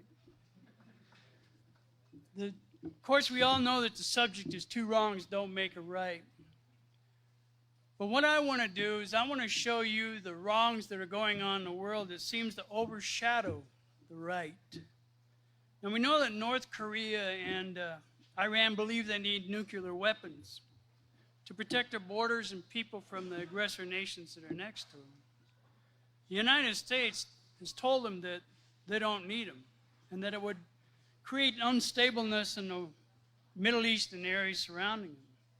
So the United States put economic sanctions on Iran and North Korea and, of course, other countries. And they're getting the states that are friendly to the U.S. to help put pressure on the countries they put these sanctions on. Well, it's not the governments of these countries that actually get the brunt of what goes on with an economic sanction. It turns out it's the people. And a lot of the people in these countries that have sanctions on them have very little food to eat. And a lot of times they go hungry. They have very little shelter in the wintertime. They have no fuel to warm their homes. We go to Washington, where our Republican president is, the Democrats are attempting to impeach him. So they accuse him of wrongdoing, and he accuses them of using their positions to further their political careers. And the accusations go back and forth, and neither one gives an inch. Now, who pays for these investigations? Us, the taxpayers. And the money is used to further the politicians' political careers. We don't see anything of value coming out of our governments. The politicians could work together to help the people, but they're showing us how people with no morals really act. We have a trade war going on with China and other countries. The trade war and tariffs have cost U.S. companies $34 billion so far. Now, this doesn't include the 15% tax on $112 billion worth of Chinese imports, which include clothing and shoes. They predict target households in the U.S. could see costs rise by $1,000 after the most recent round of tariffs take effect. This offsets the benefits consumers in the U.S. got from tax cuts. And retailers can't successfully plan for the future when their supply chains continue to be distorted by tariffs. Again, who is taking the brunt of the trade war? Not the government. It seems like we hear more about the wrong things in the world than about the right things. The news we get is full of stories about crimes and war. We get news about rape, murder, theft, road rage, school shootings, and war. This is day after day, week after week. We read about them, we hear about them, and we see these things. People all over the world wonder, why doesn't someone do something about it? The innocent victims of these crimes and the innocent victims caught in a war, they wonder the same thing. In the U.S. in 2018, per 1,000 people population, there was 5.3 homicides. Rape was 41.7 per 100,000. Robbery, 98. Aggravated assault, 248.9. Burglaries, 430.4. And larceny, the highest category, was 1,694.4 per 100,000. Motor vehicle theft was 237.4 per 100,000. So what is being done to lower the crime? Well, we put the perpetrators in jail and in prison. That stops crime, right? Let me show you something. Let's see if I can get this to work. This is Houston, Texas. In 2018, there were 2,204,500 adults and young people in jails and prisons. That's almost the population of Houston, Texas, which in 2018 had 2,359,000 people. In state prisons, the population was 1,316,000 in 2018. That's almost the population of Dallas, Texas. 225,000 adults were in federal prisons in 2018. About 4,000 more than the population of Baton Rouge, Louisiana. 48,000 of our young people were in jails and prisons in 2018. That's more than the population of Edina, Minnesota, which is in the northern part of the United States. And last, 615,000 adults were in local jails in 2018. That's the exact population of Baltimore, Maryland in 2018. So it's wrong to put adults and children in prisons and then just forget about it. It's wrong to believe that they'll be rehabilitated in those jails and prisons. Jails are usually the first step on the person's way to prison. Jails don't offer anything, no help, no moralistic education. The only people that teach people in jail are the inmates themselves. So an inmate will go up to another inmate and they'll teach them how to be better at crime. And so if it's a misdemeanor crime, when that person gets out of jail, he furthers his criminal career. Well, then eventually, he gets caught and he goes back to jail and winds up in prison. So it's kind of a cycle. It goes around and around and around, and it doesn't seem like there's any way to stop it. So it's wrong. Most people that go to prison are assigned jobs, but the pay is so low, it's like 50 cents a dollar a day. Most continue their criminal ways by preying on the other inmates in prison that are weaker and smaller. Sometimes they add to their income by having the guards bring drugs into the prison. The victims of the crime, they never see any restitution. And if they do, it's just a small amount, like a drop in a bucket. But some prisons do have a program to teach GEDs and the trades. But the trade education they get is rudimentary at best. It's not a really involved education so a person can go out and get a higher paying job. What they do is they teach them to get a job, but when a person gets out of prison, they're not taught the morals, the character, and have the education to keep that job. So they go back to the only place they know, which is prison. It's wrong to believe that our governments, the special organizations that are created in our schools, are capable of teaching moral behavior. Governments have lost their purpose that they were created for. Of the people and by the people is now usurped by the many lobbyists in Washington, D.C. for their special interest. They're furthering their own political careers. And they're only concerned about the prosperity of their state. They don't care about anybody else's state. And they borrow money from school programs, welfare, and other programs that we actually need to fund their wars. Again, the people experience the hardships caused by the government's immorality. The special organizations that are created to help these people that don't have anything, like the third world countries, and to help the people that's been in disasters like tornadoes and hurricanes and other disasters. Now, do these people have their houses back? Do they have their jobs back? Is their economy booming in their cities and states? Well, Puerto Rico is a great example of the non-moral behavior of the U.S. government. Our schools are models of moral behavior, right? Morals are taught along with an education in other subjects, right? No.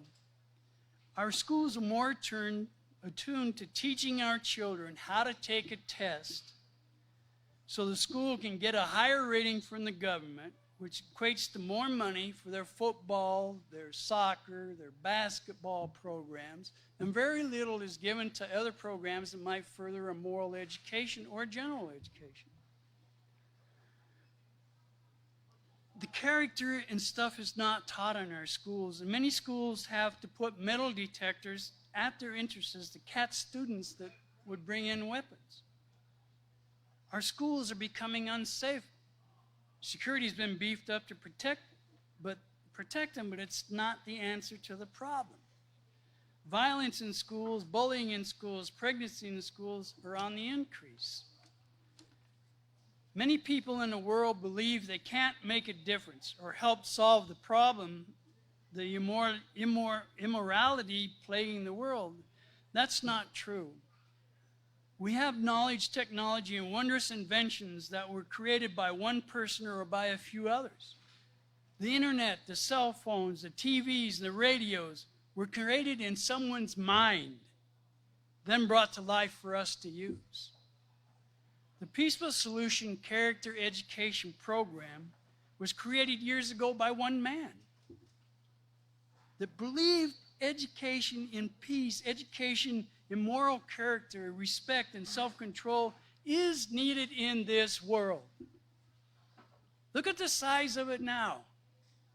It has grown into an organization that has changed the lives of many people all over the world. Our children, the young adults, and adults use what they learn here in their daily lives. They become teachers and teach other people moralistic behavior in their cities and in their countries. It's grown so large that, we can't get everything in one day. We have multiple days during the year. There are students and teachers of the Peaceful Solution Character Education Program sitting here in this room, and then there's people that are watching this that are also teachers and students. Right now, those here and those out there, they have made differences in the world around us and here in this city and state. It's time for all of you watching this program to get involved. You can be a teacher and make a difference in your cities and your communities. Think of have you ever dropped a pebble in a body of water and it kind of ripples out and continues to ripple, ripple, ripple? Well, that's the way the Peaceful Solution started, with one pebble, and created ripples across the world and across the countries and across cities and states. And it goes out further and further. We started with one man, one teacher. We have 2 teachers, 3 teachers, 4, and it gets bigger and bigger and bigger. And if you are a pebble, say, in your city or your country, you're part of that solution, not part of the problem. So what we want to do is we want to take the things we learn here, we're taught here, put them to use, and become that pebble somewhere else. And thank you for your time, and I'd like to turn it over to the next speaker.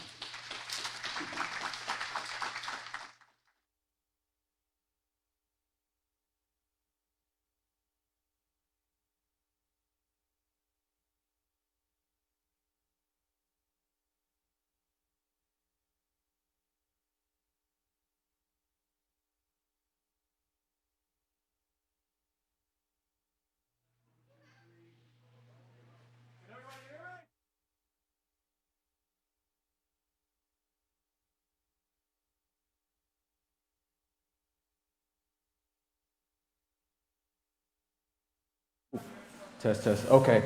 I was on mute. Sorry, that was my mistake. My name is Katana Alexander. I'm with the Peaceful Solution Character Education Program. I deal with prison correspondence course that we have. We've had this taking place for about 3 or 4 years now, probably about, we started in about 2015 with the course that would help prisoners to learn about morality, learn how to improve their character, learn about themselves so that they can improve their character. Since then, we've had several thousand people who have actually joined the course and have actually graduated from the course as well.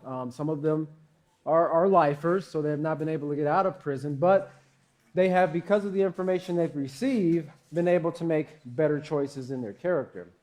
That just gives you a little bit of what I do as far as the Peaceful Solution is concerned. Of course, we do a lot of other things and being involved with it, with mission, going to different places and speaking to world leaders and senators and so forth, and just teaching in schools in general, which is a great privilege, a great opportunity. And I look at that from kind of two perspectives, right? We've gone into prisons and we've seen people who are considered, as someone said, the worst of the worst in society. People who've already made choices that have landed them in prison. People who society's judicial system has said, there's nothing else that we can do with you. The only option now is to lock you behind bars. people who have fallen into the 3 strikes and you're out program. And as one of the speakers said before, like over 45% of the people who are in prison are in there for nonviolent crimes, right? Some of these things are just drug related. People get caught around the wrong influences, hanging around with the wrong crowd, and they continue because of addiction to make the same poor choices. And as a result, they get caught and then they have to serve a prison sentence. Our desire with the Peaceful Solution, of course, as you know, is to, as one of the speakers said, and a lot of people brought forth a lot of different points that I had kind of included in my speech, but you know, when you learn about the Peaceful Solution, you learn that we kind of all sing the same song, so to speak, right? The Peaceful Solution teaches the same thing over and over and over again. And if you know anything about education, you think about from the time we were in elementary school, kindergarten, all the way up to high school, for the most part, it was the same thing taught to us over and over and over again. As we got older, the intensity of it, you know, it was age related. It got stronger and stronger. You know, it was based on our age level, but it was the same thing over and over and over again. And that's what we have in the Peaceful Solution. So in a lot of these speeches, a lot of the presentations, you will hear a lot of the same messages or concepts repeated, because that's how we learn. That's how something becomes a part of our minds. That's how it becomes a part of our character. And of course, the desire of the Peaceful Solution, it's on the front of every page, every book, I mean, is to change the hearts and the minds. Now, Mr. Barfoot left off with kind of a great point in about our thoughts. You know, how all the great inventions that we see in society today, they all started with a thought. Somebody had to think about this. How many of you can remember a time when there were no televisions? No televisions, all right? How many of you can remember a time when there were no automobiles? I mean, you know, you lived that time. I mean, who actually lived that time? How many of you can remember a time before horses? Okay, no one can remember that. You know, but we can remember certain times where we have seen society change over the years, right? I mean, I'm not very well advanced in age, but I've been around long enough to at least see another generation come up in my lifetime.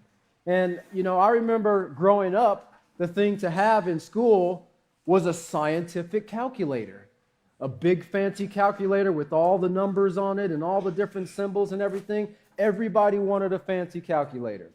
And then as time went on, people wanted a calculator watch. I think they wanted it to cheat on their math test, but they did. They wanted a calculator watch. Now what is it that the latest thing that children want? Laptop, cell phones, right? You know, they want iPhones. You know, they want things that connects them to the world, connects them to the world via the internet, okay?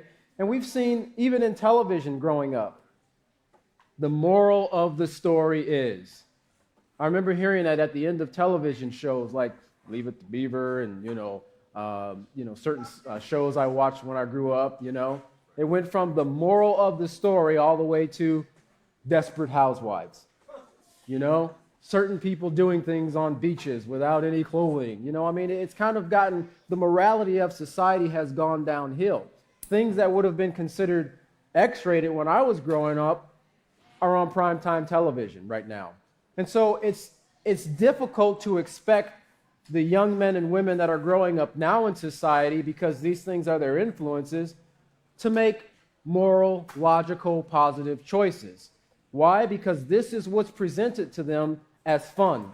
This is what's presented to them as acceptable. This is what's presented to them as the way to live life. Now, when they make those choices that break the law because of what they've seen on the television, because of what they played on video games, because of what they've seen on the internet, who are we to hold responsible for that? That's the big question. You know, and it's not any one person that we can point the finger at. The fact is that, like Mr.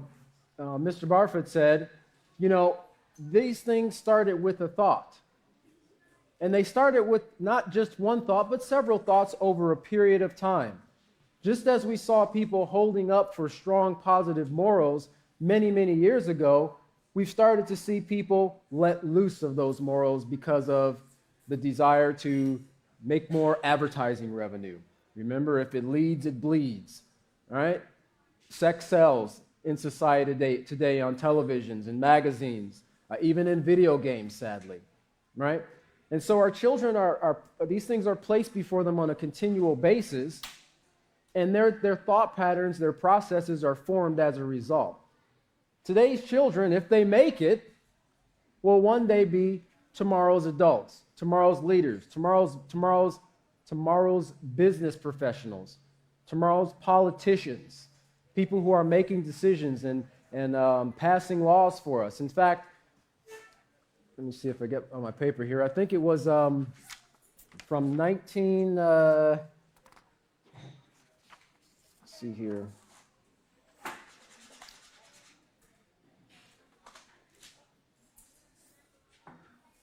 I was just trying to find. Oh, here it is. From 1999, and this was just a time period from 1999 to currently.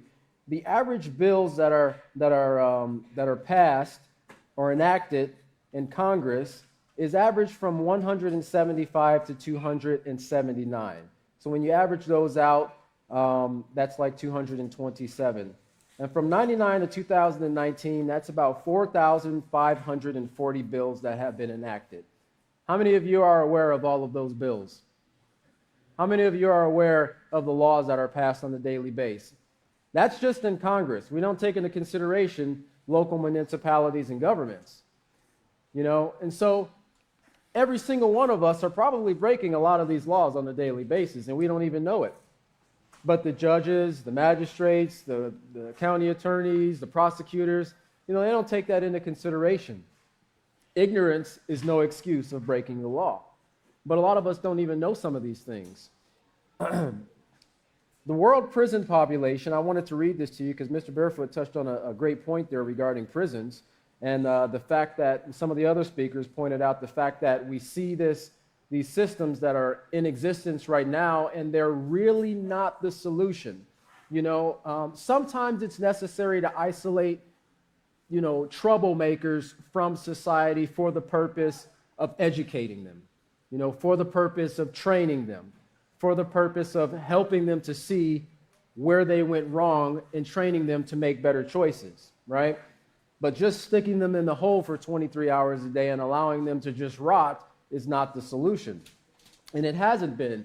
You know, I've had the opportunity to talk to many men and women who are incarcerated and some who have actually been released. You know, they said that one of the highlights of their time there, outside of, you know, being introduced to the peaceful solution, was having people come and teach them new things.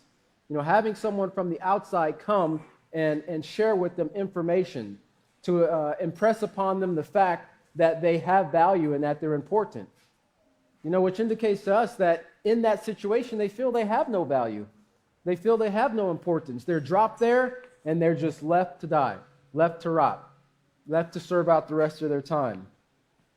But this was from the Institute of Criminal Policy Research, and it's a World Prison Population List from 2018.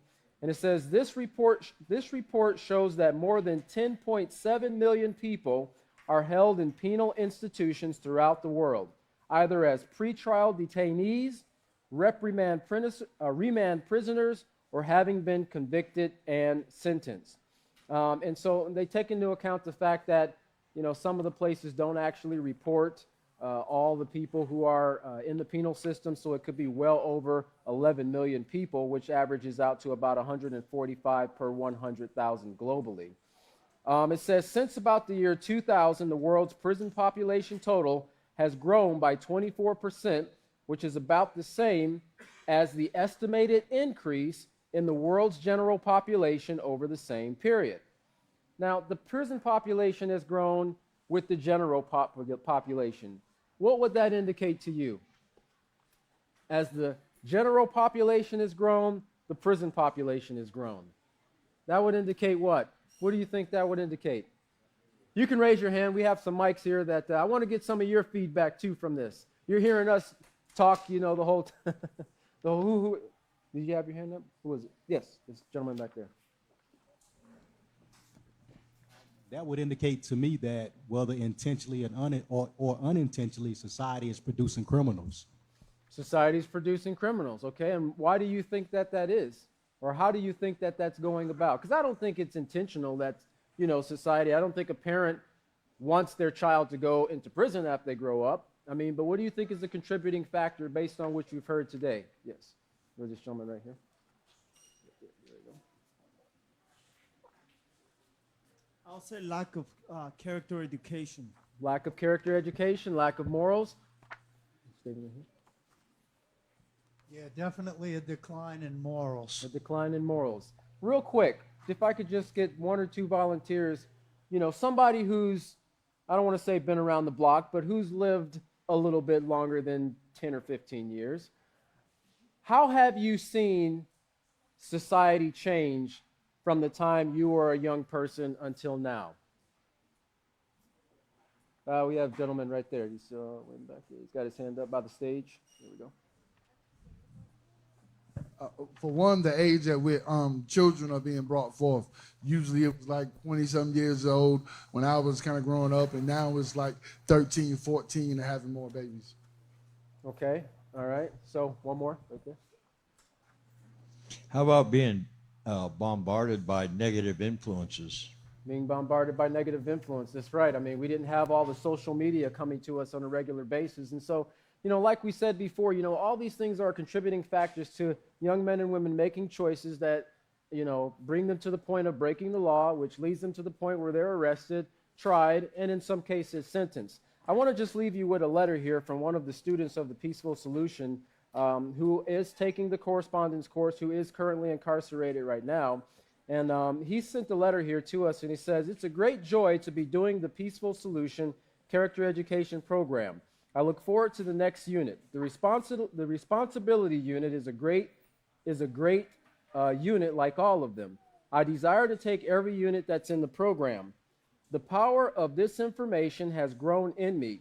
It's noticeable to me. I am able to control my thoughts greatly. The power to overcome negative behaviors has grown in me greatly. I once thought it wasn't possible to overcome the illegal, immoral actions, but that's not true, even for one that's in prison. We can bring our thoughts under control if we work at it." And lastly, I wanted to just leave you with a quote from the Peaceful Solution, which basically says here, where there is life and determination to do the right thing, there is hope. And I know by the ones who have joined us here today and those who are following us live streaming here on the internet, that you have life, definitely, because you're sitting here, and you have hope. If you didn't, you wouldn't be here trying to make a difference. So I hope that everyone will continue to push forth in getting this message of peace out, do everything that you possibly can, and together we can bring about the change in society that we desperately need. Thank you very much. I'll now turn it over to the chairperson.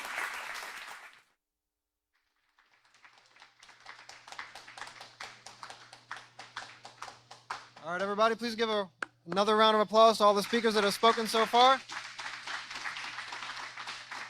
We're going to take a quick 15-minute break. Feel free to go down and get a snack, get a drink, and come back up in 15 minutes.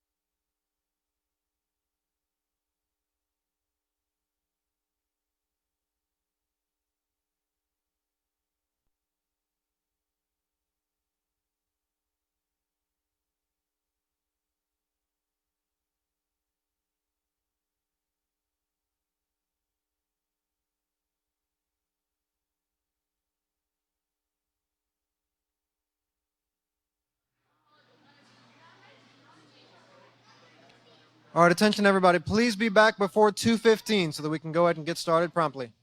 Thank you very much.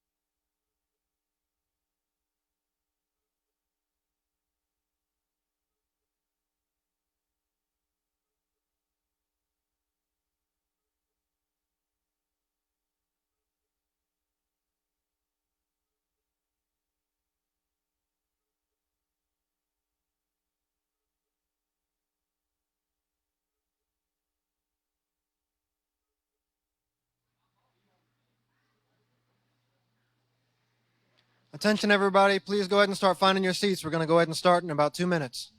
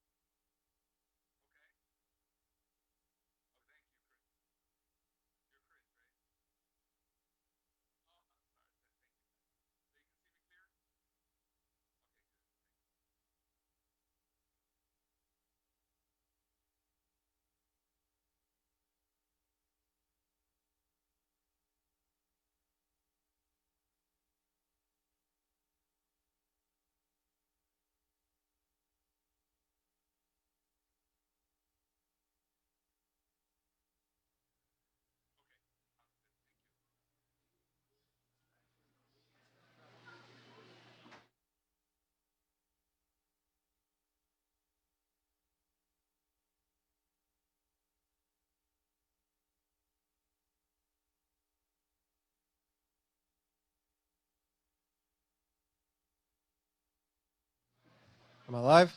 Okay, we are back, everybody.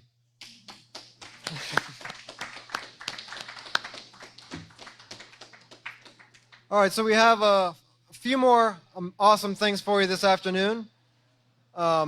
First, we have a call in from a wonderful member of our program who's helping us out. I'll just put it that way. To introduce him to you and to talk a little bit more about him, I'll go ahead and turn it over to Chris Heiler.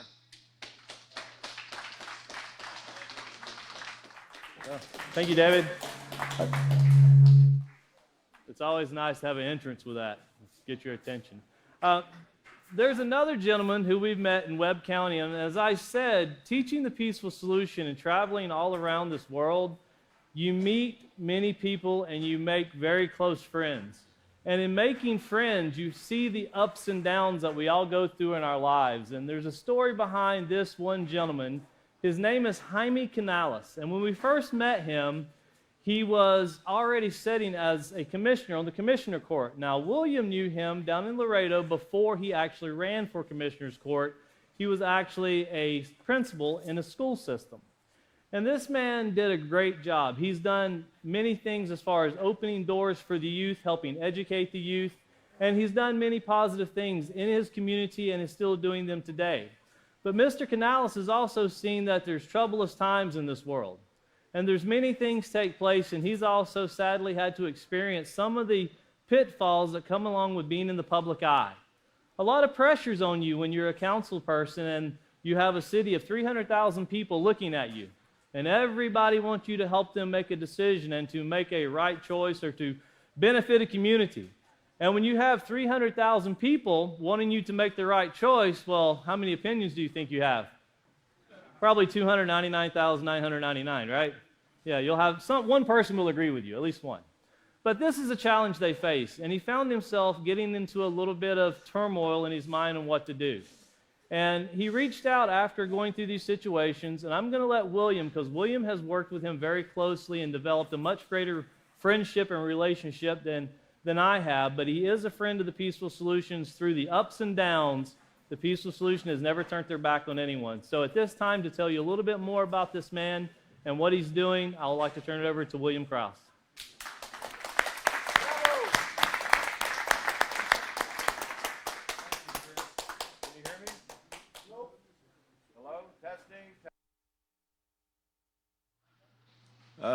Okay, there we go. Thank you, Chris. And also Deputy Bowers and Sheriff Joy. Thank you for joining us today. Everybody give them a hand.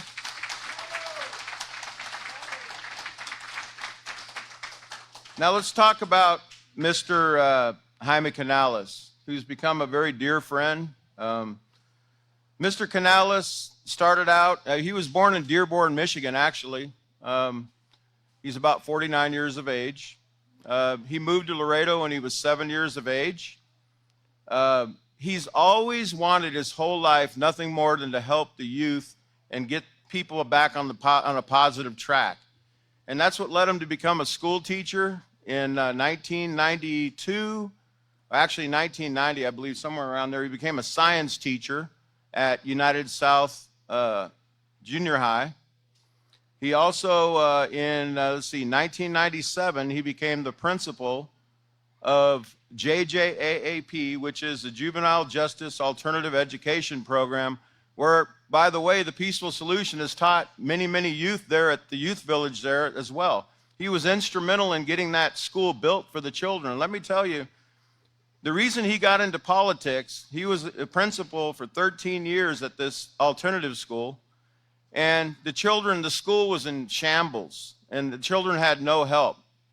He wanted them to build a better school for them, so he ran for political office, and he became a Webb County commissioner. He lost the first time he ran in 2006, but in 2009, he announced again that he would run for office, and in 2010, he was elected Webb County commissioner for Precinct 4. Now, just a couple years ago, we went to the Webb County, we did a presentation in front of the Webb County Commissioner's Court, and Mr. Canales actually showed great interest in the Peaceful Solution and actually asked one of our young teachers to come up and sit in his seat. There he is there. He allowed one of our young students to come up, and he questioned him on the knowledge that he knew about the Peaceful Solution, and he was very, very, very, very smitten, he was very amazed by the knowledge that this young man had. He's one of our teachers that goes down to Laredo, Texas, one of our student teachers that teaches children his age. And he's really grown to really admire the young man as well, and we'll probably hear about that. But I don't want to delay any further. Actually, but I do want to tell you that a couple years ago, he fell into some trouble.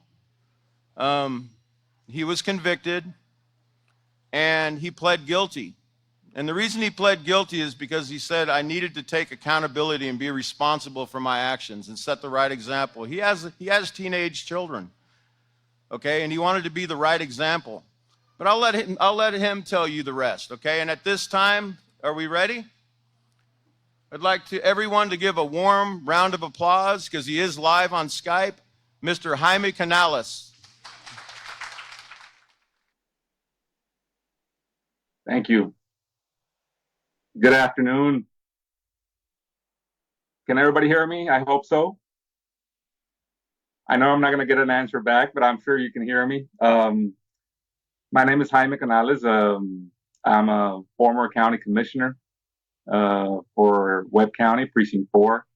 I would like to first start off by thanking you all, thanking everybody in the public, the youth, any parents, any people that are in the conference, not only where you're at, but around the world. As we know, Peaceful Solution is all over the world and doing a great job teaching character education to our kids. But I would like to acknowledge several people that are important to me being here today. Number one, I want to say that I'm humbled to be part of this conference and be able to share some of my experiences with everybody that's listening. I would like to thank, I didn't really have a script, but I did have some bullet points and things I want to cover. And of course, I want to make sure I thank Mr. William Krause. Let's give a nice hand to Mr. William Krause for giving me the opportunity to speak today. I would also like to thank Mr. Chris Heiler.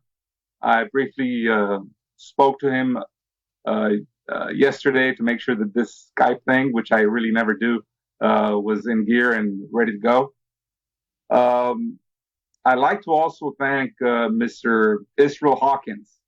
As you all may know, he's the author of Peaceful Solution, and he deserves a lot of credit for being an inspiration to so many young kids in our world, especially in our United States of America. I want to give out a special shout out to Jeshrin, who I had the privilege of meeting. I think you saw a picture of him a little while ago, sitting on the seat that I represented a while back, and young fellow with all his dreams and goals, and I could tell he's going to be very good kid and adult and successful in life. So shout out to Jeshrin. Jeshrin, are you there? Please give a nice hand to Jeshrin for us. And to all the kids who attended that particular Commissioner's Court meeting, I would like to thank all of them for being there. Now, as you have heard, I believe it was Mr. Krause that was doing the introduction. If I'm incorrect, I apologize for that. I myself am going through some trials and tribulations as we speak. It's been, I'm not going to lie to you, it's been a very difficult journey, not only for myself, but for my family. You know, when I believe you heard I pled guilty to a crime. When everything started, it was like a nightmare. The first thing, obviously, you think, this can't be happening to me. But I'm going to be very honest with you. The people that I thought about the most at that point in time were the victims. Now, some people may say there's no victims here because I didn't steal from anybody. I didn't, murder anybody. But there were victims. The victims were, of course, the people of my county, the people who voted me in, the people who believed in me, because it is a position of public trust.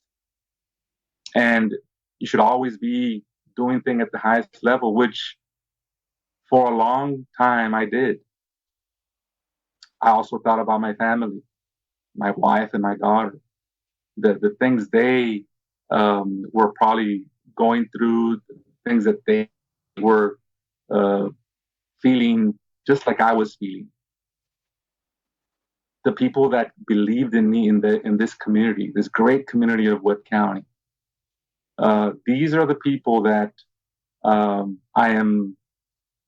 was mostly, I don't know what the word is. I was ashamed of of what I had done. And I was ashamed of what they would think of me. To this day, I haven't had an opportunity to apologize to them. But I think this is a perfect opportunity to apologize to my community for things that I did, bad decisions that I took at a particular time in my life that had tremendous repercussions. I want to say, although I can't get into detail on what really transpired in the future, maybe I can. I want to say that to the kids that are listening today, to all of the, whether you're a young child or you're an adult, the importance of taking responsibility for your actions, the importance of taking accountability. Yes, I can tell you that I could say, well, I could blame so many things. I could say, oh, if this person this, if this person that, if I would have done things differently, or if this person wouldn't have been in my life, I wouldn't be in this situation. No. At the end of the day, when any of us make a mistake, we have to take ownership of what we did. I did something that unstabilized the city of Webb County. It was a powerful position of trust. But believe me, this moment is not easy. But you gotta humble yourself. I remember when I won my first election, and I remember this vividly. I said, I'm humbled to have been chosen because so many people were vying for the position. I'm not sure I'm looking at the right place. I'm gonna see if maybe this is the right direction. I don't want to be looking at the wrong side. So hopefully I'm being direct with you. I remember I said I was humbled to be in this position as a county commissioner at the time. But they always say hindsight's 20/20. I am actually more humbled now to be able to share with you. Not proud, certainly, of actions I took to be in this particular position. But I am certainly humbled that Mr. Krause has given me the opportunity to speak to you. Now, I want to thank everybody for listening very carefully to what I'm about to say, because I know you've been there for, I understand since 8:30 the conference started, and I'm sure some of you are tired. Hopefully you all already had some lunch and have some energy to listen to the words I'm about to continue here. But I do want to tell you that it's important that you pay attention to some of the things, especially the younger kids, about this particular story. Let me take you on a little journey. I was born in Dearborn, lived in Mexico for a couple of years, did my, kinder, first and second grade in Mexico, got here to the United States once again to Laredo, Texas, and started second grade, went through high school, went through middle school, high school. I was bullied actually in middle school. I went through a terrible ordeal in middle school because there were different times. Now there's cyberbullying. Before bullying, if you were bullied and you didn't defend yourself, you were considered a chicken. You couldn't stand for yourself, and there was really no mechanism or structure in the schools to cover that and to help out the students like we do today. So I went through a tough time, but I stood up, and I stood up to those kids who were bullying me for 2 years, actually, 7th and 8th grade, and I'll never forget those years of my life. But I came through, graduated from high school without any money, taking out loans from the government. I ended up going to the University of Texas in Austin. Went to college here for a couple of years, here at the Laredo College. It used to be the called the Laredo Junior College. Then it was the Laredo Community College. Then now it's the Laredo College. So after that, I went. I was accepted to the University of Texas in Austin. I was humbled to be part of that, honored to be part of the University of Texas. I received a degree in biology. Came back to Laredo. Before that, I attempted pharmacy school, which was another failure that I had. But you learn a lot from those failures. Don't think that a lot of times, most of the failures that we go through, they're more of a learning experience than the successes. Use them to your advantage, grow from them. I ended up coming back. I taught here. I was a teacher. I was very upset at the system at one point because we weren't doing enough for our youth in our community.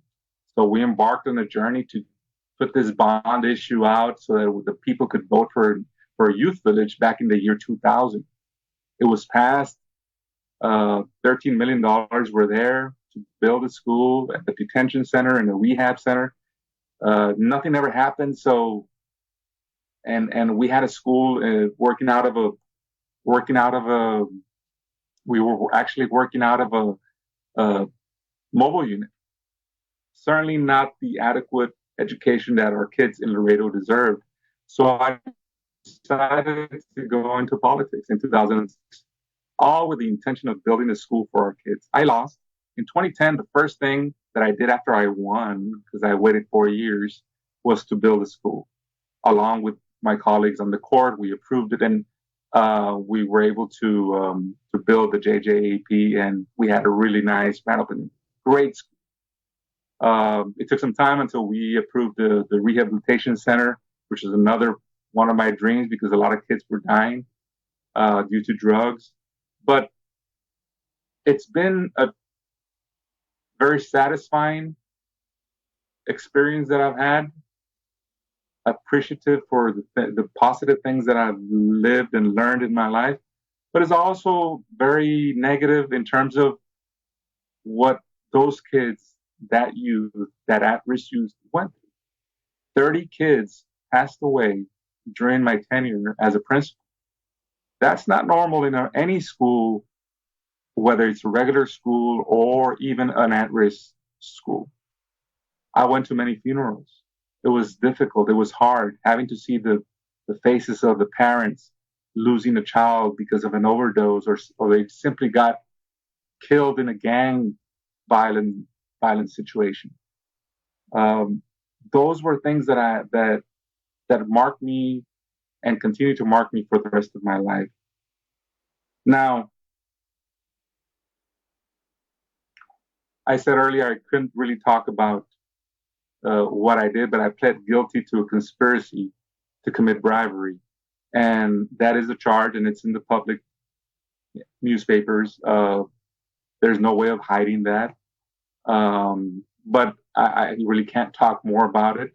The only thing I do want to tell you is that facing this and taking accountability, making the right decisions, doing what is right all the time, especially making the right decisions, informed decisions, and doing what is right is not easy. And kids growing up today need to take that into heart and get everything that you learn from Peaceful Solution to make sure that you not only learn it and absorb it, but apply it in your everyday life. It is important. It is important that you set some values in your life. What are your values? Now, my values compared to your values may be different. It's the way we grow up. It's the values that our parents really every day live day to day and try to convey to you. I see those values as respect, integrity, honesty. It starts at home. Now, I can't tell you for sure what happened that made me spiral out of control, but I did. But I want you to use this experience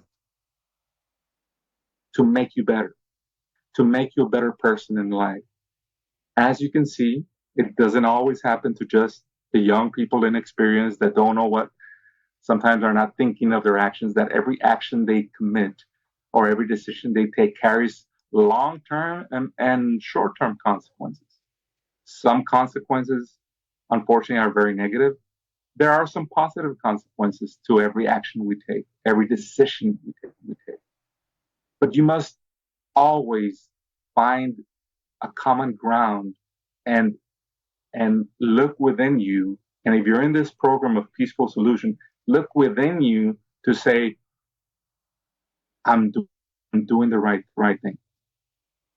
Sometimes doing the right thing can cost you money, a friendship, something very important, dear to your life.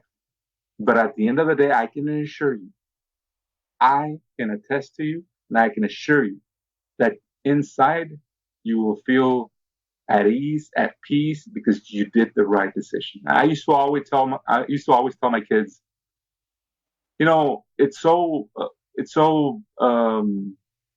peaceful to know that I can get up in the morning, wake up, go to the gym, go to work, help my students, come back home with my family, with my daughter and my wife. And I'm not worried about anybody looking out to do harm to me or to do something bad to me. It's great to live that way. It's great to live that way. And you should think about that in every decision you make. You want to make a decision where you can live happily, where you can live peacefully, where you can live in a way that you know that because you have a clear conscience that you haven't done anything wrong and you haven't harmed anybody, that you're doing good to others, that you're going to live a life of success. Now, I wanted to make sure that I also talk about some goals and objectives that you must have. You must have some goals and objectives in your life, and they must be written. Where do I want to be 5, 10, 15 years from now? What are the things that I want to accomplish? What are the resources that I have in my life right now that I could use to complete my dream of success? That objective doesn't come alone. That particular success in your life, whether you get to those objectives and those goals, they don't come easy, but you must have good influencers, what I call persons that affect whether you get there or you don't get there. If you have negative people in your life, you are more than likely not going to be successful in getting to those goals and objectives. But if you have positive people, I always say to my students, I used to say to my students, who are the people that care about you? A lot of my students will always think that their friends were the people who love them the most. Well, their friends was what got them in trouble, and that's why they had ended up in our school. And I would tell them, where are your friends now? And they would say, well, they're nowhere around. Exactly, because they're not true friends. They're what I call acquaintances, people you know that when push comes to shove and you get in trouble, they are not there to defend you. Who are your real friends? Your mom, your dad, your brothers and sisters, a teacher, a counselor, Mr. Krause. People that you see on a daily basis that want to help you. Those are your true friends. They always say you can't count your friends with the palm of your hand, because normally we don't have more than 2 or 3 good friends in our life. Think that and take it to heart. Think twice every time you think who your friends are. I'm not saying there's some good people and some good friends in your life, by no means. I'm sure all of us have a couple or one or two people that love us, but there's nobody that loves you more than your dad and your mom and the people that surround you, the people in the schools. Those are the people that you need to listen to every day, because those are the people that are going to gear you in the right direction so that you can become successful in life, so that your goals and objectives are met. Now, there's always this thing about attitude. That's another one of the topics that I wanted to cover. Your attitude is important in getting to those goals and objectives. I used to make this comparison with my students about attitude is like when you get a flat tire. If you have a negative attitude, if you don't change that tire, you're not going to get there. So we change that tire. We change that negative attitude with a good tire. Now it's positive. It has air. Now you can get there. So that attitude is extremely important. If you have a negative attitude in your life, you are going to be one of the persons that probably suffers the most in life. Now, you may think, he's just saying that I can have a good attitude or a bad attitude, and I'm still going to get to my goals and objectives. You may, but you're going to have a really tough time. So think about the attitudes that you have in life. Now, you have to have aspirations. Those are all part of the goals and objectives that we talked about earlier. Aspirations of where you want to be. I talked about that earlier. Think about what you aspire to be. Those are all part of the observations the observations that I've made throughout my life, and making sure that you actually complete your goals. I'll use my glasses because I want to make sure that I get this through you. So I talked about the decision making. It's important. Be a peacemaker. This is what the character education is all about. Peaceful solution. Be a peacemaker. What is the topic, or the main topic of this conference? Two wrongs don't make a right. Because somebody did something to you, what does it mean? I'm sure you've talked about it. But what does it really mean? That just because somebody hurt you does not mean that you have to do the same thing back to them. In other words, revenge. Revenge is not something that I would, or anybody in Peaceful Solutions would recommend. That's why this topic is so important. Now, in my life, I've had many friends. I've had political friends. I've had friends that grew up with me. I've had friends that I truly considered friends. But I've had a lot of setbacks. I've had friends that I found out, especially through the process I'm going through, that were never really my friends. They were my friends because I was a person who had some quote unquote power in the county. Why would a millionaire hang out with somebody as poor as me? And I call myself poor in comparison to them because obviously I have always had a good job. Not at this point, but I've always had a good job, been successful.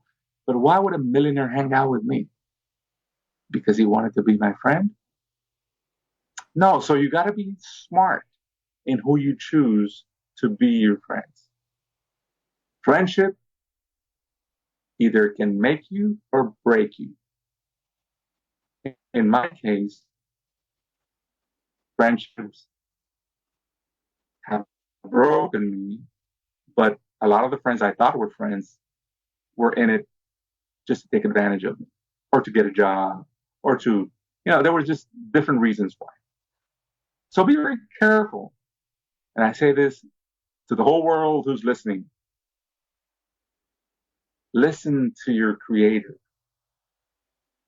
Listen to your creator in terms of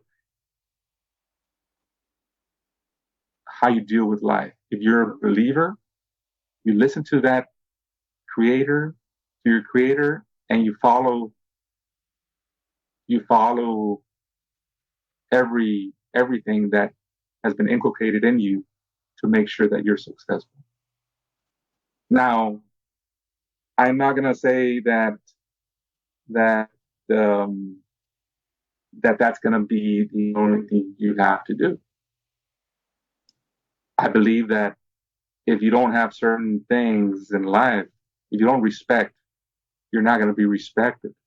Do unto others as you would like them to do to you. But if you show respect to people, if you're accountable for your actions, if you take responsibility, ownership of what you did, just like I did, I took ownership. I pled guilty to something because I knew that I had done something wrong. As hard as it may have been, it will make you a better person and you will grow from it. You need to also learn to appreciate the things in life. Expressing your appreciation sometimes is hard. It's harder for some of us more than others. Sometimes it's difficult to express your emotions. But I think Peaceful Solution teaches you to be able to express what you feel without feeling ashamed. There's nothing shameful about saying what you feel, how you feel about what you're going through. Is your day going okay? Is your day going bad? Express it to somebody. Because sometimes that could be a life changer and a life saver. How many suicides are we seeing with our teenagers? This is a different world today. Social media has changed every boundary. When I was growing up, there was no social media. Now, there's cyberbullying. I may have talked about it earlier. Now people bully different ways. Look at the world, the divisive world we're living in. Do you want to be part of a divisive world? Or do you want to be part of a unified world where we can all be successful? And we can all at least try to be successful and love each other. Now, you may say, well, that's never going to happen. None of us are always going to love each other. But we can sure try.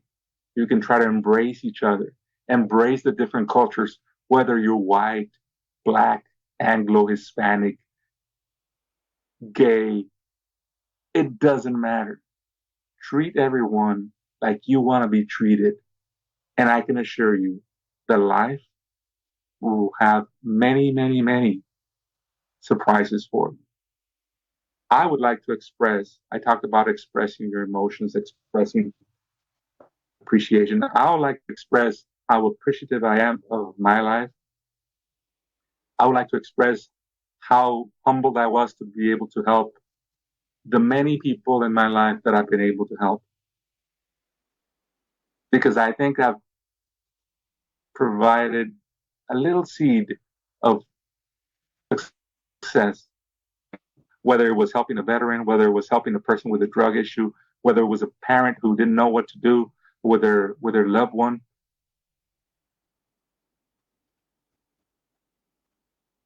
Whether it was William Cross, who let me have this opportunity to speak to you today. Now, I'm going to be honest with you. I was kind of nervous coming into this because I haven't done this in quite a while, even though I was a public speaker. You're probably saying, I'm really nervous. You, yes, even me. I think when you really feel what you're saying, there's always some butterflies. And there's always some nervousness. But I'm appreciative for the opportunity that you've given me. Now, it's always important to take deliberate, a deliberate approach in how you do things. A deliberate, methodical approach in your success in life. I'm going to just recapitulate some of the things I've said. Have your goals and objectives, put them in writing, make sure that they're out there to see them, share them with your family and friends. This is where I want to be. Make good decisions. Think your decisions before you act. Think about your decisions before you act. Always have those values, intrinsic values, dictate how you do things. Follow your heart. Pay attention to your parents. They're the people that love you the most. If you don't have your parents, your relatives, a friend, a counselor. Appreciate life. Unify everyone. Be accountable for your actions. Always make sure that you take responsibility for every action you take. Because at the end of the day, that's all we have, our integrity. I feel proud of many things in my life. But, I'm probably more proud that I took responsibility of something that I knew was not right. Now, I may be considered the worst person by so many people in this world, in my community especially, because I affected a lot of community members. There was a lot of victims here. People that believed in me, people that trusted me, people that have had such high hopes, people that wished me well. And I think in the back of my mind, I still want to believe that those people appreciate me and that they understand that I made some bad decisions. But guess what? I'm paying for them. They don't come for free. Nothing's free in life. If somebody ever offers you something and say, hey, this is something that we're just going to give to you, it's free, don't believe that. You pay for everything in life, but it's always important to understand that if you hit rock bottom, the taste of getting up, surviving, and making it again in life will be much sweeter at the end. So I would like to end by saying to you, and repeat it with me because you should know it by heart. Pick yourself up. Trust yourself. Dust yourself off. Get back on track to a positive moral character.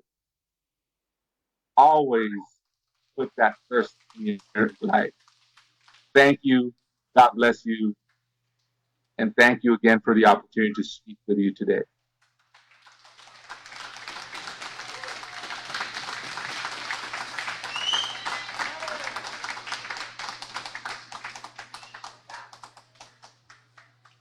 That was a wonderful, wonderful presentation from Mr. Canales. I have to say, it is disappointing when people in society, especially leaders in society, make mistakes or make negative choices because a lot of people count on them.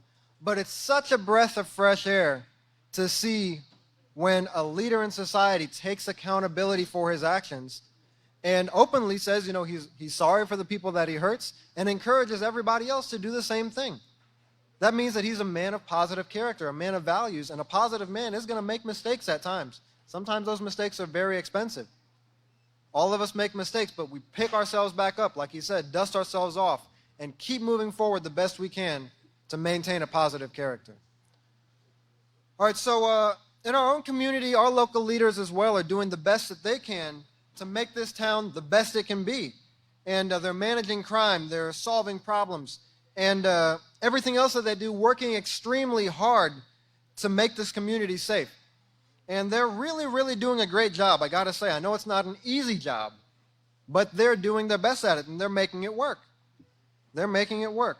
So we do have 2 community members here, community leaders actually, and if everyone would please give a big warm welcome for our local Sheriff Joy and our Chief Deputy, Mr. Jowers.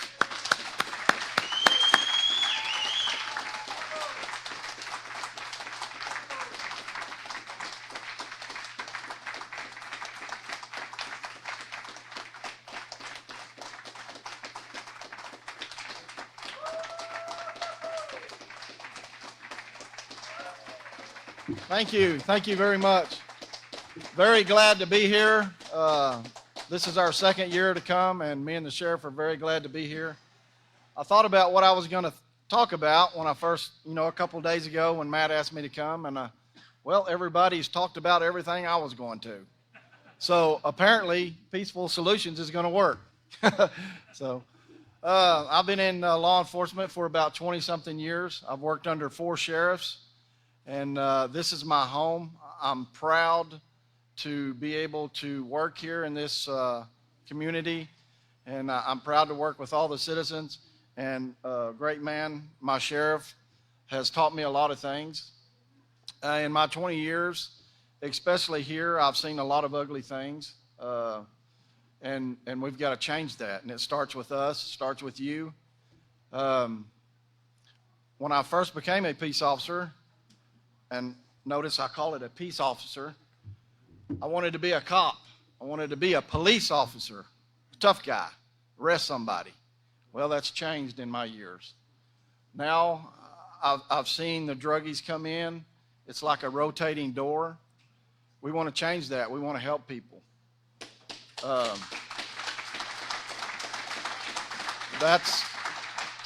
That's not helping, plus it's a lot of paperwork.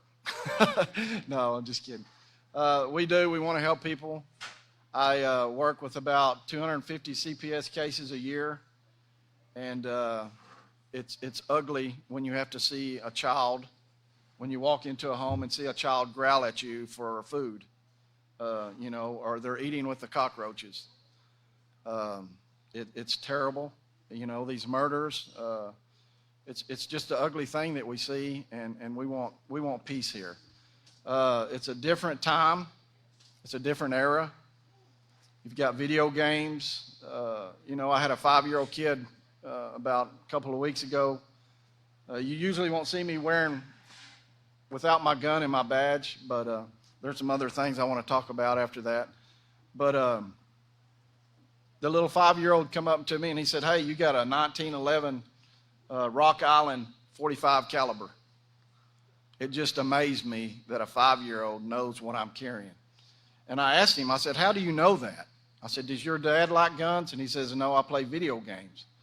I play Call of Duty, and we kill people, and we kill zombies." And that's what kind of era we have right now. And these cell phones. This is a walking computer.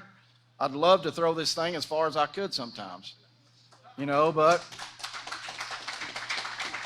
times are changing, and if I throw that away, then he won't be able to get a hold of me, and I'll be in a lot of trouble. You're going to probably hear my sheriff talk about verbal judo. I didn't know what that was when he first told me about it. I thought, oh, judo, we're going to get after it. And then I thought it was kung fu judo is what he was talking about. But I've learned that verbal judo, respecting others, you'll get respect back. And that's what he believes, and that's what I believe. And it works. It's peaceful.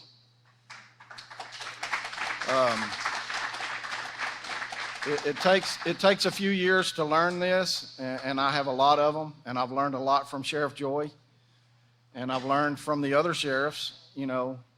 Back then, verbal judo to me was kung fu judo, and we were going to get it on. Now what that means to me is when I run into a spider web, I'm going to do some kung fu judo, and that's about it. But no, I appreciate this community. I appreciate y'all and having us here. And if you ever need anything, I promise you we'll be here. I don't want to talk a whole lot, and I'll turn it over to my sheriff now. Thank you.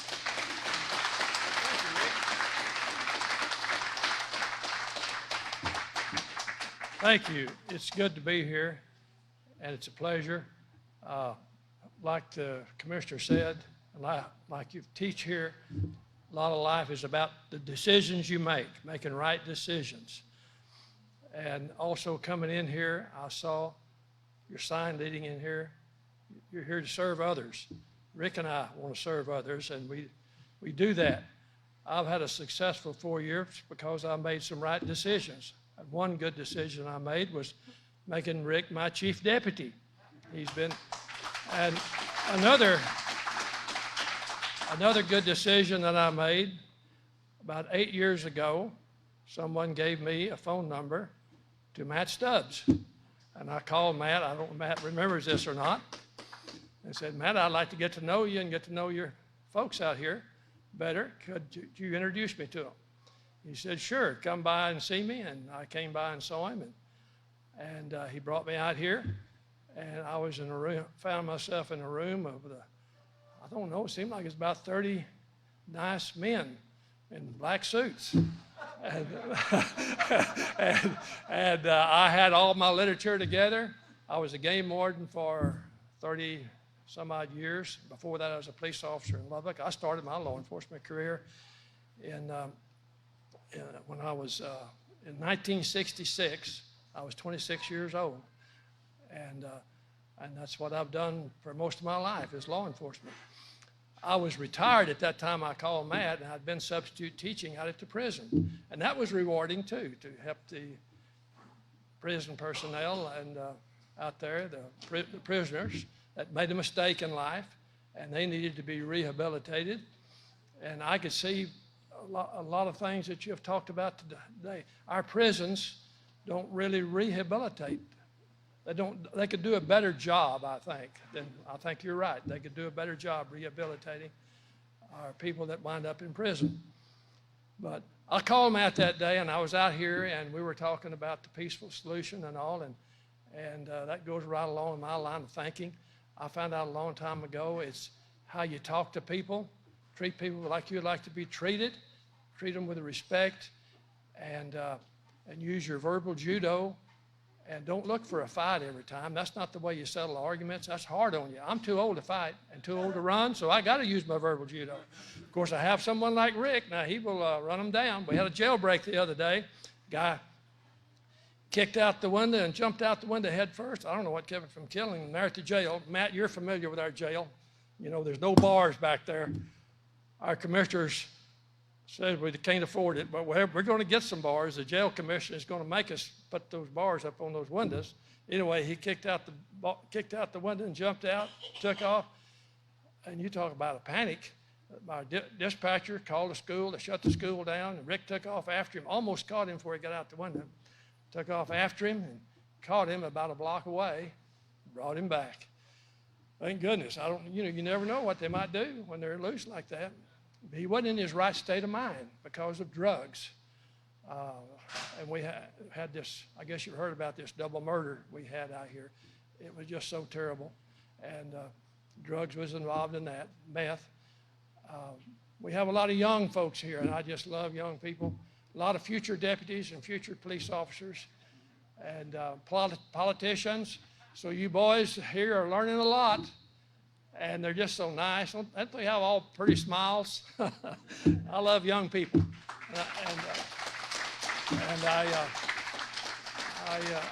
I like to talk to the schools. When I was a game warden, and before I substitute taught out at the prison, I was substitute teaching in high school.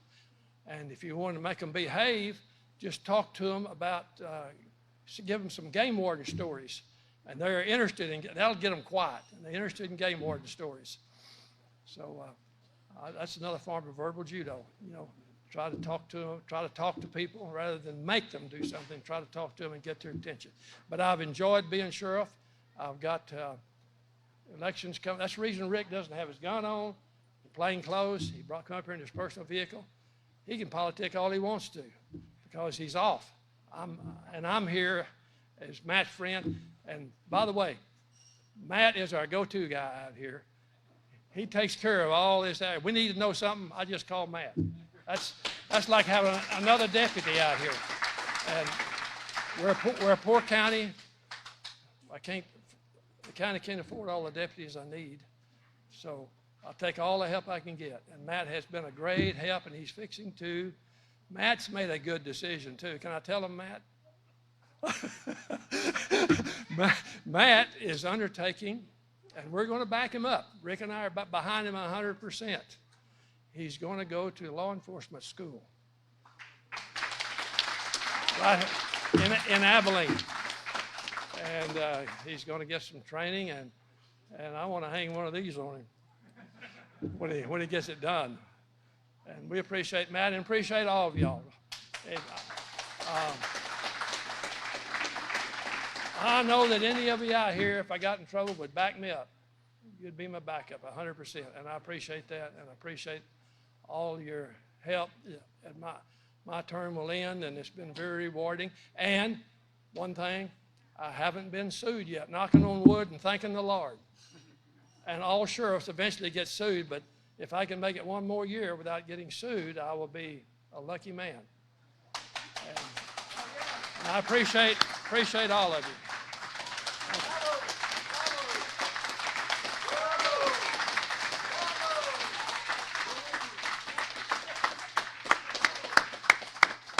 Wonderful, wonderful. Really, really great guys. I'm telling you, and they've done a great job in our community. That's for sure. Now, earlier on today, there was a video that was played, and we had some technical difficulties with it from our partners in peace. So at this time, I'd like everybody to be able to enjoy that video still. So let's go ahead and play that video. We got it all fixed up for you.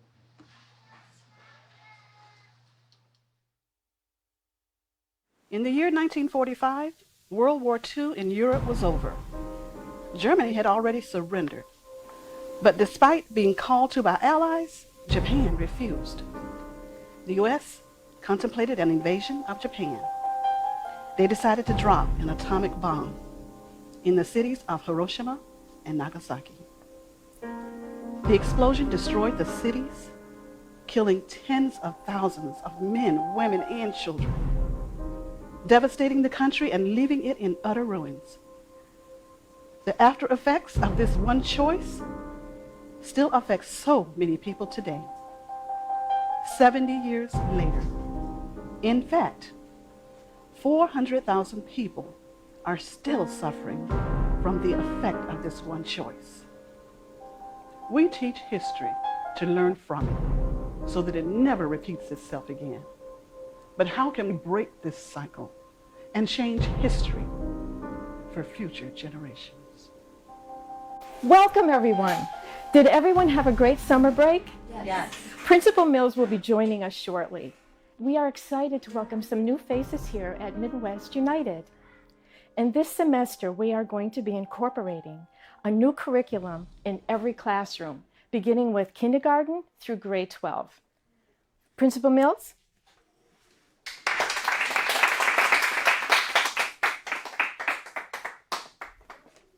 Thank you, Vice Principal Adams. As teachers and educators, we live with the real possibility of school shooting taking place. And as sad as it has become, we have all seen an increase in violent behavior in our students. So this year, we will be introducing the Peaceful Solution Character Education Program. The theme is, 2 wrongs don't make a right. We will be covering topics such as ownership, asking, positive character development, acceptance, self-control, how to deal with anger appropriately, respect themselves as well as others, and being accountable for their actions. As teachers, we would like you to work this into every class, and guidance counselors, we're asking you to reinforce this. We're very excited to see how this goes and look forward to seeing great results.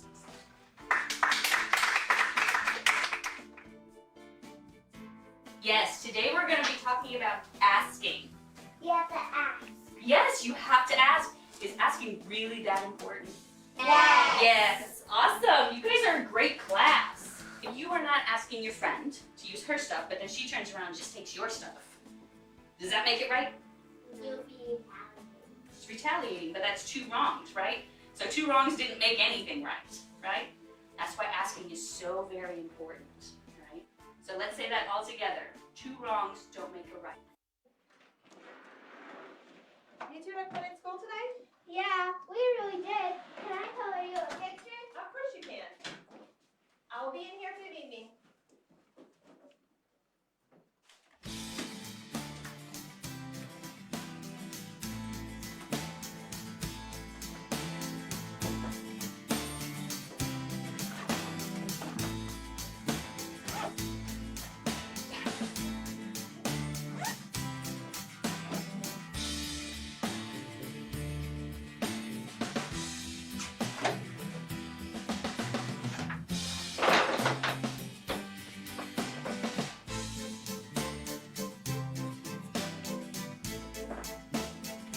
Are those my crayons? No. Yes, they are. Look what you did. Why would you do this to my new box of crayons? I named them.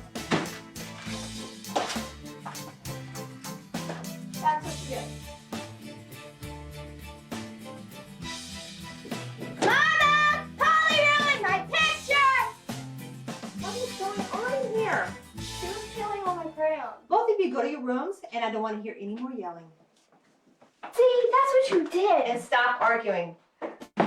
You see, class, the story that Katrina just shared with us shows that two wrongs don't make a right, okay? So what was I supposed to do? Well, you probably should have asked your sister if you could use her crayons if you couldn't find yours, because you would want her to ask you, right? And you probably shouldn't have ripped her paper up. So you see how both of you did something wrong? So now you can both apologize to each other, and in the future, try not to do anything to hurt each other again.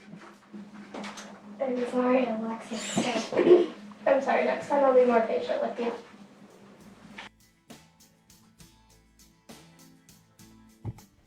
I can't believe she's signing up for choir. Who, Katrina? Yeah, like she can't hold a note to save her life. Katrina, you can sing, right? Sure she can. Remember last year, head voice, chest voice? Yeah, we only want real talent in this choir. You'll just make us look bad. You know, I heard Beth was caught shoplifting in the mall the other day. Are you serious?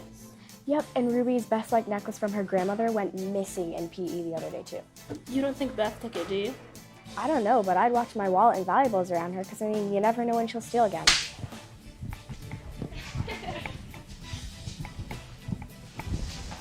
Just forgot my pen. Today we are on another exciting part of the PSCEP Solution Character Education Program, and we will be covering the self-control unit. But these tools, you will find that every day that you do your interaction, you will be able to use these tools to be able to have positive, rewarding interaction. One of those very vital tools I want to cover today is the one that we call the STOP acronym. Stop acronym. So S stands for stop. T stands for think. O stands for and P stands for. So the only one that you can control is to control yourself. And always remember, no matter what anyone does, whether what they do or what they say, two wrongs never make one right. Hello, Midwest United. Hope you're having a wonderful day. Don't forget school tryouts are today at 2 p.m. And Katrina Hall, Beth Franklin, please report to the principal's office. Thank you.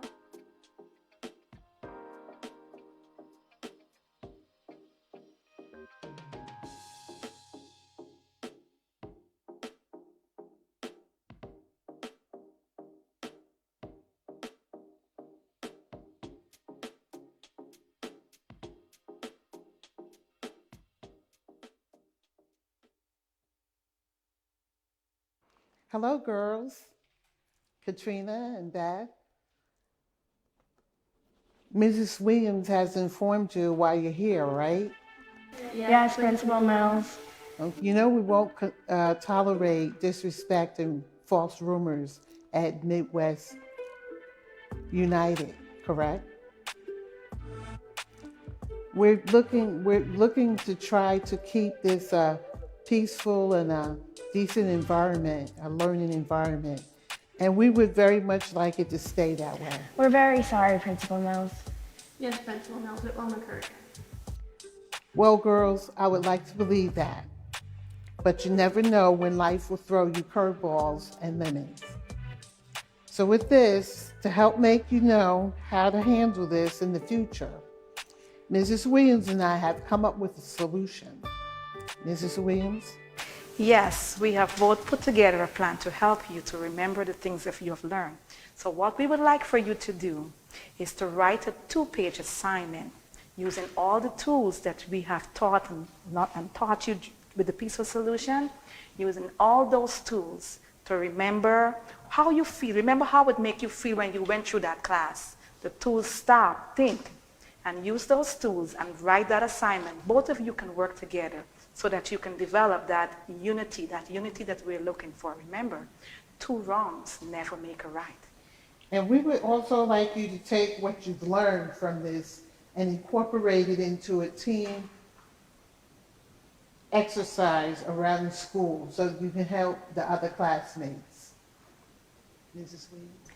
Now, what I want you to remember, no matter how anyone make you feel, someone can say something mean to you, disrespectful, but it doesn't give you the right to disrespect another person. So you treat everyone fairly. So what did we learn? Treat others the way you want to be treated, not how they treat you. Remember, that's the golden rule. It can get you through life. Remember, girls, 2 wrongs don't make a right. There's never a right reason to do the wrong thing.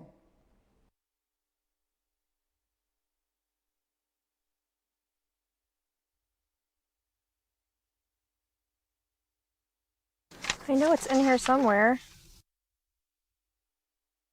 Cat! Cat! Cat!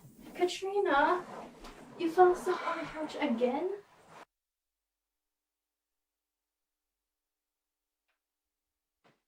I'm so sorry. Come on, we gotta go. We're gonna be late. Welcome back, class. Today we're going to be covering acceptance page 37 as a review before your test. Remember, we're talking about forgiveness. And if you can all go ahead and get out the homework assignment that you had from last week, you'll be handing that in a few minutes. So just as a quick review, this page goes over forgiveness, and it's all about forgiveness. Another important aspect of dealing with intolerance is to be willing to forgive others when they are intolerant towards you. If you have experienced intolerance in any form, your first reaction might be to feel hurt, so you're the one carrying that with you. When you hold on to these negative emotions, you can develop an intolerant attitude. By maintaining the positive character traits of forgiveness and respect, you can serve as a moral influence to others. Always remember that 2 wrongs never make a right.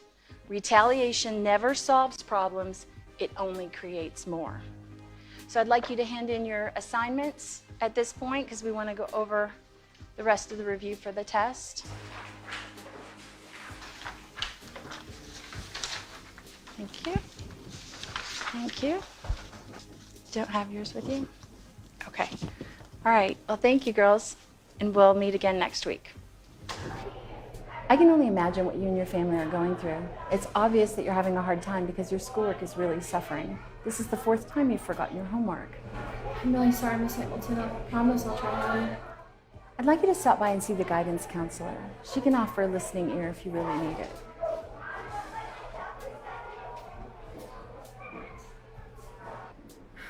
I know it's been like 3 months, but it feels like it was just yesterday. I really miss Mom. Life is so different without her. I can't focus on school or anything because all I can think about is how much I would this driver die. I mean, like, he deserves it. Katrina, you sound really angry.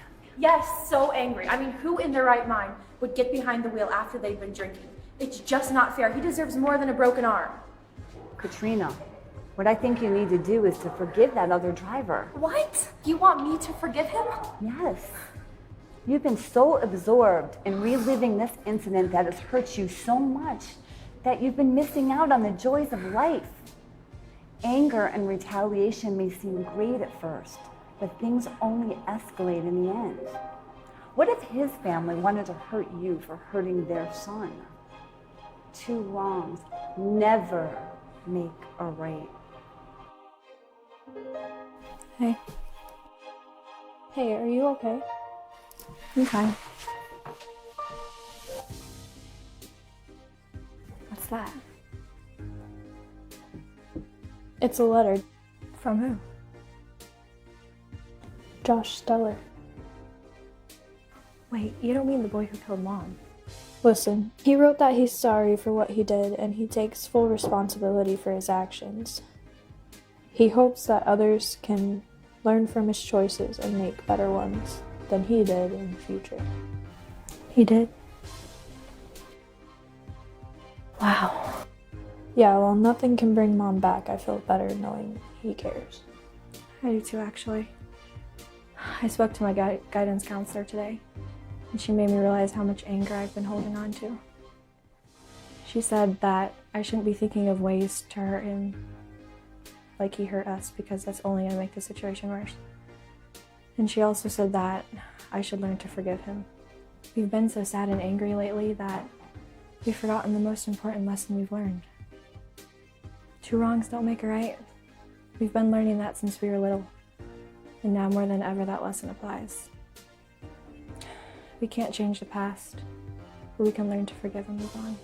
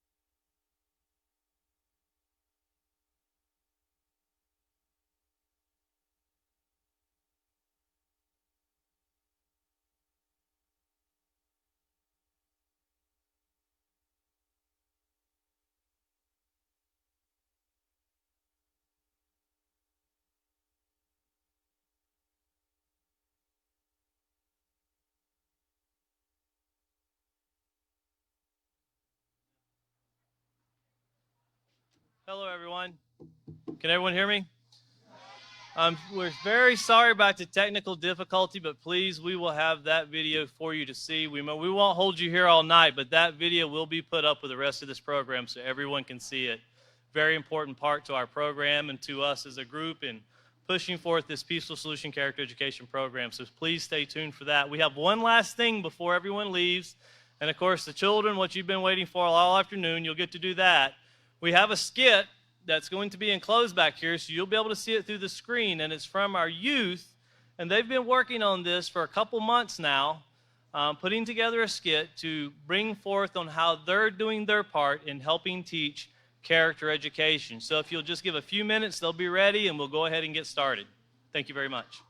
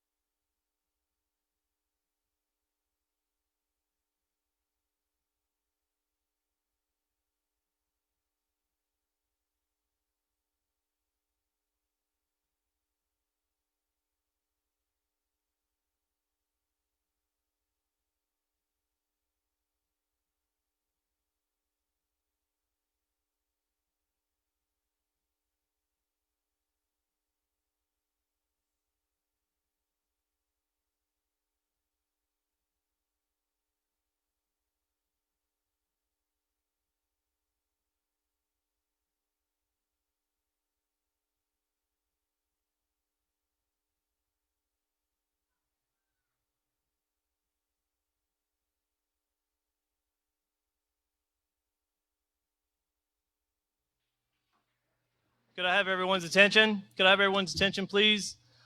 If we could go ahead, our partners in peace, you may go ahead and begin your displays and the activities you had planned. So please go ahead and do so, and you can enjoy the skit as it plays. Thank you very much.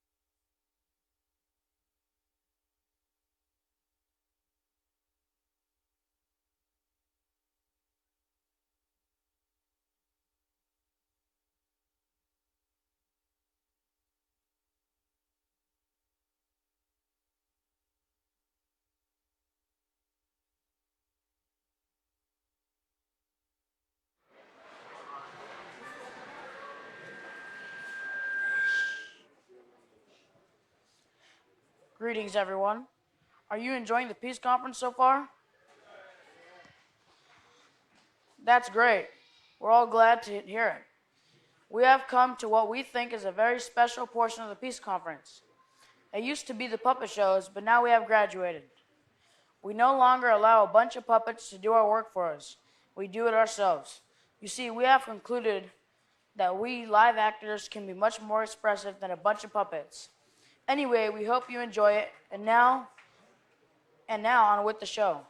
In the front of each of the intermediate series of the Peaceful Solution Character Education Program, the author of the Peaceful Solution wrote the following. I remember very early in my childhood, even before my school years, things my parents taught me that actually guided my interaction with others. One statement I heard more than once from my father in the face of some frustrating event was, "Son, two wrongs don't make a right." Had my father's words not been mentioned in my hearing, but other more damaging words such as "get even," "fight back," "I'll never forgive you for that," or "I'll get you for that," I might have treated others differently. In my lifetime, I have seen many people retaliate, children, adults, and nations.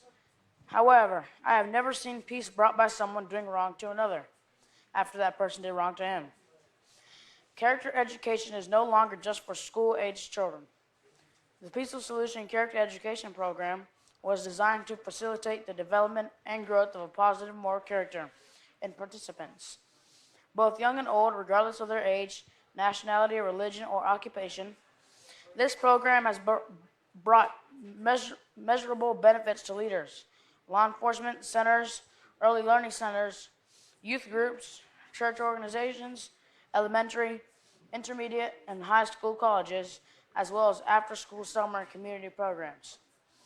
In this program, Moral Excellence in the Workplace, the focus is on character education as an important aspect of on-the-job training. It is not uncommon that before an employee is officially hired, he or she must undergo orientation and training.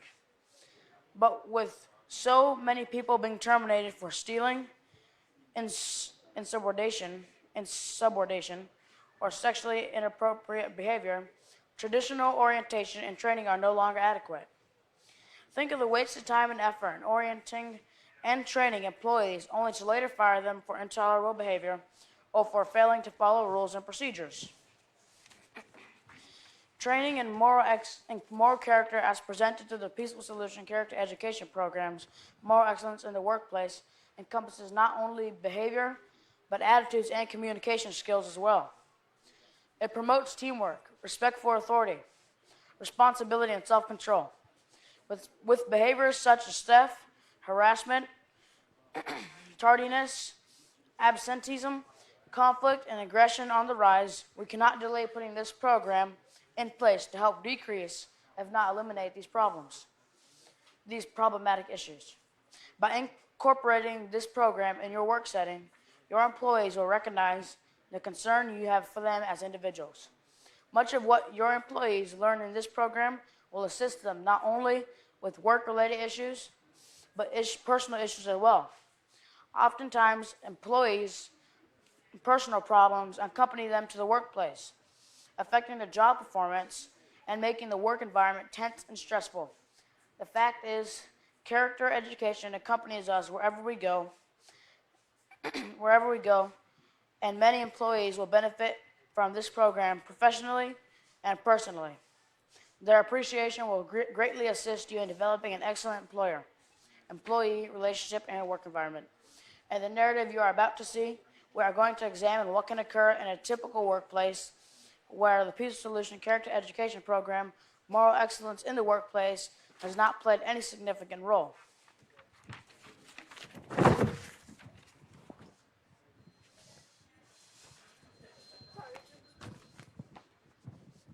Is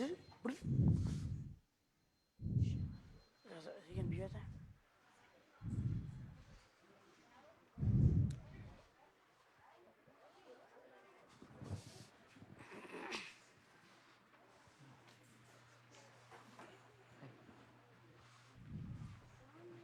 Told you to hold it there? That's mine. Thief.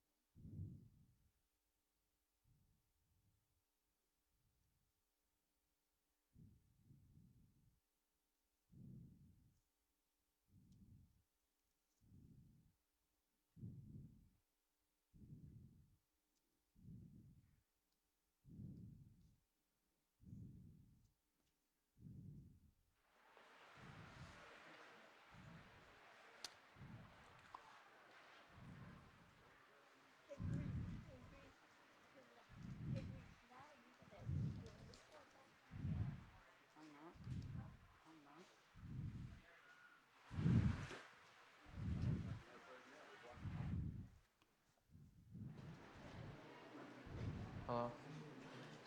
Narrative, Jeremy the security officer. Jeremy had worked as a security officer in a museum for 2 years.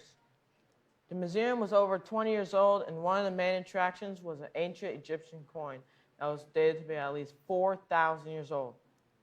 This coin was treasured by the owner of the museum, Mr. Gibson.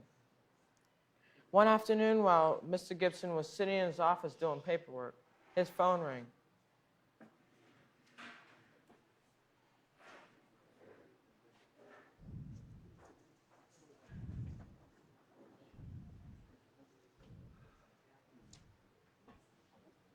Hello? Who's this? Hello? Hello, is this Mr. Gibson? Yes, who's this? There's a call warning you about a break-in that would occur in your museum tonight, and your most valued coin will be stolen. Hey, if you know what's best for you, you better leave my Click. coin alone. Guess I better call Jeremy.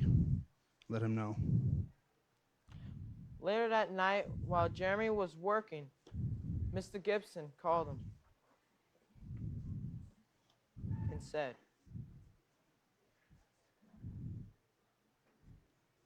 Hey, Jeremy? Hey, I got an anonymous phone call earlier today that somebody knew someone who was going to try to break in and steal the coin. I need you to double check all the doors and windows to make sure that they're secure. Right? No problem, sir. Everything will be fine with me on the job. All right.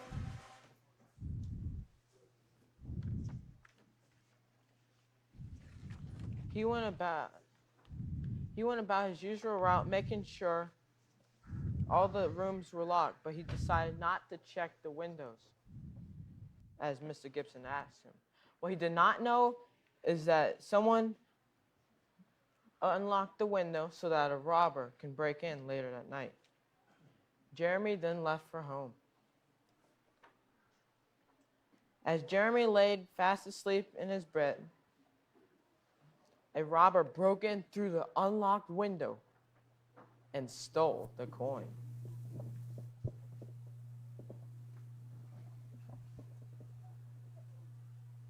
Well, thank heavens for your responsible security guards. Later at night, as Jeremy laid fast asleep, he was awakened by a phone call. Jeremy, Hello? Who's this? this is Mr. Gibson. The coin has been stolen. What are you talking about? The coin, my precious coin, has been stolen. I thought you locked the doors and windows. What? I thought you locked the doors and windows. What are you talking about? Jeremy, get down here now. Okay. When Jeremy arrived at the museum, there were police cars around, all around, with flashing red and blue lights. One of the policemen at the door stopped him and said,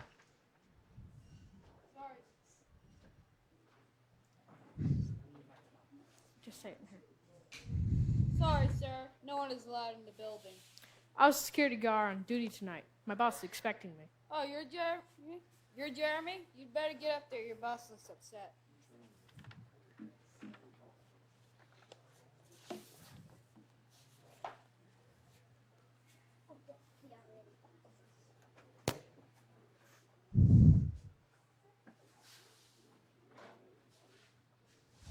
Jeremy, I thought you checked to make sure everything was locked up.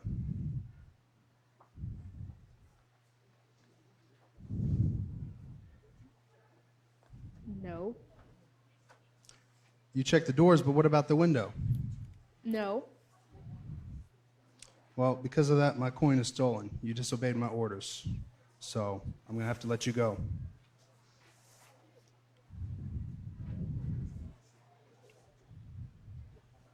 I'm sorry, sir. I won't do it again. Yeah, well, this is my most important coin, and now it's gone. I can't have somebody like you irresponsible running around messing things up if you're not going to help keep my stuff secure. So you're fired. Get out of my sight. Jeremy walks out the door with his head hung low, sobbing as he steps into the dark of night.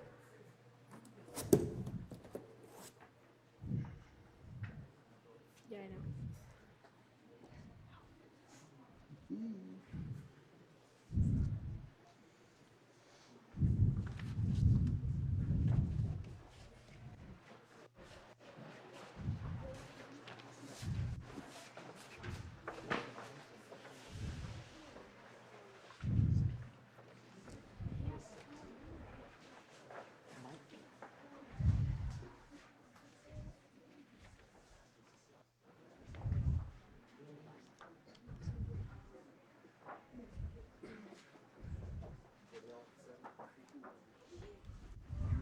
Everyone saw you walk in.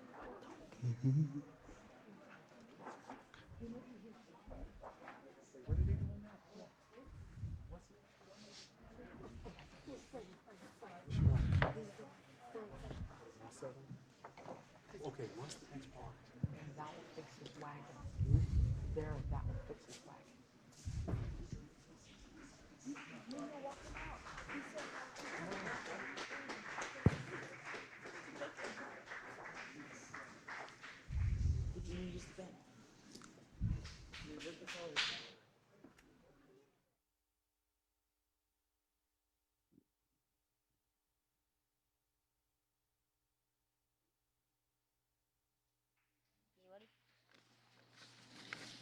All right.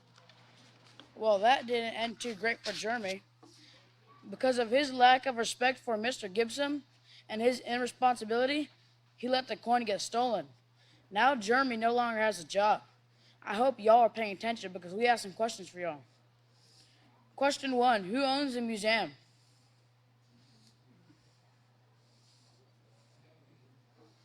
Right there. You, yeah.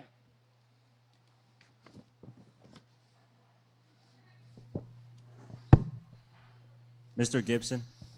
Yeah, that's right. That was absolutely right. Question 2, who was the authority over the museum? Eli, yeah. Jeremy. What did you say? Mr. Gibson. Yes, you're right. Did Jeremy respect Mr. Gibson by not doing what he asked? Katan up here.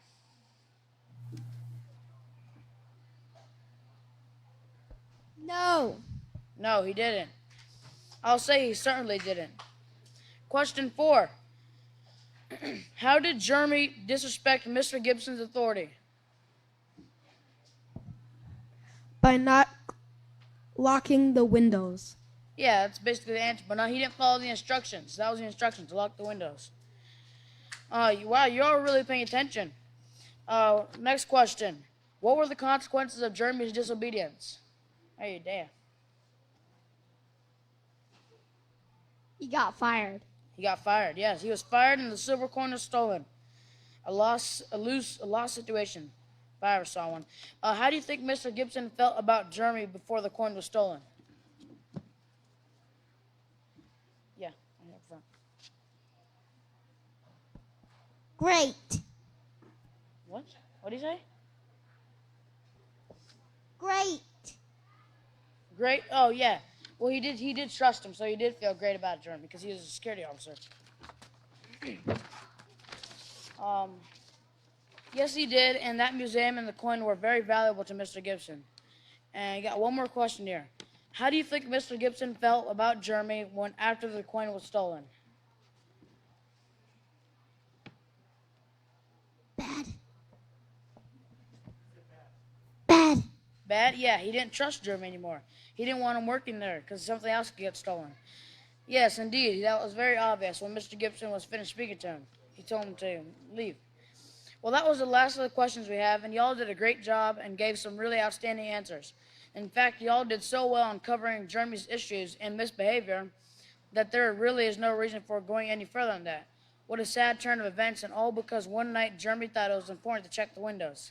All that being said, there's another issue to take into consideration in this scenario that just begs for attention.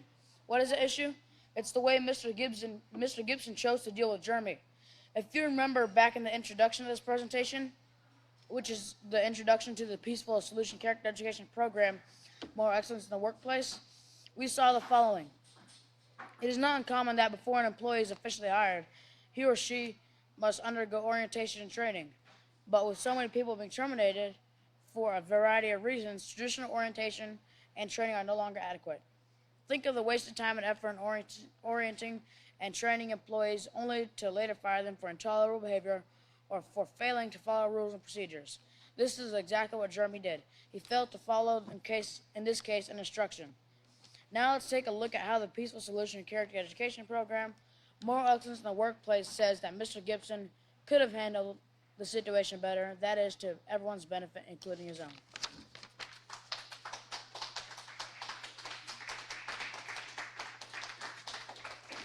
Okay. The narrative you just watched, along with the questions that followed it, dealt with the negative character that Jeremy displayed when he chose to ignore Mr. Gibson's instructions to double-check all the rooms, including the windows. However, what we are going to look at here is the way in which Mr. Gibson handled the matter afterwards. He pretty much just scolded Jeremy for not following instructions, then fired him in a rather abrupt manner. As time would pass by, Jeremy's situation would grow more and more dire, even to the point of being thrown out of his home and would be living on the street, begging for handouts. What could Mr. Gibson do differently in order to make his outcome and Jeremy's as well turn out better? If we open up to the Peaceful Solution Character Education Program in the Moral Excellence Workplace, we find this on page 145.5. Successful managers are personable and approachable. This could be one area where Mr. Gibson was lacking, in having this might have alerted him to the possible of something going wrong. They readily initiate conversations with their employees. A cordial smile and hello, how are you today, says that you are open to comments and concerns. When managers are personable, employees are more inclined to share work-related issues and even personal issues that could affect productivity or security. Point number 6, successful managers are active listeners. An active listener is one who listens conscientiously, hearing not only the words that are being said, but also the intent behind the words. The active listener allows others to find solutions to their problems and supports and encourages personal and professional growth. And the book gives several points on becoming an active listener, as well as several other qualities that successful managers possess and practice. Mr. Gibson did not know about these and so was not able to prevent the break-in and robbery. In this second narrative, we join Mr. Gibson, who, after the events that took place the previous evening, and sound asleep in his bed. Point 4, successful managers train their employees. Making sure that your employees are well trained, especially in character development, and that they receive ongoing training is an important aspect of management. Employees who are well trained and competent in their line of work will be an asset to your company and to you. As they superior, encourage your employees to be committed to giving 100% in everything they do, because others are depending on them. Had Mr. Gibson been carrying out a program on ongoing training, especially in character development, Jeremy would have been more inclined to take Mr. Gibson's concerns more seriously. He would have checked the windows as Mr. Gibson had been asked.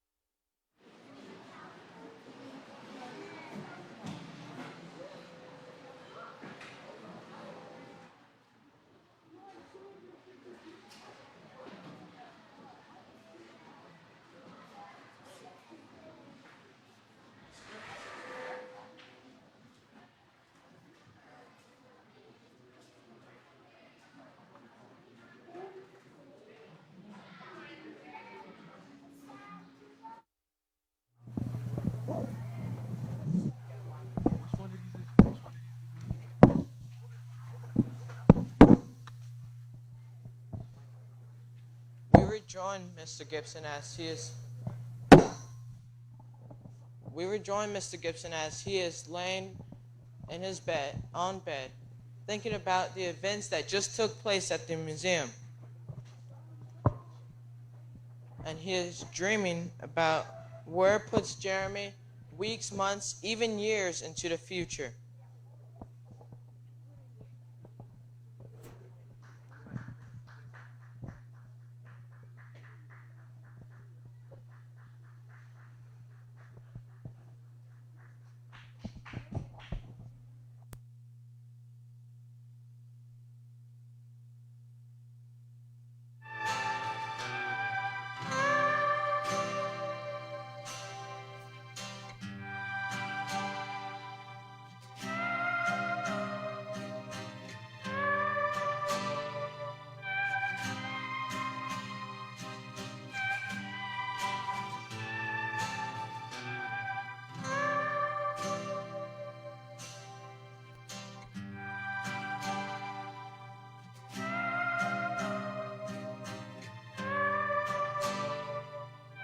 Dad used to say, my dad mostly, 2 wrongs don't make a right. 2 wrongs don't make a right. 2 wrongs don't make a right. 2 wrongs don't make a right. Did you get that? Woo! Hey, you men, look at me! Did you get that? 2 wrongs don't make a right.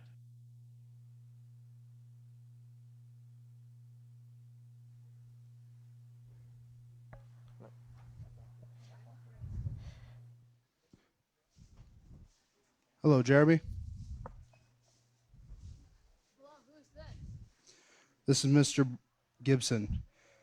Hey, do you think you can show up at the museum 8 o'clock sharp in the morning? 8 o'clock sharp with your uniform. Okay, I'll be there. All right.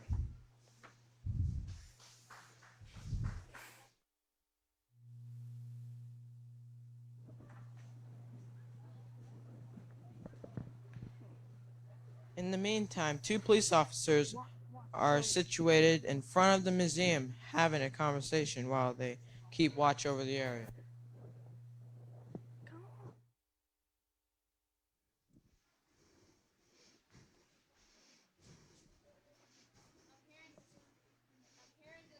Inside job.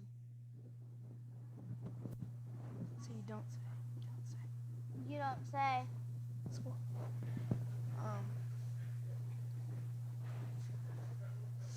Yeah, I guess a janitor or maintenance man wasn't content with his pay or something like that. He wanted a little more compensation. He wanted a little more compensation. You think? Could be. Hey, what was that? You see something. Over there, lean against the wall. How about you go around, surround him, get over there.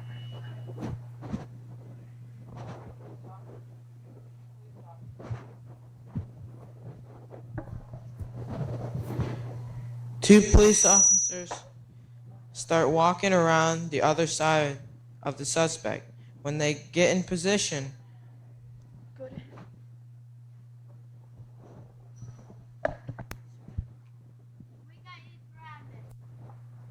Stand up and put your hands against the wall. Don't try anything funny and you won't get hurt.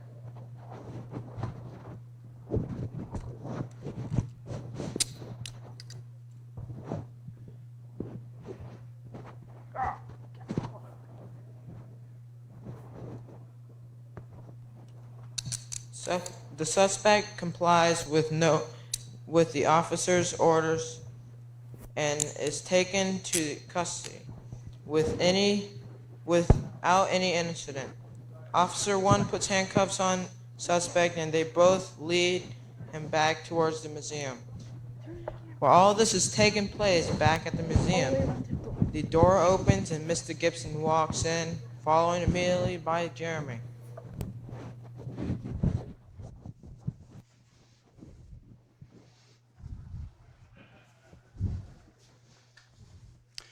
Jeremy, my boy, I may have been a little rough on you last night, and I admit I may have acted prematurely with firing you.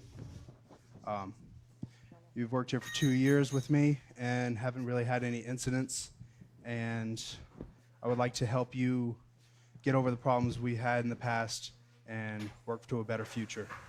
You really mean it? Yes. But you have to keep an eye out, okay? You have to follow my instructions or else it won't work. Okay.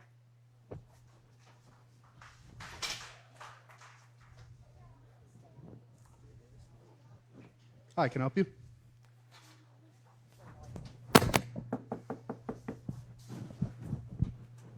Hello?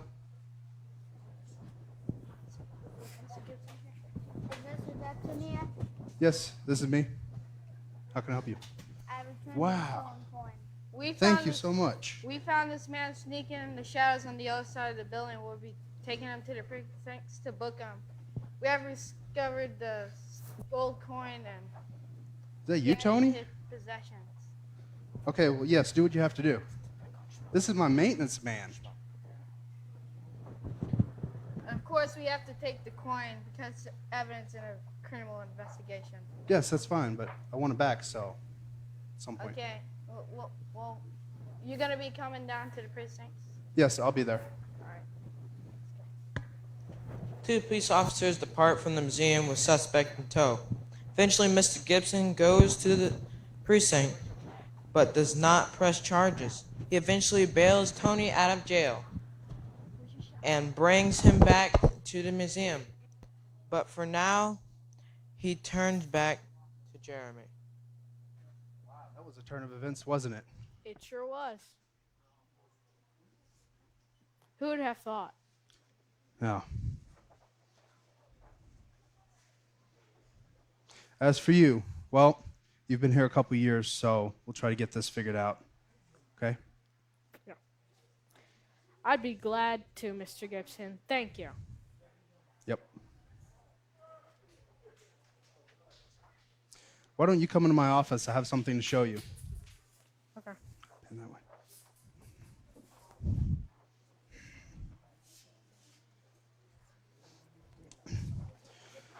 A friend gave this to me a while back, and I've had it for a little bit. He said it might come in handy. It's the Peaceful Solution, Character Education, Building Moral Excellence in the Workplace book. I think we need to go over this and maybe implement it into all of our work in all departments. Here, please pull up a seat. We need to read some of it.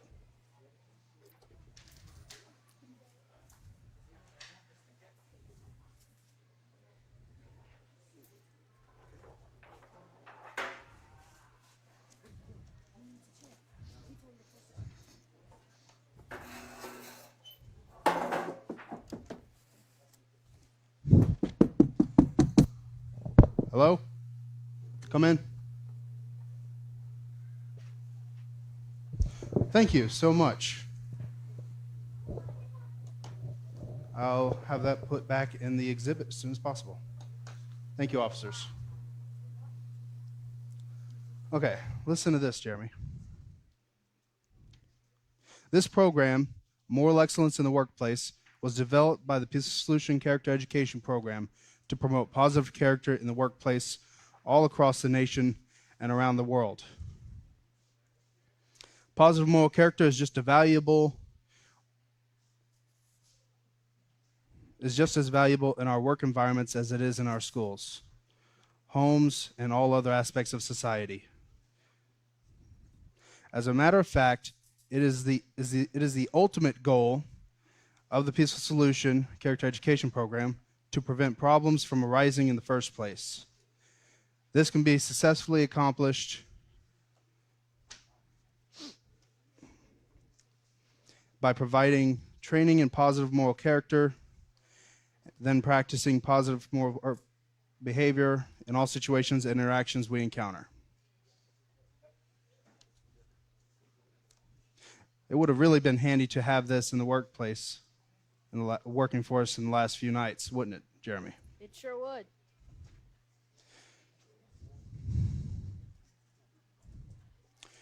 Training in character education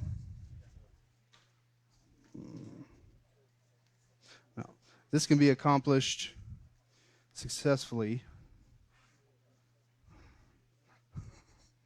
by providing training in positive moral character and then practicing positive moral behavior in all situations and interactions we encounter.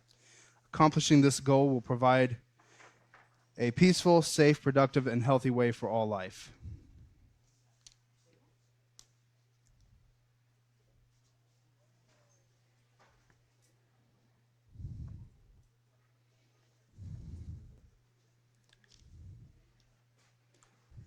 Part of moral character would be, moral behavior would be, following my instructions when I asked you to lock the doors and windows and double check them, right? I see what you mean. If I had followed your instructions, then the coin would have not been stolen. Right. Training in character education is becoming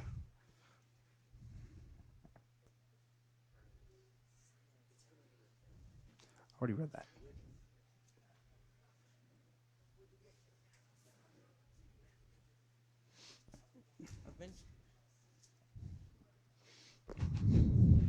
Eventually, Mr. Gibson started holding classes on the Peaceful Solution Character Education Program, More Excellence in the Workplace, in his own office. All those working for him in a museum were required to attend for 1 hour a week. His entire staff met in his office, and they read and discussed the context of this book. Not only that, but Mr. Gibson was so impressed with the contents of this book that he ordered the rest of the books from the Peaceful Solution Character Education Program. 30 years went by, and everyone grew older. Mr. Gibson was now confined to a wheelchair, and they started talking about what was to be done with the museum after his passing.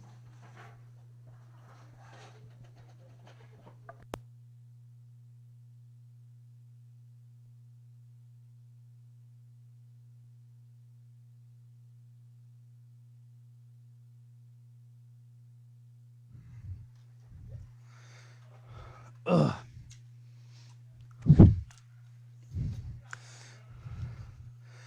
Okay. I want to thank you all for coming. I want to thank you all for coming. As all of you know, I'm not getting any younger. And soon I won't be able to do the duties I've been doing. As you know, I have no family, as I am alone. I have no family to turn it over to, so I would like to turn the museum over to all of you. You've all been with me for many years, and it is only proper that you have it. As you know, Jeremy has been with me the longest and has shown exceptional positive character and has not allowed any of the exhibits to be stolen in the last 30 years. All of you have done well, but he's been with me the longest and has been responsible, and so I'm turning over to him. He will be taking the reins. As such, I've been training him for the last 2 years to that end. I have put it in my will that he will provide for all of you. If you take care of the museum, it will take care of you. If there are no questions, you are all free to return to your departments.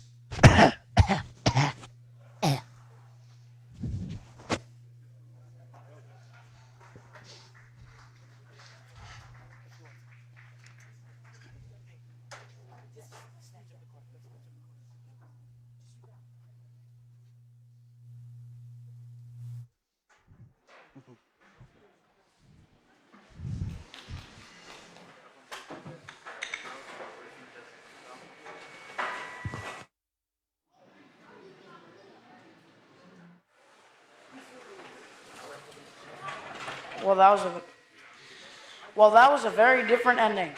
What could have been quite a short and miserable life for Jeremy had things not changed. turned into a very pleasant and comfortable life. Indeed, because he took his training in the Peaceful Solution Character Education program seriously, his time with Mr. Gibson and the museum would wound up being something very positive. He came to really appreciate the care and concern that Mr. Gibson showed for him 30 years earlier. And he came to appreciate the care and concern that Mr. Gibson showed for him And he came to regard the museum as more than just the place he goes to work every day.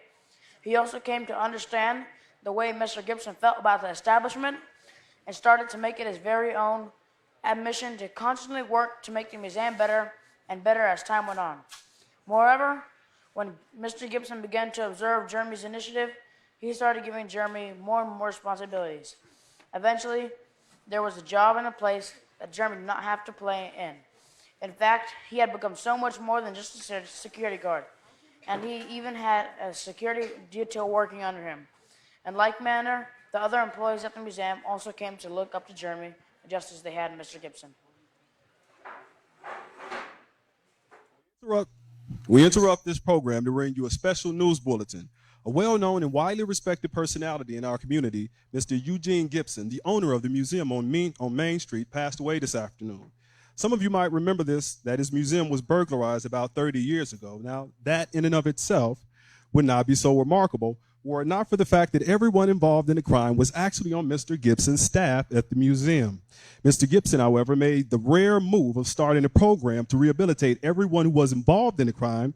As a result of that program, they turned their lives around and did so thoroughly that Mr. Gibson ultimately wrote them into his will, and they inherited the museum. We'll have more on this story, including interviews with the members of the staff in tonight's evening news. We now go back to our regularly scheduled program.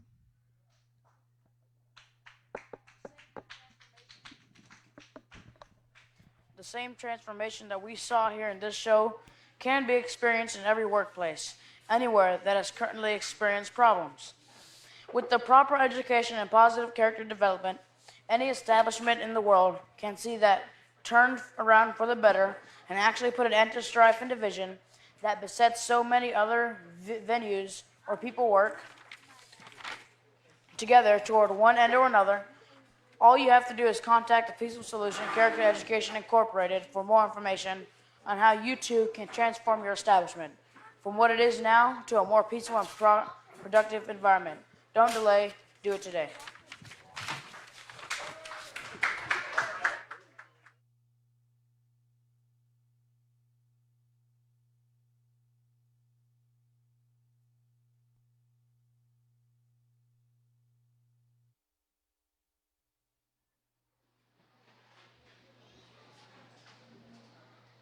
All right, everybody, please give our young men a round of applause. They worked extremely hard on this for a while, so they really did. They did a great job. They really did. I want to thank everybody for coming out, and I also want to thank the House of Yahweh for allowing us to use the auditorium for our event. And also, there is a film, a Peaceful Solution missionary film at 5 o'clock. So if you could, please stay for that. Until then, you are dismissed, and please check out the displays at the back for our partners in peace. And with that, you are dismissed.